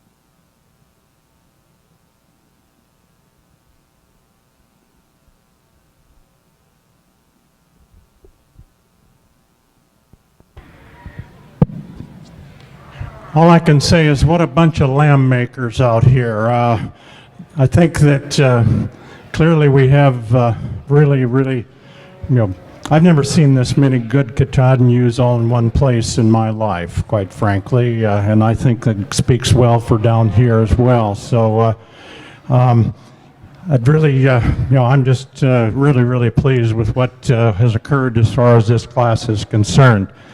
The ewe that ends up, winning the class has that, as I said previously, maybe that little extra something that, you can't, put a lot of dimension on. But, what an elegant ewe as far as her look is concerned, and she combines it together with, I think, a really solid structure, very feminine, the kind that looks to me like she just got all those attributes to be a real lamb maker as well. But you can't say you can certainly say the same thing about the second place ewe.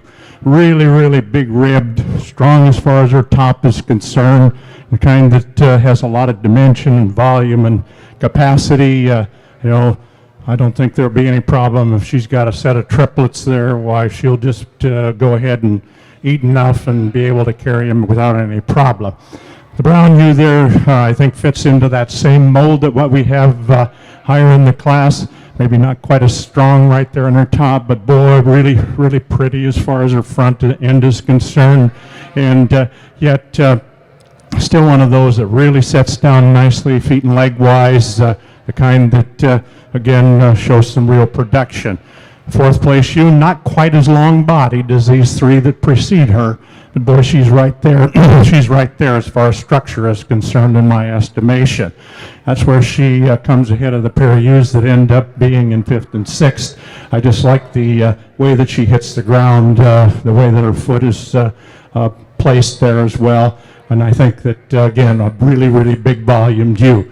The next two ewes clearly have some of those same attributes. I don't see quite the balance, perhaps quite the correctness that we have quite higher in the class. Not that there are any serious issues, but when you get into this set of ewes, I think with this much quality, it's important to, kind of get a little bit nitpicky, which is what I did. And I think we got some great ewes down here with some real contributions to the breed as well. So again, congratulations on this great class. Now ready to pair those yearling ewes. Pair yearling ewes for the Katahdins.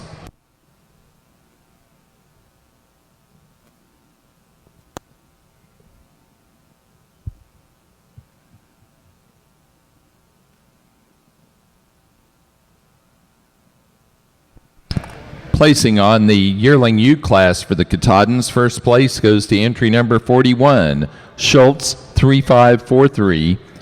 Prairie Lane Farm, Centralia, Missouri. Second, 49, Julian 413, Ed and Helen Julian, Rootstown, Ohio. Third place to entry 36, Pointer Sheep Farm, Paris, Illinois. 4 to entry 47, Dyer Family Katahdins, Chrisney, Indiana. 5 to 48, Ed and Helen Julian, Rootstown, Ohio. 6 to entry number 51, Ed and Helen Julian, Rootstown, Ohio. 7th place to 39, Prairie Lane Farm, Centralia, Missouri. 8th place to entry 46, Dyer Family Katahdins, Chrisney, Indiana. 9 to 44, Luzon Farm, Bonnets Mill, Missouri. And 10 to 42, GF and Deb Kennedy, Pipestone, Minnesota. Did that sound better? Luzon.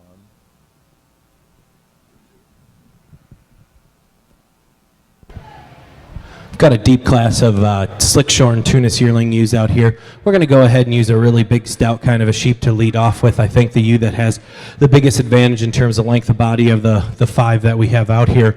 I think as we get in and really study this sheep and analyze her and look at her from a balance standpoint, she's the kind of sheep that I think just balances up quite nicely from the profile here. One that has an advantage of length of hind saddle and length of hip of the 2 that we chose to start off with. I think she also comes together with just a little more attractiveness and eye appeal when we look at her from the side. Maybe if we're going to change her a little bit, we'd like to raise that pin set just a little bit and level her out through her hip. But I think she's the kind of sheep that just brings a lot of good and a lot of usefulness and function to the table. I like her to win the class pretty easily. Real complete, real balanced kind of a sheep also here in second. One that might not be quite as long from flank to flank or from front to rear as the ewe that we chose to start with. But I think in terms of structural correctness and overall quality, I can appreciate this sheep quite nicely. One that's really sound when we set her into motion. She's really youthful through her head and neck and attractive through her front end. I think if we were going to change her, we'd like to stretch her out just a little bit, especially through that hind saddle. But I think in terms of her overall broodiness and muscle and capacity, I think she falls into this top pair really quite nicely. A real complete, very attractive ewe here in third, one that's just ultra straight down her top. She's really complete and really balanced when we look at her. I think she's the kind of sheep that has a little more muscle down her top and to the lower portion of her leg of the 5 that we have out here. I think she's probably a sheep that really presents us with a lot of natural thickness about her, one that's got a lot of base width when we study her from the ground up.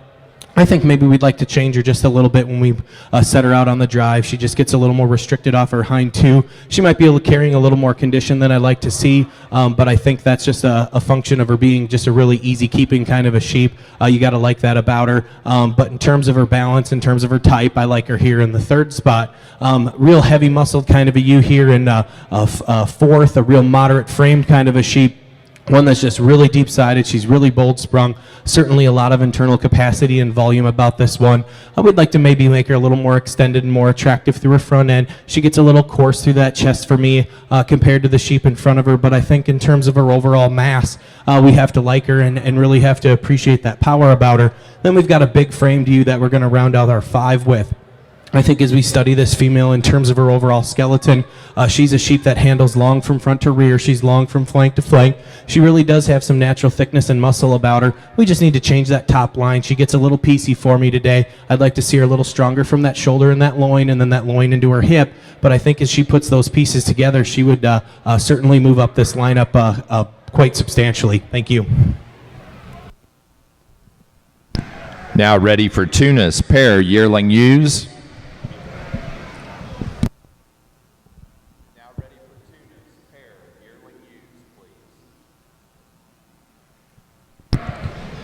Placing on the class of slick shorn yearling ewes for the Tunis, first to entry 123, C. Gary 0474, Clint Gary, Chestnut, Illinois.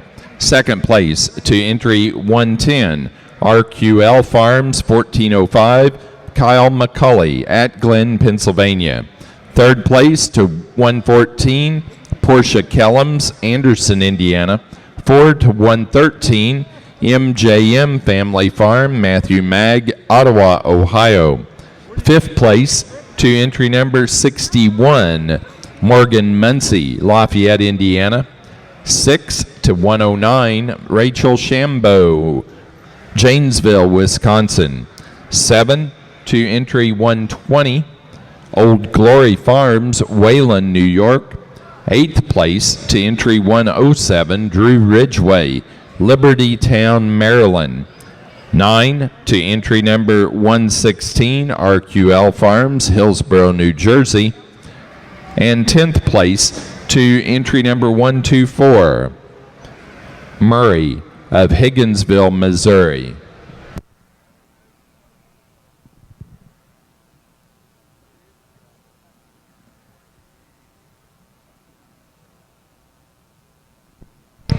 Placing on the Katahdin pair of yearling ewe class, first to Ed and Helen Julian, Rootstown, Ohio. Second, Prairie Lane Farm, Centralia, Missouri. Third, Dyer Family Katahdins, Chrisney, Indiana. And 4, GF and Deb Kennedy, Pipestone, Minnesota.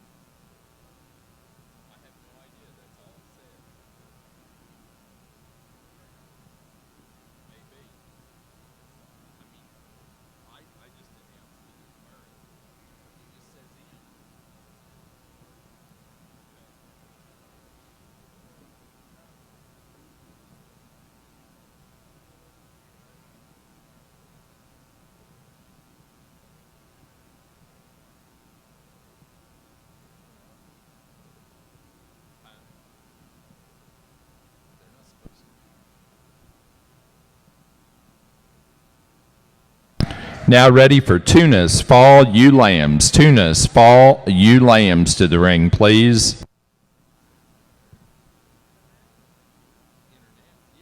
North American International.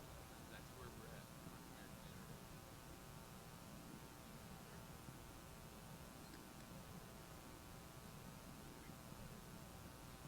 He went, well, what happened was Shambo, he's polished my boots for that. So, and fed me one meal. So you can tell Niece that there is a price for that. Yeah. At a minimum. That's minimum. That's to do it one time.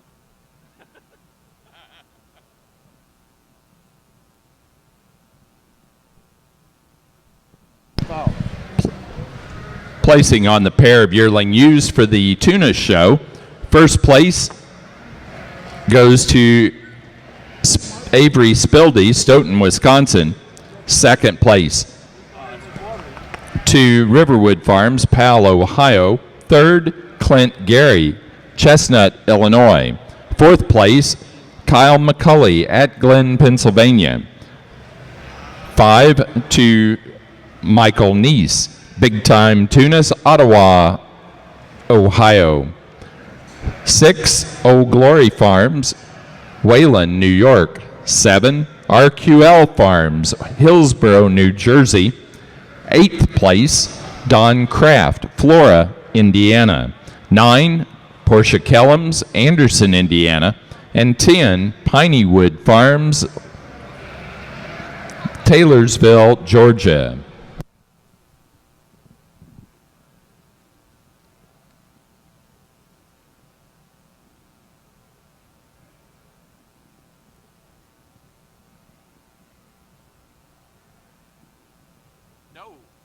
No.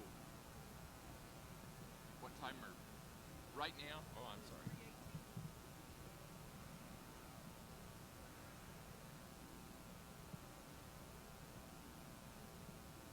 Yes, sir.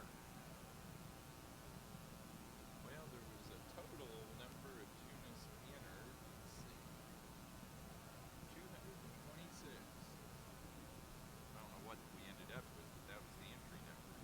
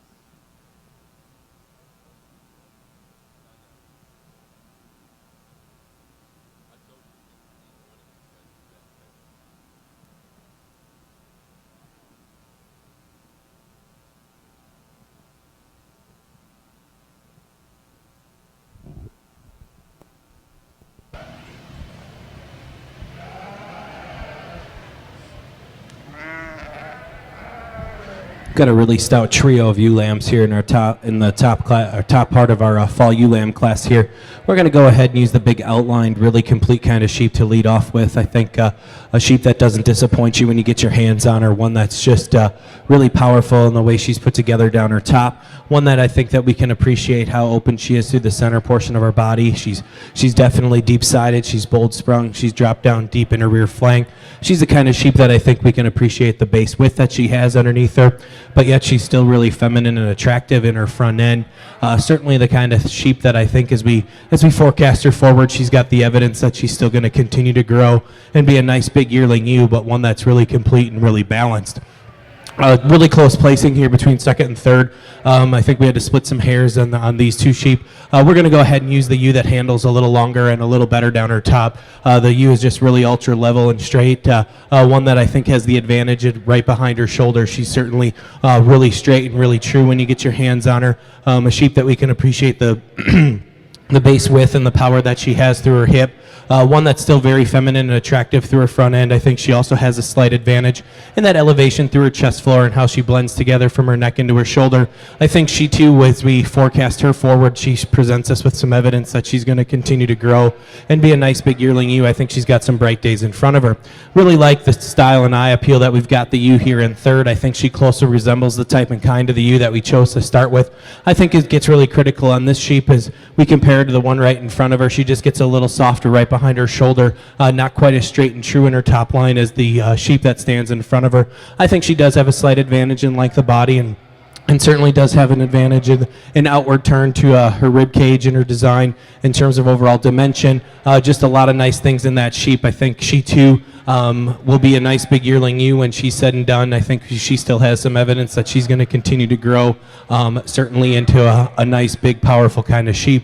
A real youthful appearing kind of a ewe here in fourth. I think one that is really straight and level in her design. She's really very balanced when we look at her from a profiling standpoint. One that's just really feminine and clean through her front and into her shoulder. For me today, I just need to see her a little longer bodied from front to rear, maybe a little stronger off those hind pasterns as we compare her to the three that stand in front of her. But I think in terms of just overall balance and eye appeal, she comes into this top lineup of five really, really nice. And then we've got a real long-bodied, more extreme pattern kind of a sheep here in fifth, one that we can appreciate for that length of hind saddle and length of spine, one that when you dig in and handle her from that 13th rib back, she probably handles with the most amount of the longest hind saddle of any that we have out here. For me today, I'd just like to see her a little leveler down her top, especially when we set her into motion. She likes to roach her top a little bit, drops her pin set about her when she's set into motion. Maybe like to give her just a notch more bone when we study her from the ground up. But I think in terms of a sheep that's going to continue to grow and be one of the bigger yearling ewes next year when it's all said and done, probably the ewe here in fifth. Thank you.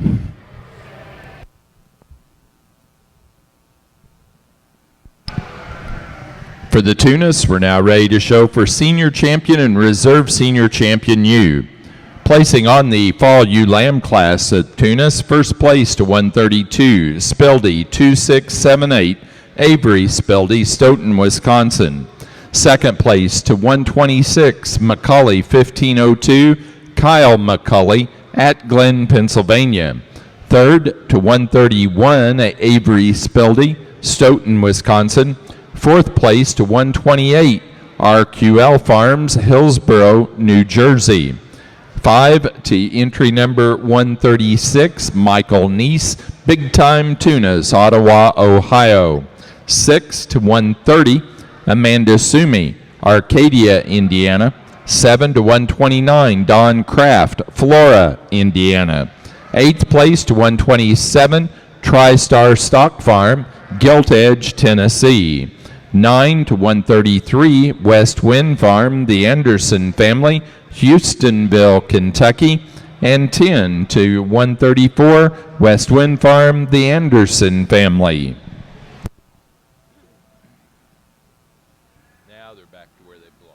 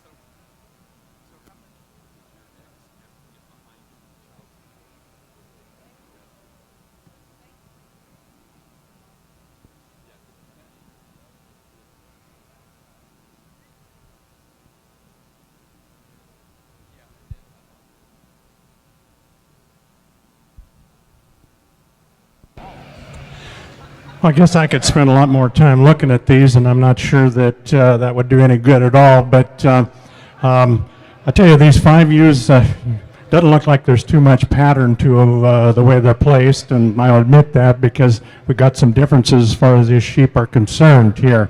But when it all came down to it, why that ewe just that ends up winning the class certainly has that extra look that we're looking for, I think. But you get your hands on her, and she's really a strong top, thick-made, long-bodied, long-loined ewe that just really she excels the second place ewe, particularly from her last rib on back. Yet when you get up on top of her, she's got some spring to her skeleton, some spring to her rib is concerned, and I think is really right there as far as her feet and legs are concerned as well.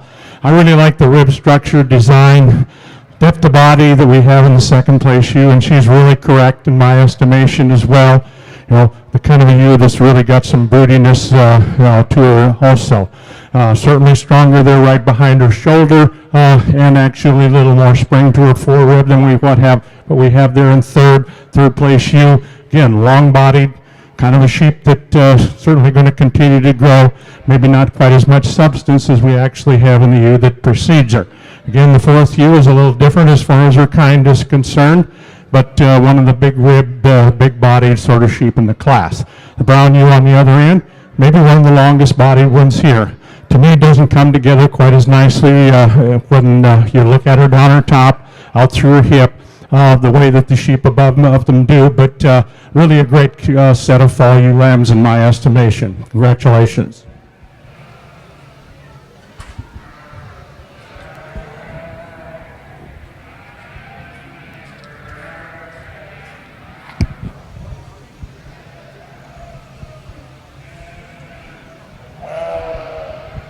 Let's give our Tunis exhibitors a nice round of applause. Just an outstanding set of females out here in our senior champion lineup. I think if this is any indication of what's going to come in the ewe lambs, I think it's going to be a pretty exciting female show all the way through.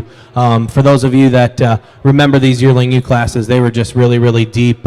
All three of those yearling ewe classes in terms of numbers, in terms of quality, the fitted and the slick-sheared classes, just a tremendous amount of females out here. Certainly made my job really, really easy to sort some of those females to the top. I think there's a lot of ways that we can go with the sheep out here, but I think at the end of the day, I think we can step back and look at each one of these and say, wow, there's a lot of good in every one of these sheep. They all look alike. They've all got the same pattern that we've been trying to find all day. Sheep that have some natural thickness about them and rib shape and capacity and volume, but also remain attractive and feminine and sound and look like the breed in terms of their type and kind. So with that being said, I'll go out and congratulate your Grand and Reserve Senior Champion ewes. Thank you.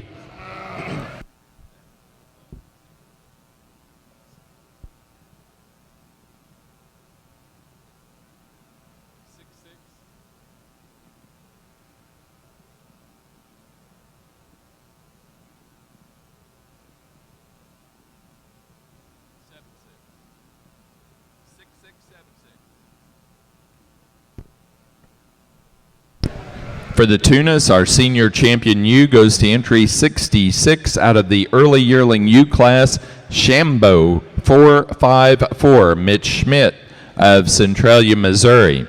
The reserve senior champion is entry 76, Riverwood 6172, Riverwood Farms, Powell, Ohio.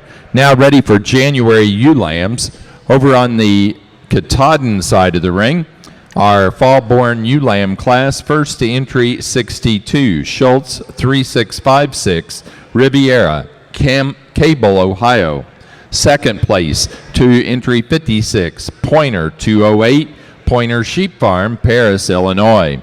Third place to 63, Prairie Lane Farm, Centralia, Missouri. 4 to 54, Ed and Helen Julian, Rootstown, Ohio. 5 to 61, Prairie Lane Farm, Centralia, Missouri. 6 to 57, Dyer Family Katahdins, Christney, Indiana. 7 to 55, Ed and Helen Julian, Rootstown, Ohio. 8 to 53, Ashton Anderson, Ash Grove, Missouri. 9 to 59, GF and Deb Kennedy, Pipestone, Minnesota, and 10 to 60, GF and Deb Kennedy, Pipestone, Minnesota.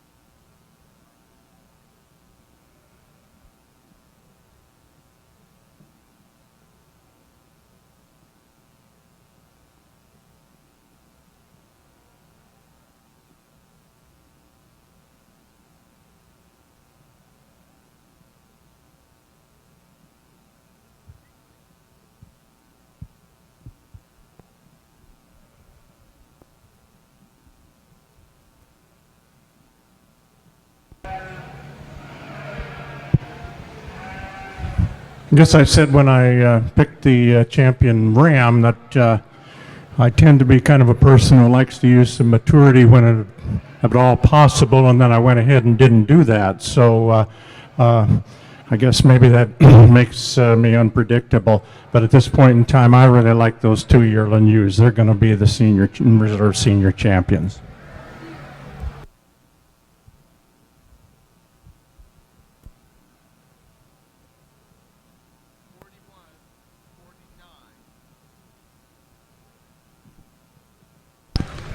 For the Katahdins, senior champion ewe goes to entry number 41, first place yearling ewe, Schultz 3543, Prairie Lane Farm, Centralia, Missouri.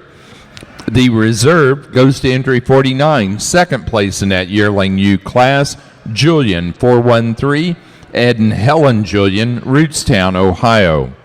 Now ready for January ewe lambs. Katahdin, January ewe lambs.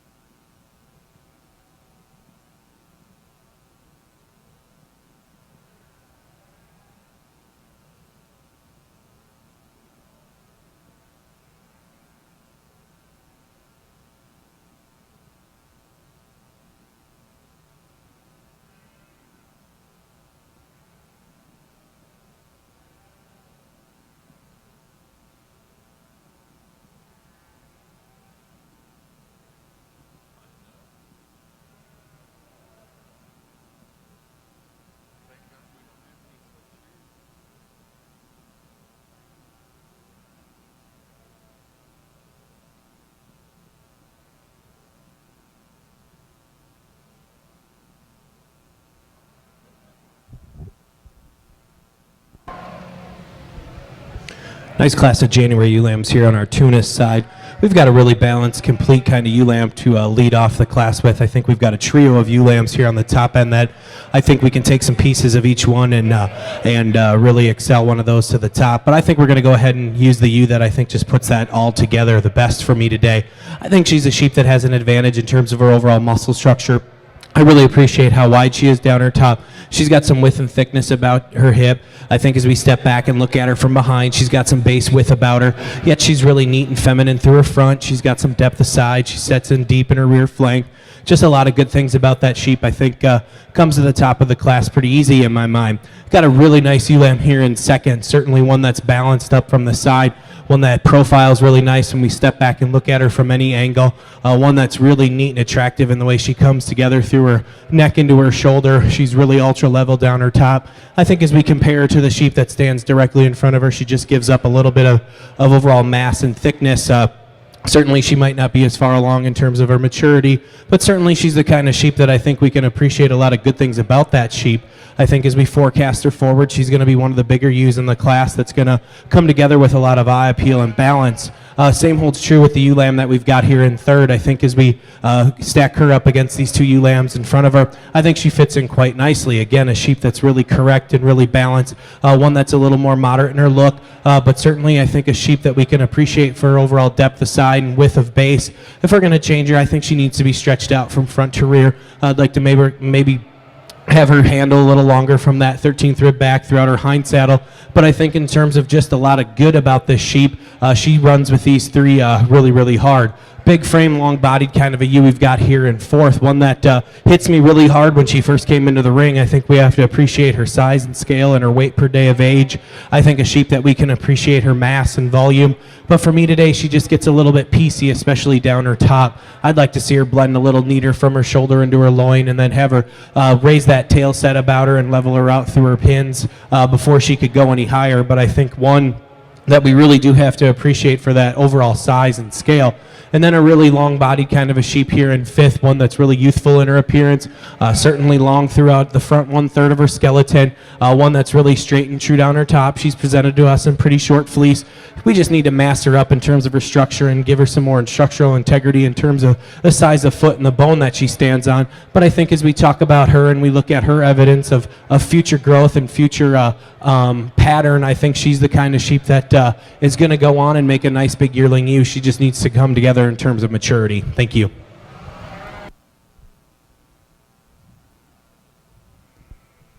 Now ready for Tunis, early February ewe lambs. Early February ewe lambs for the Tunis, please.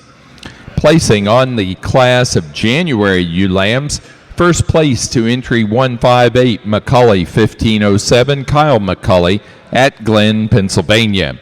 Second to 137, IHR 7, Olivia Brown, Millersburg, Ohio. Third to 152, Avery Spildy, Stoughton, Wisconsin. 4 to 138, Clint Gary, Chestnut, Illinois. 5 to 149, Rachel Shambo, Janesville, Wisconsin. Sixth place to entry 151, Mike Neese, Big Time Tunis, Ottawa, Ohio. 7 to entry number 147, Pineywood Farms, Linda and Lindsay Casey, Taylorsville, Georgia. 8th place to entry 159, Old Glory Farms, Wayland, New York. 9 to entry 144, RQL Farms, Hillsborough, New Jersey. 10 to 139, Don Kraft, Flora, Indiana.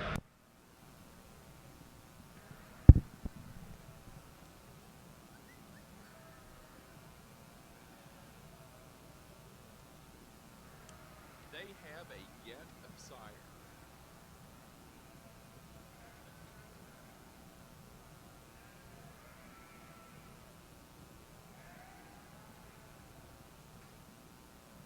That's the only thing the Tunis has that's different. And I don't know if different is the right word, but different than other breeds. How's that?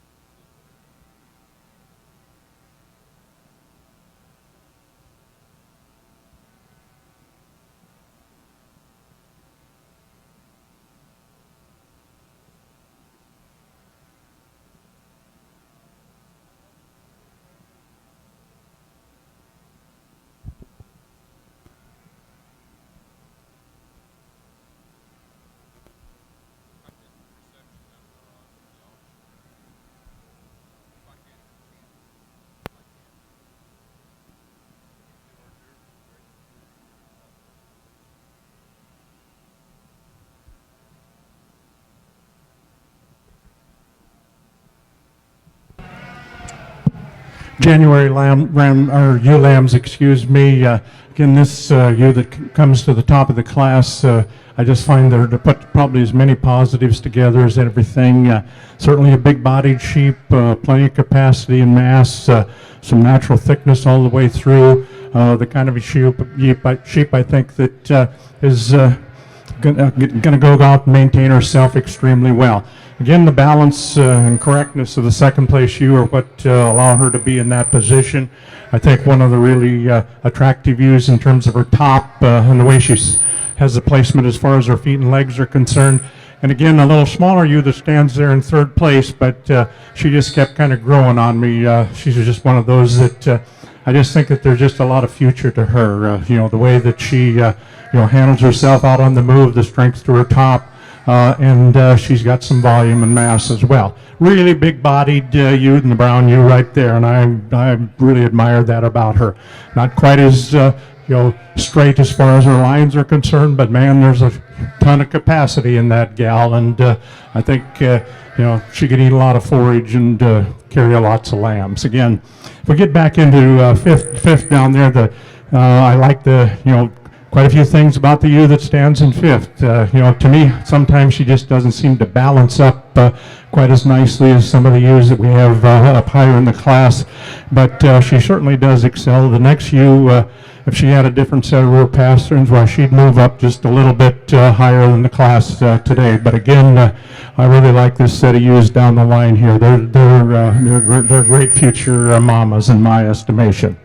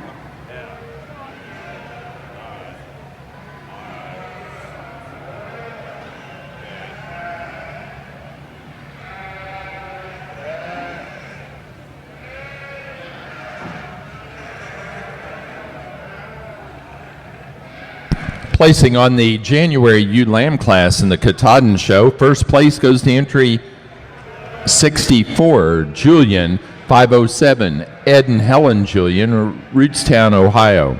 Second to 72, Schultz 3671, Cooper Gehring, Centralia, Missouri. Third to 73, Dyer Family Katahdins, Chrisney, Indiana.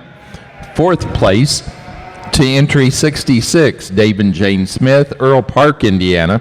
5 to entry number 78, Prairie Lane Farm, Centralia, Missouri. 6 to 76, Prairie Lane Farm. 7th place to 68, Luzon Farm, Bonnets Mill, Missouri.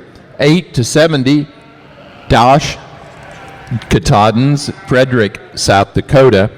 9 to 69, Dosh Katahdins, Frederick, South Dakota. And 10 to 71, Luzon Farm, Bonnets Mill, Missouri.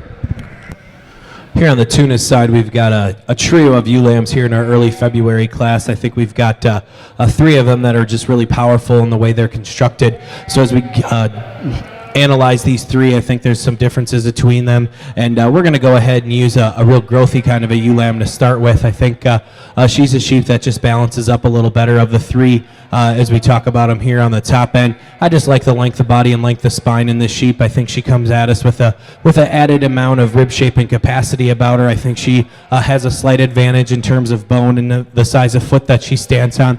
But furthermore, I think she's the kind of sheep that we can appreciate the way she comes together from her neck into her shoulder and her shoulder into her forerib. I think she's got an advantage of outward turn to her rib cage and overall center dimension and body, and I think that's what propels her up here to the top end of the class. Ewe lamb that we have here in second, I think, is really similar in type and kind to the sheep that we chose to start off with. One that's really straight and true down her top. She's really level in her design. A sheep that sets down nicely on all four corners. I think for me today, if we were going to change her just a little bit as we compare her to the ewe lamb in front of her, we need to change her out through her hip structure just a little bit, and maybe like to raise that tail head just a little bit and maybe pull her apart at the pins. But I think in terms of overall balance and eye appeal, I really like the ewe lamb here to be in second. A big, rugged kind of a ewe lamb here in third, one that's just really powerful in terms of her weight per day of age. A real deep-sided, bold-sprung kind of a ewe, but a ewe for me today that just gets a little coarse through the front one-third of her skeleton. I'd like to see some more elevation through her chest floor. I'd like to see her blend just a little neater from her neck into her shoulder. Maybe give her just a notch more extension to balance her up from the side. But I think that she's the kind of sheep that we have to appreciate from her size and scale standpoint, and that's why she falls into this trio of ewe lambs here on the top end. Real long-bodied, extended kind of a sheep comes at us here in fourth. I think one that we can appreciate that length of neck and extension that she has. She's probably the longest-bodied ewe lamb that we have in here of our top five. One that's just really long from flank to flank. She's long throughout her hind saddle. I just need to change her the way she comes together down her top. She just likes to roach up for me just a little bit, especially that's evident when we set her into motion. She just gets a little more restricted in her movement, but I think she's the kind of sheep that we can appreciate for that overall length of side. And then we've got a really balanced, very complete kind of a ewe lamb here in fifth, not the biggest or the longest of any, one that's a little bit more moderate in her makeup, but I think she's one of the more correct ewe lambs that we have out here. I think as we study her in terms of her skeleton, we can appreciate how level she is in her design. She's really straight and true throughout her loin and throughout her hip. She's got some natural thickness and width about her. If we're going to change her, I think we'd just like to see some more bone underneath her, but I think she's the kind of sheep that we need to talk about just in terms of her overall structural correctness. Thank you.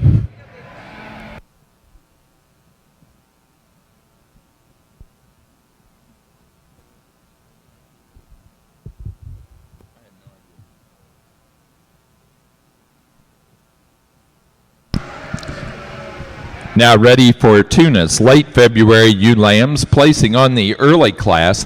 First place to entry 171, MJM Family Farm, 1512, Avery Speldy, Stoughton, Wisconsin. Second place to 162, RQL Farms, 1519, Madeline Mag of Ottawa, Ohio. Third to 165, Drew Ridgway, Libertytown, Maryland. 4 to 163, Corn Silk Hollow, Ivanhoe, Minnesota.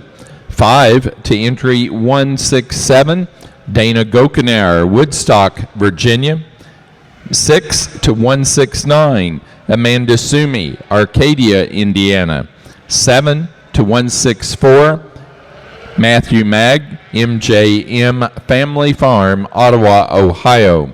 8 to 166, Corn Silk Hollow, Ivanhoe, Minnesota. 9 to 168, Shady Brook Farm, Brookville, Ohio. And 10 to 170, Murray Farms, Higginsville, Missouri. That whole class was almost bought. The top 3 or 4 were bought from other farms.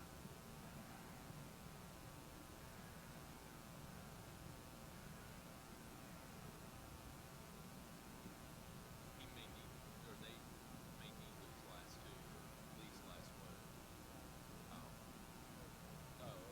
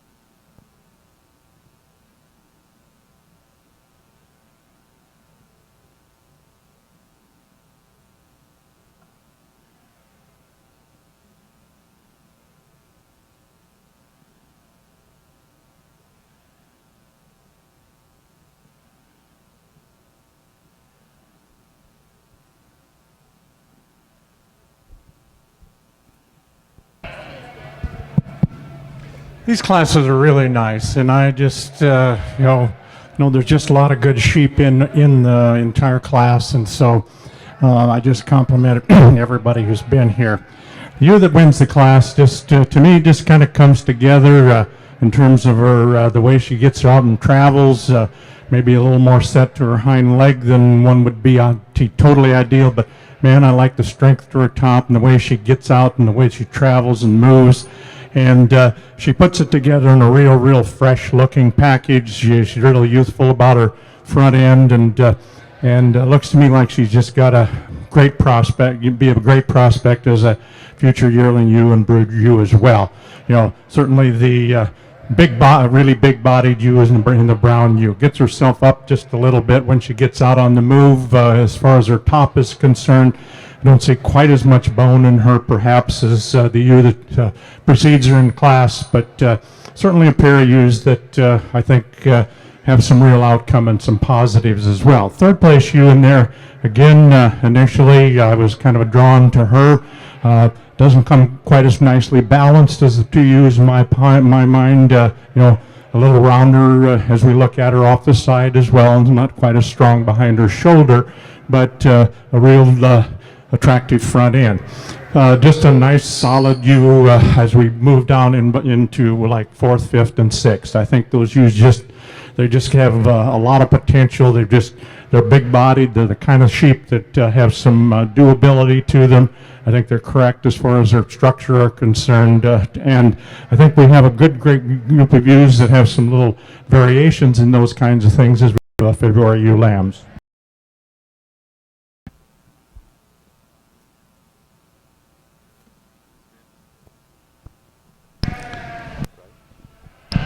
Now ready for Katahdin March and later born ewe lambs. Katahdin March and later born ewe lambs.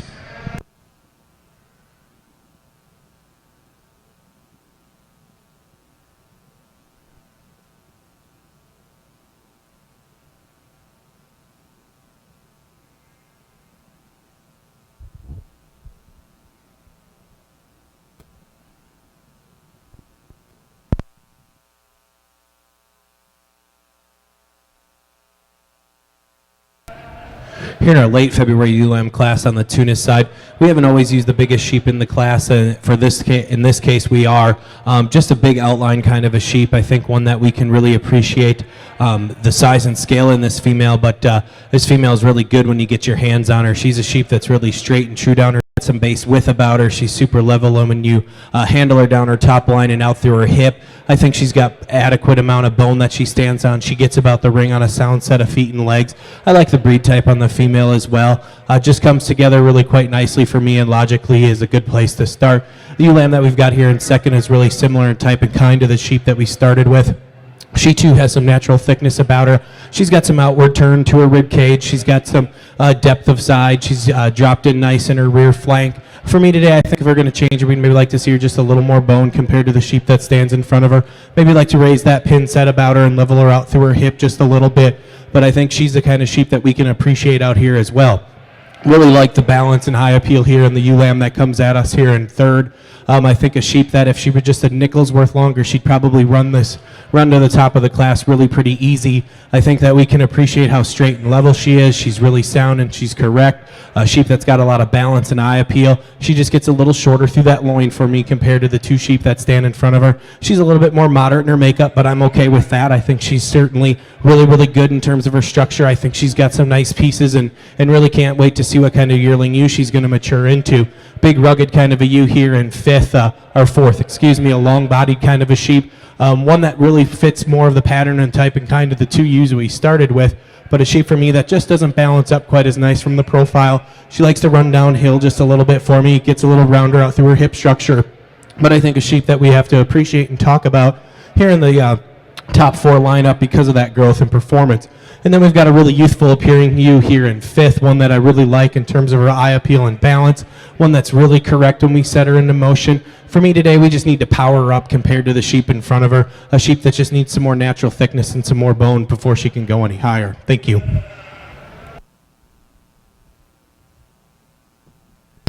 Now ready for Tunis, early March ewe lambs. placing on the class of the February ewe lambs for the Katahdin Show, first to entry 81, Schultz 3590, Cooper Gehring, Centralia, Missouri. Second to 86, Julian 516, Ed and Helen Julian, Rootstown, Ohio, Missouri. 4 to 82, Dave and Jane Smith, Earl Park, Indiana. 5 to 90, Bruce Shanks, Lincoln University, Jefferson City, Missouri. 6th place to 94, GF and Deb Kennedy, Pipestone, Minnesota. 7 to 92, Dyer Family Katahdins, Christney, Indiana. 8th place to 88, Bruce Shanks, Lincoln University, Jefferson City, Missouri. 9 to 89, Bruce Shanks, Lincoln University. And 10th place to 83, GF and Deb Kennedy, Pipestone, Minnesota. Placing on the class of late February ewe lambs for the Tunis, first place in that class to entry 181, BWL 1514, Sarah Furman, Rochdale, Indiana. Second to 175, Shambo 490, Rachel Shambo, Janesville, Wisconsin. Third to 176, Riverwood Farms, Powell, Ohio. 4 to 179, Drew Ridgway, Libertytown, Maryland. 5 to 177, Riverwood Farms, Powell, Ohio. 6th place to entry number 172, Clint Gary, Chestnut, Illinois. 7th place to entry 182, Old Glory Farms, Wayland, New York. 8th to 173, Piney Wood Farms, Linda and Lindsay Casey, Taylorsville, Georgia. 9th place to 183, Murray Farms, Higginsville, Missouri.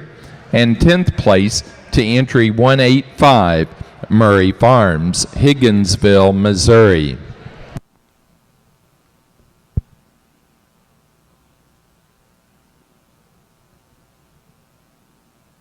Again, we need early March ewe lambs, Tunis, early March ewe lambs, those animals born prior to and including March the 5th. March 5, through and including March 5, early March ewe lambs to the ring. Well, let's see what Joe sent me. She sent me something else.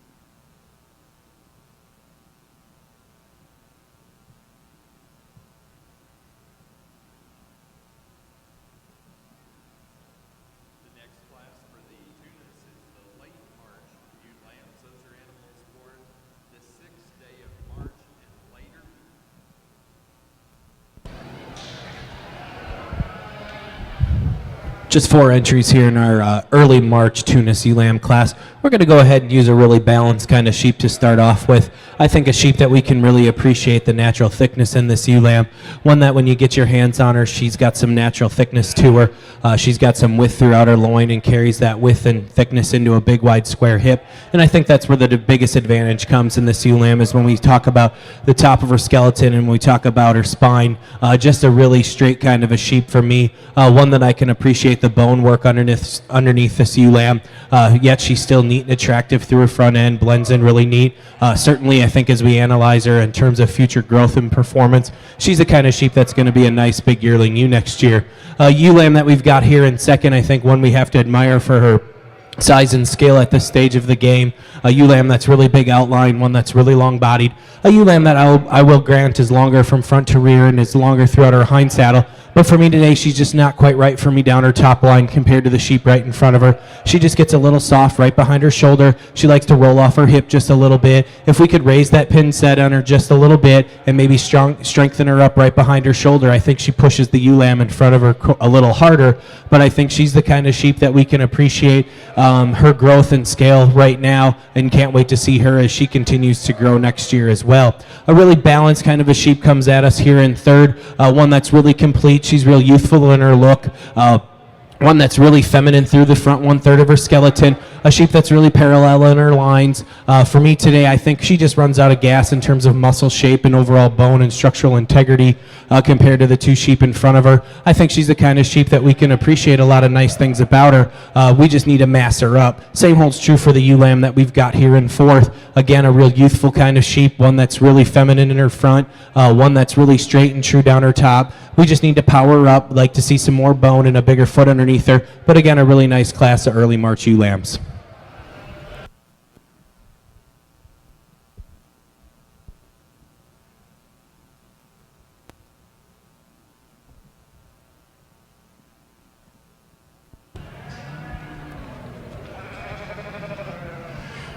Here's a class that for me seemed to come together rather nicely. You that hard to deny was that it's up on the top of this class. Straighten her general lines, correct as far as her structure is concerned.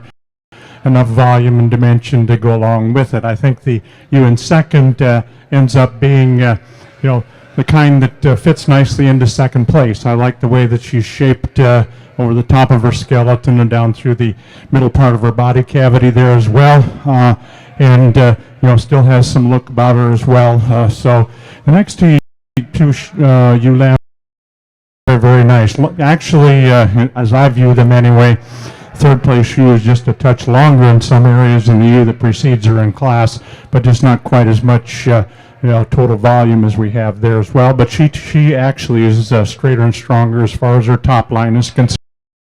The one behind her there as well. Again, I think that they just fit into third and fourth quite nicely because of their extra length of body as compared to our fifth.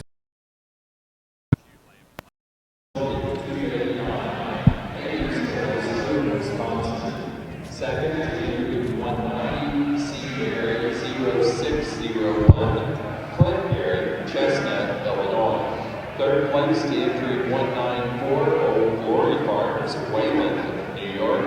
And Ford 192, Matthew Mag and J.M. Family Farm, Ottawa, Ohio.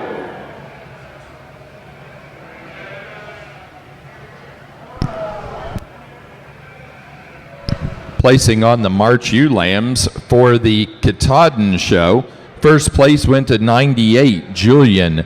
534, Ed and Helen Julian, Rootstown, Ohio. Second to 96, Schultz 3598, Prairie Lane Farm, Centralia, Missouri. Third to 101, Dave and Jane Smith, Earl Park, Indiana.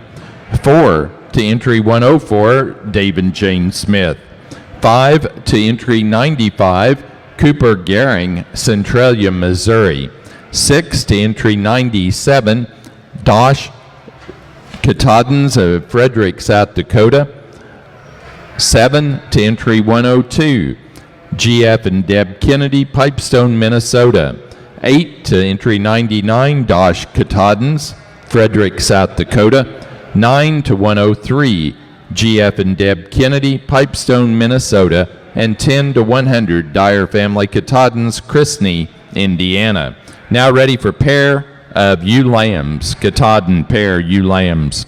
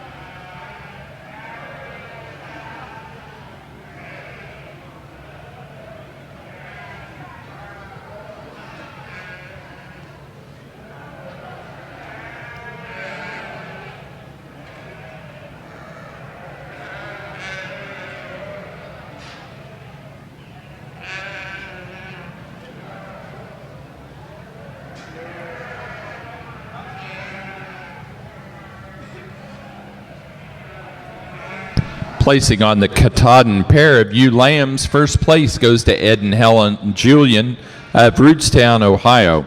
Second to Cooper Gehring, Centralia, Missouri. Third to Dave and Jane Smith, Earl Park, Indiana. 4 to Prairie Lane Farm, Centralia, Missouri. 5 to Dyer Family Katahdin's, Chrisney, Indiana. 6 to GF and Deb Kennedy, Pipestone, Minnesota. And 7 to Luzon Farm, Bonnets Mill, Missouri.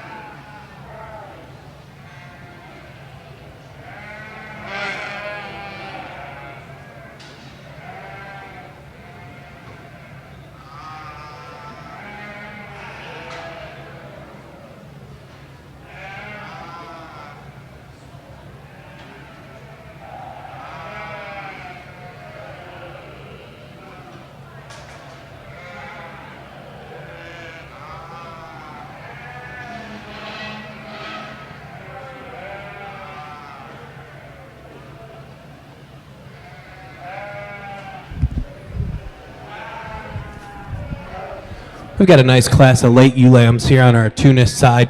I think we've got a pair of ewe lambs that come to the top quite nicely for me. Really complete balanced ewe to start off the class with. I think one that I think as we look at her from a profiling standpoint, she's just a kind of sheep that's just good livestock. She's just balanced up really quite nicely when we step back and look at her from the side. I really love the elevation and extension she has through her head, through her front end, but she's really straight and true down that top line and really level and square out through her hip. Certainly she's a sheep that I think stands on the most circumference of bone of the ones that we have up here on this top end, and I just think she's a really attractive kind of a female that's got some evidence of future growth. Same holds true for the ewe lamb that we have here in second. A really attractive kind of sheep in her own right, really style and an eye appeal about her. She's got some balance when we look at her from the side here. Maybe not as long-bodied as the sheep that we chose to start off with, but I think she's the kind of female that we can appreciate for her overall levelness and capacity that she has. She too is very youthful in her look and very youthful in her head and neck.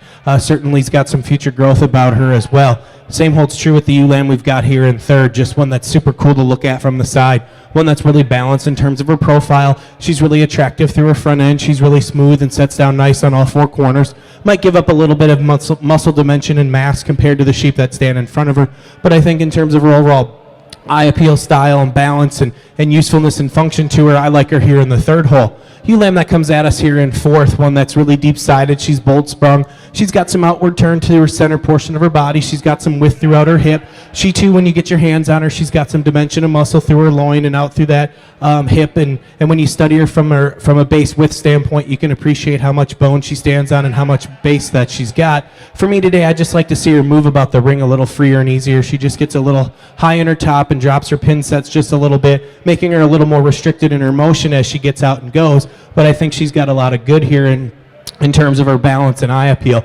Big, rugged ewe lamb that we've got here in fifth, one that's a little further along in her maturity pattern, one that's just really pounds heavy for me today. Certainly she's the kind of sheep that's got some outward turn to her rib. She's got some width and thickness about her, certainly one that's got some overall mass and volume. She just gets a little bit coarse for me today, a little more early maturing in her head and look. But for me, I think she's the kind of sheep that we can appreciate that growth. Thank you.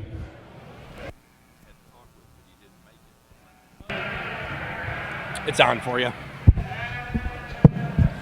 Picking the junior champion, again, what the hope of any judge, I think, is that these ewes will continue and make themselves into great yearlings as they continue their maturity pattern and so on.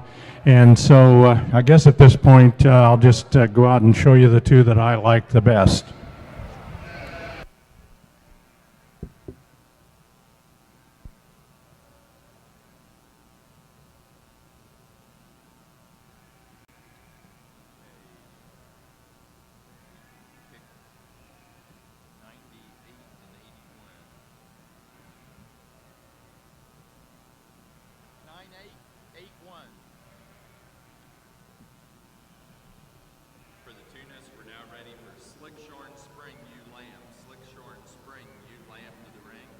For the Katahdin, we're now ready to select Grand and Reserve Grand Champion U. For our Katahdin show, our junior champion goes to our first place in the March and later ULAM class, Julian 534, Ed and Helen Julian of Rootstown, Ohio.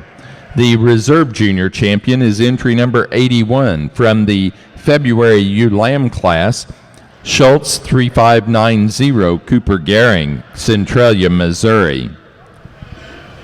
Again, now showing for Grand and Reserve Grand Champion U for the Katahdins. Placing on the class of late March ULAMs for the Tunis, first place goes to entry 200, Bruns, Tunis, 1511, Bruns, Tunis, Mirastein, Ohio. Second to entry number 199, Bruns, Tunis, 1507, Bruns, Tunis, Mirastein, Ohio. Third to entry 187, Olivia Brown, Millersburg, Ohio. 4 to 201, Michael Neese, Big Time Tunis, Ottawa, Ohio. Fifth place to entry 195, Drew Ridgway, Libertytown, Maryland. 6 to entry 196, Dana Gokenauer, Woodstock, Virginia. 7 to 193, Morgan Muncie, Lafayette, Indiana. 8 to 197, West Wind Farm, the Anderson family, Houstonville, Kentucky. And 9 to entry 198, Triangle Farms, Muncie, Indiana.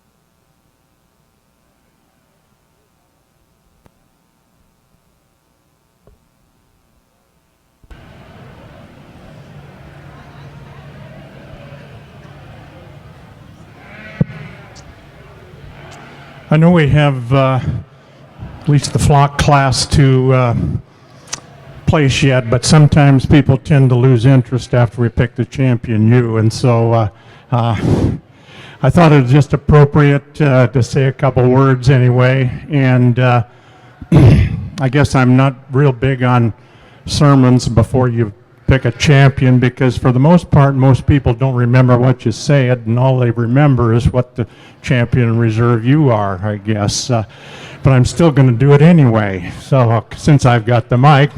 And the first thing I want to do is to pay a special tribute to the person that got me interested in this particular breed, and interestingly enough, got a lot of other people, and that's Wes Limison. He was my co-worker for 30 years at North Dakota State, and he's since retired from there, but still has a great sheep interest and is, quite frankly, one of the greatest sheepmen that I ever had a chance to associate with. The second thing is that it's interesting to watch the Katahdin breed, to have watched it these past 15, 18 years, and watch them evolve into the leading breed with registrations in the entire country. And to think that that would have happened when I first got introduced to them was beyond the wildest dream that I had. And the reason that people seem to like Katahdins more than anything else is basically the things that they can do. And they do a lot of things well, extremely well, better than any other breed in my estimation. And I think as we take a look at this particular breed, one of the things that I think we got to be kind of careful of is that we don't screw them up. I think that's really important, because those of us that live long enough, we've seen that happen. And so I think we got to be really careful. And I guess what I'm very, very hopeful of is that I didn't do anything to screw them up today. So, but the second thing is that we in the livestock business have a lot of tools. And I think we have to use all the tools that we have. You know, there's a lot of things that I can't see out here, and there are a lot of important ways that you can measure those things. And in some fashion, measuring those things that we can't see out here, to me, is critically important. I think if you take a look at the association I've had with beef cattle breeds, clearly it's the breeds that have utilized some science in their approach to some of the things that have prospered extremely well. But this is a great showcase for the sheep. It gets people interested, it builds enthusiasm, and it gives people like me a chance to go through and give a sermon like this. So with that in mind, I'm just going to go say thank you. I'm going to thank you folks for asking me again here this year, for you'd like to be able to, the chance to work through this Katahdin show. So I'm going to go out and pick the champion, and I just thank you very much for this real important opportunity for me. Thank you.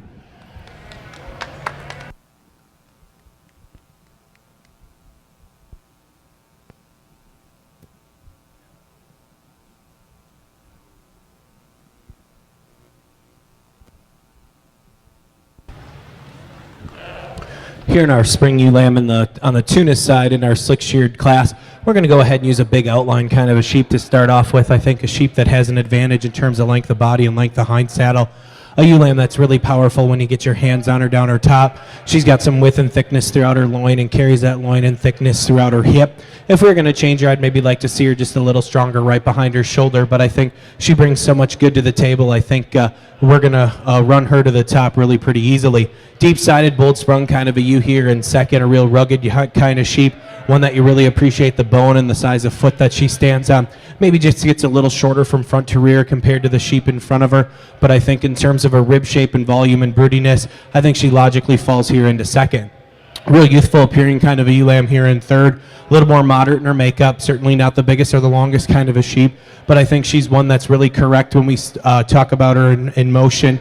A sheep that gets out on a really athletic stride. A sheep that when you get your hands on her, she does have some natural thickness about her. She might just not be as powerful as the two sheep that stand in front of her, but I think in terms of her structural integrity, she logically falls here into the third spot. The ewe lamb that we've got here in fourth, one that's real similar in type and kind to the sheep that we chose to start with, one that's a big outline kind of a ewe lamb, one that's got some length of body and length of spine about her, one that's got some elevation through her chest floor and ties in neat from her neck into her shoulder. Just need to change her in terms of her structure. I'd like to see her a little stronger down her top. Would like to raise that pin set about her and maybe have her move about the ring on a sounder set of feet and legs.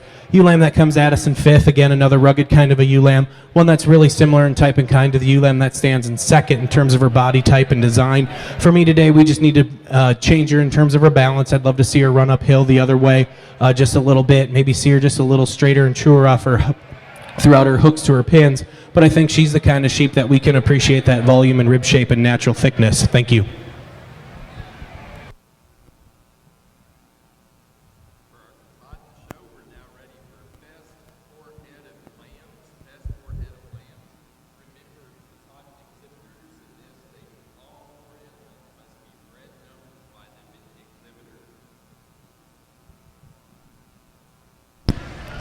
For the Katahdin Show, our grand champion ewe went to entry number 41, our senior champion ewe, first place yearling ewe, Schultz 3543, Prairie Lane Farm, Centralia, Missouri. The reserve grand champion went to our junior champion ewe, entry 98, first in the March and later ewe lamb class, Julian 534, Ed and Helen Julian, Rootstown, Ohio.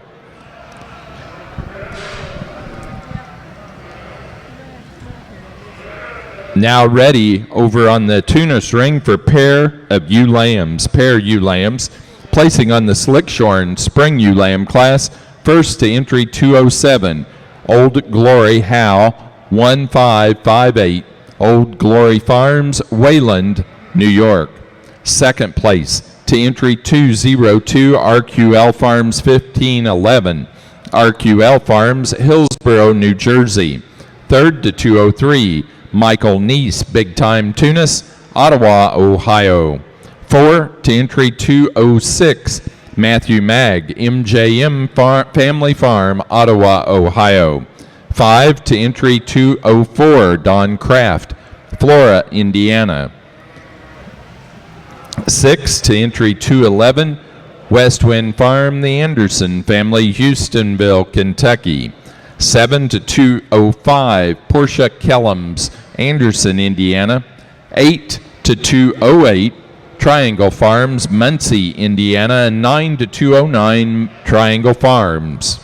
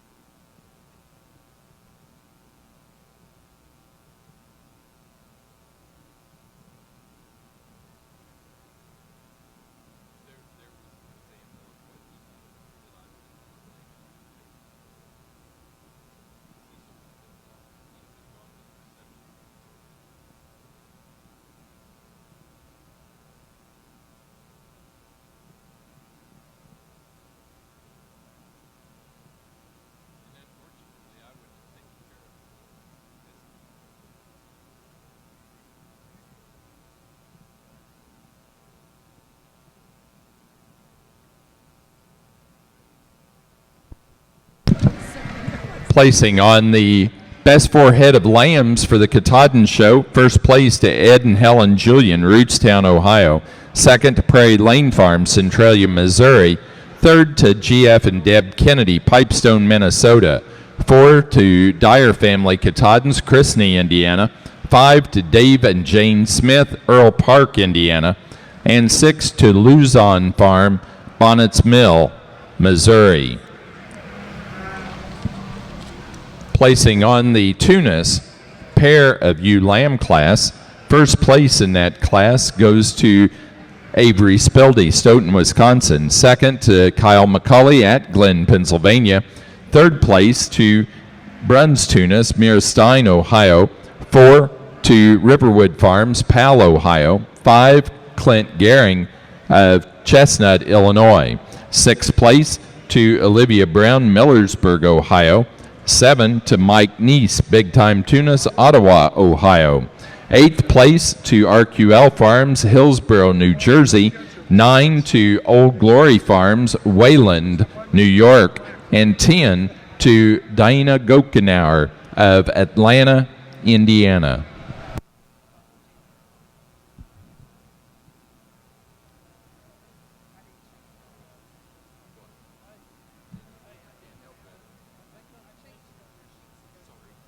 I apologize.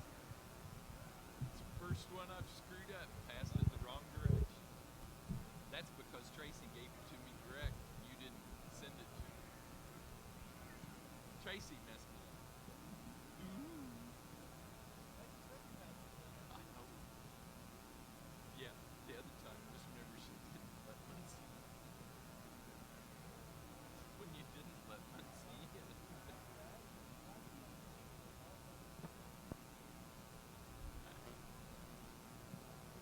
He didn't have one on.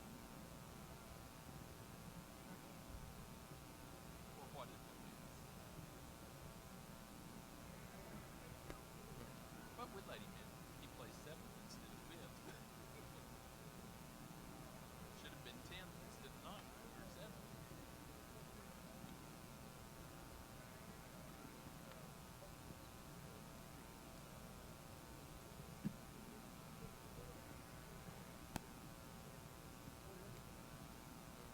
Expense for him.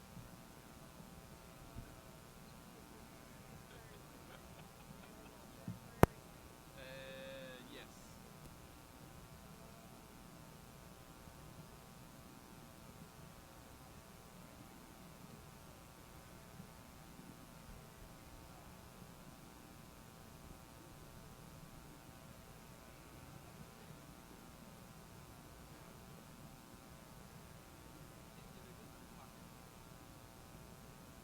This is Steve Reed's for tomorrow. They brought me in instead of bringing me the 2 today. You got Skip. It says Steve Anderson. Oh, who do you want? Have tomorrow? I don't know. Who do you want? You want Ramblase or Romney? You got some. Mix one, half dozen other. I don't give a shit.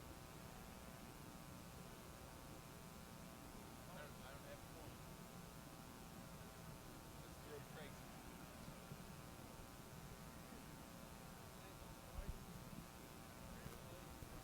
Okay. Wait, let it go ahead and fall. Ramblay, did you hear that? Ramblay.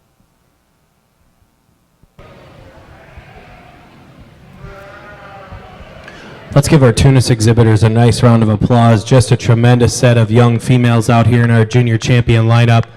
I think as we step back and look at all the females that are out here, I think they all look alike. They all have got some qualities about them in terms of usefulness and function. They've got some rib shape and capacity. I think as we talk about them in terms of future growth, I think every one of them presents us some evidence that they're going to continue to grow and mature and be nice, sound, complete yearling ewes. I think as we look at them in terms of their breed type, I think we found a bunch of individuals that are spot on in terms of their type. A guy really can't go wrong with the one that he was going to choose out here for Grand and Reserve, so that makes my job really, really easy. Just comes down to some personal preference on a few things, but let's congratulate him one more time, and I'll go select your grand in reserve.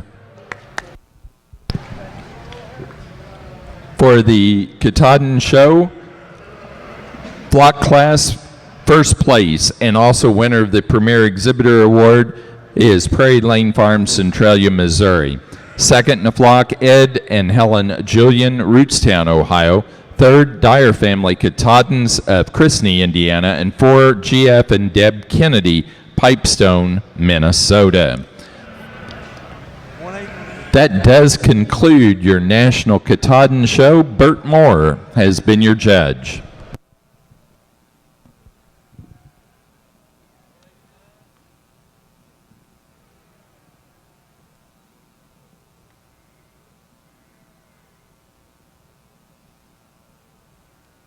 What did we have for junior champ and reserve? 189, 158. For the Tunis, junior champion was entry 189, the early March ULAM, Spildy 2899, Avery Spildy, Stoughton, Wisconsin. Reserve junior champion was 158. Out of the January ULAM class, McCully 1507, Kyle McCully at Glen, Pennsylvania. Now ready to show for grand and reserve grand champion. We need that junior champion and reserve in the ring, along with 66 of Mitch Schmidt and 76 of Riverwood from the senior champion and reserve, respectfully. We are.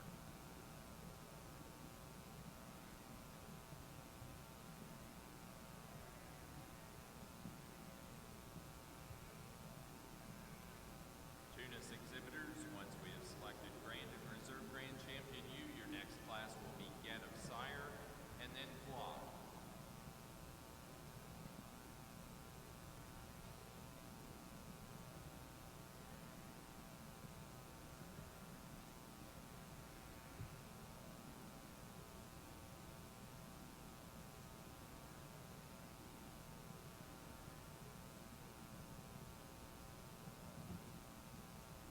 They've got some sort of, they've got a show of some sort. Jackpot show. It's really been enjoyable to judge the Tunis show here at the North American. I think when we bring the senior champions and the junior champions together, I think we can all say that the Tunis breed has got a bright future in front of them. I think we've got just 4 outstanding individuals out here. I think these kind of sheep could go on and make great breeding pieces in any program. I think we found sheep that have a lot of usefulness and function about them, yet I still think we found sheep that are flashy and have some eye appeal, but yet still have some commercial relevance to them as well. I mean, we found sheep that are easy keeping and performance oriented in their sound, and that's where we need to start with any sheep, whether it's commercial or a registered show sheep. We need to start with those fundamentals. So with that being said, let's congratulate these exhibitors one more time. I'll go select your grand in reserve.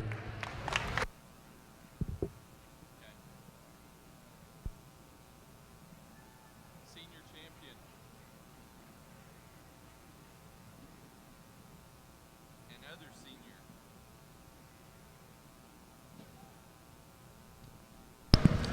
Overall Grand Champion U is entry number 66, our Senior Champion U out of the early yearling U class, Shambo 454, Mitch Schmidt, Centralia, Missouri.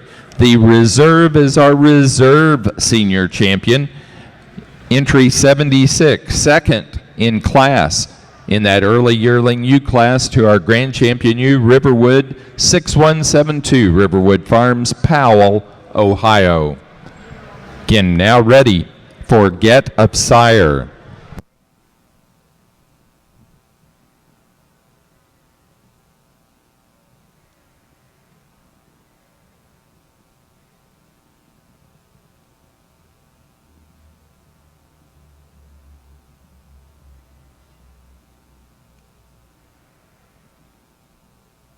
I have 530.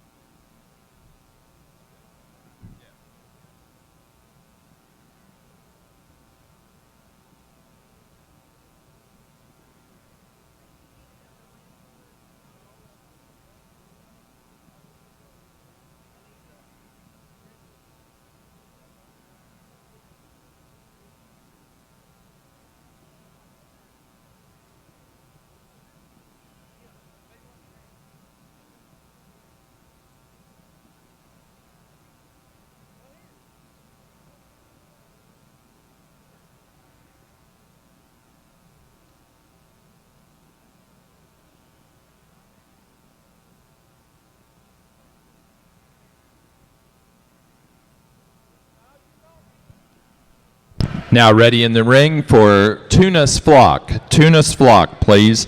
Placing on the get of sire for the Tunis. First place to Avery Spildy, Stoughton, Wisconsin. Second place to Bruns Tunis, Mirstein, Ohio. Third to RQL Farms, Hillsborough, New Jersey. 4, Old Glory Farms, Wayland, New York. 5, West Wind Farm, the Anderson family, Houstonville, Kentucky. 6, Triangle Farms, Muncie, Indiana.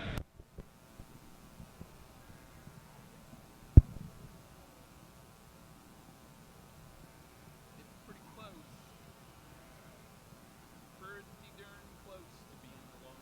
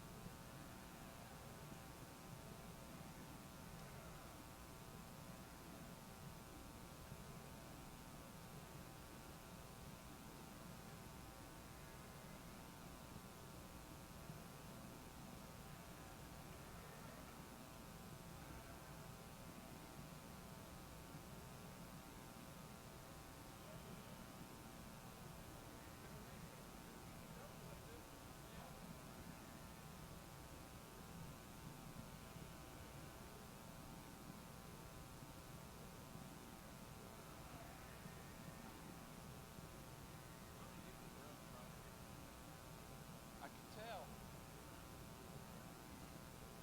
No, we still need to.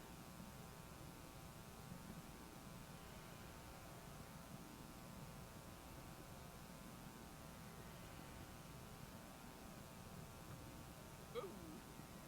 It went sliding. I dropped that microphone down that hole and it went sliding. What? What's the shed? I think it's got to come out small too. That's it. It's got to go up big.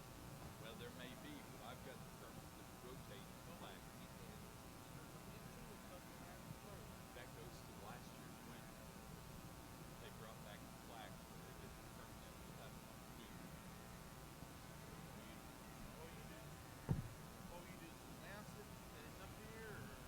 No, we introduced our fishing. Fishing. Hey, please go get that microphone for me.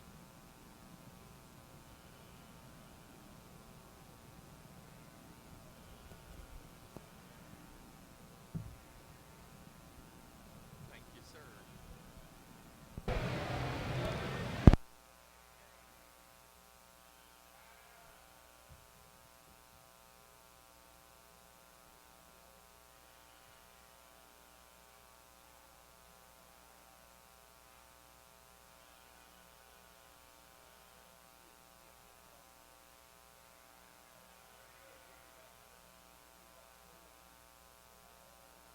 Who are you talking to?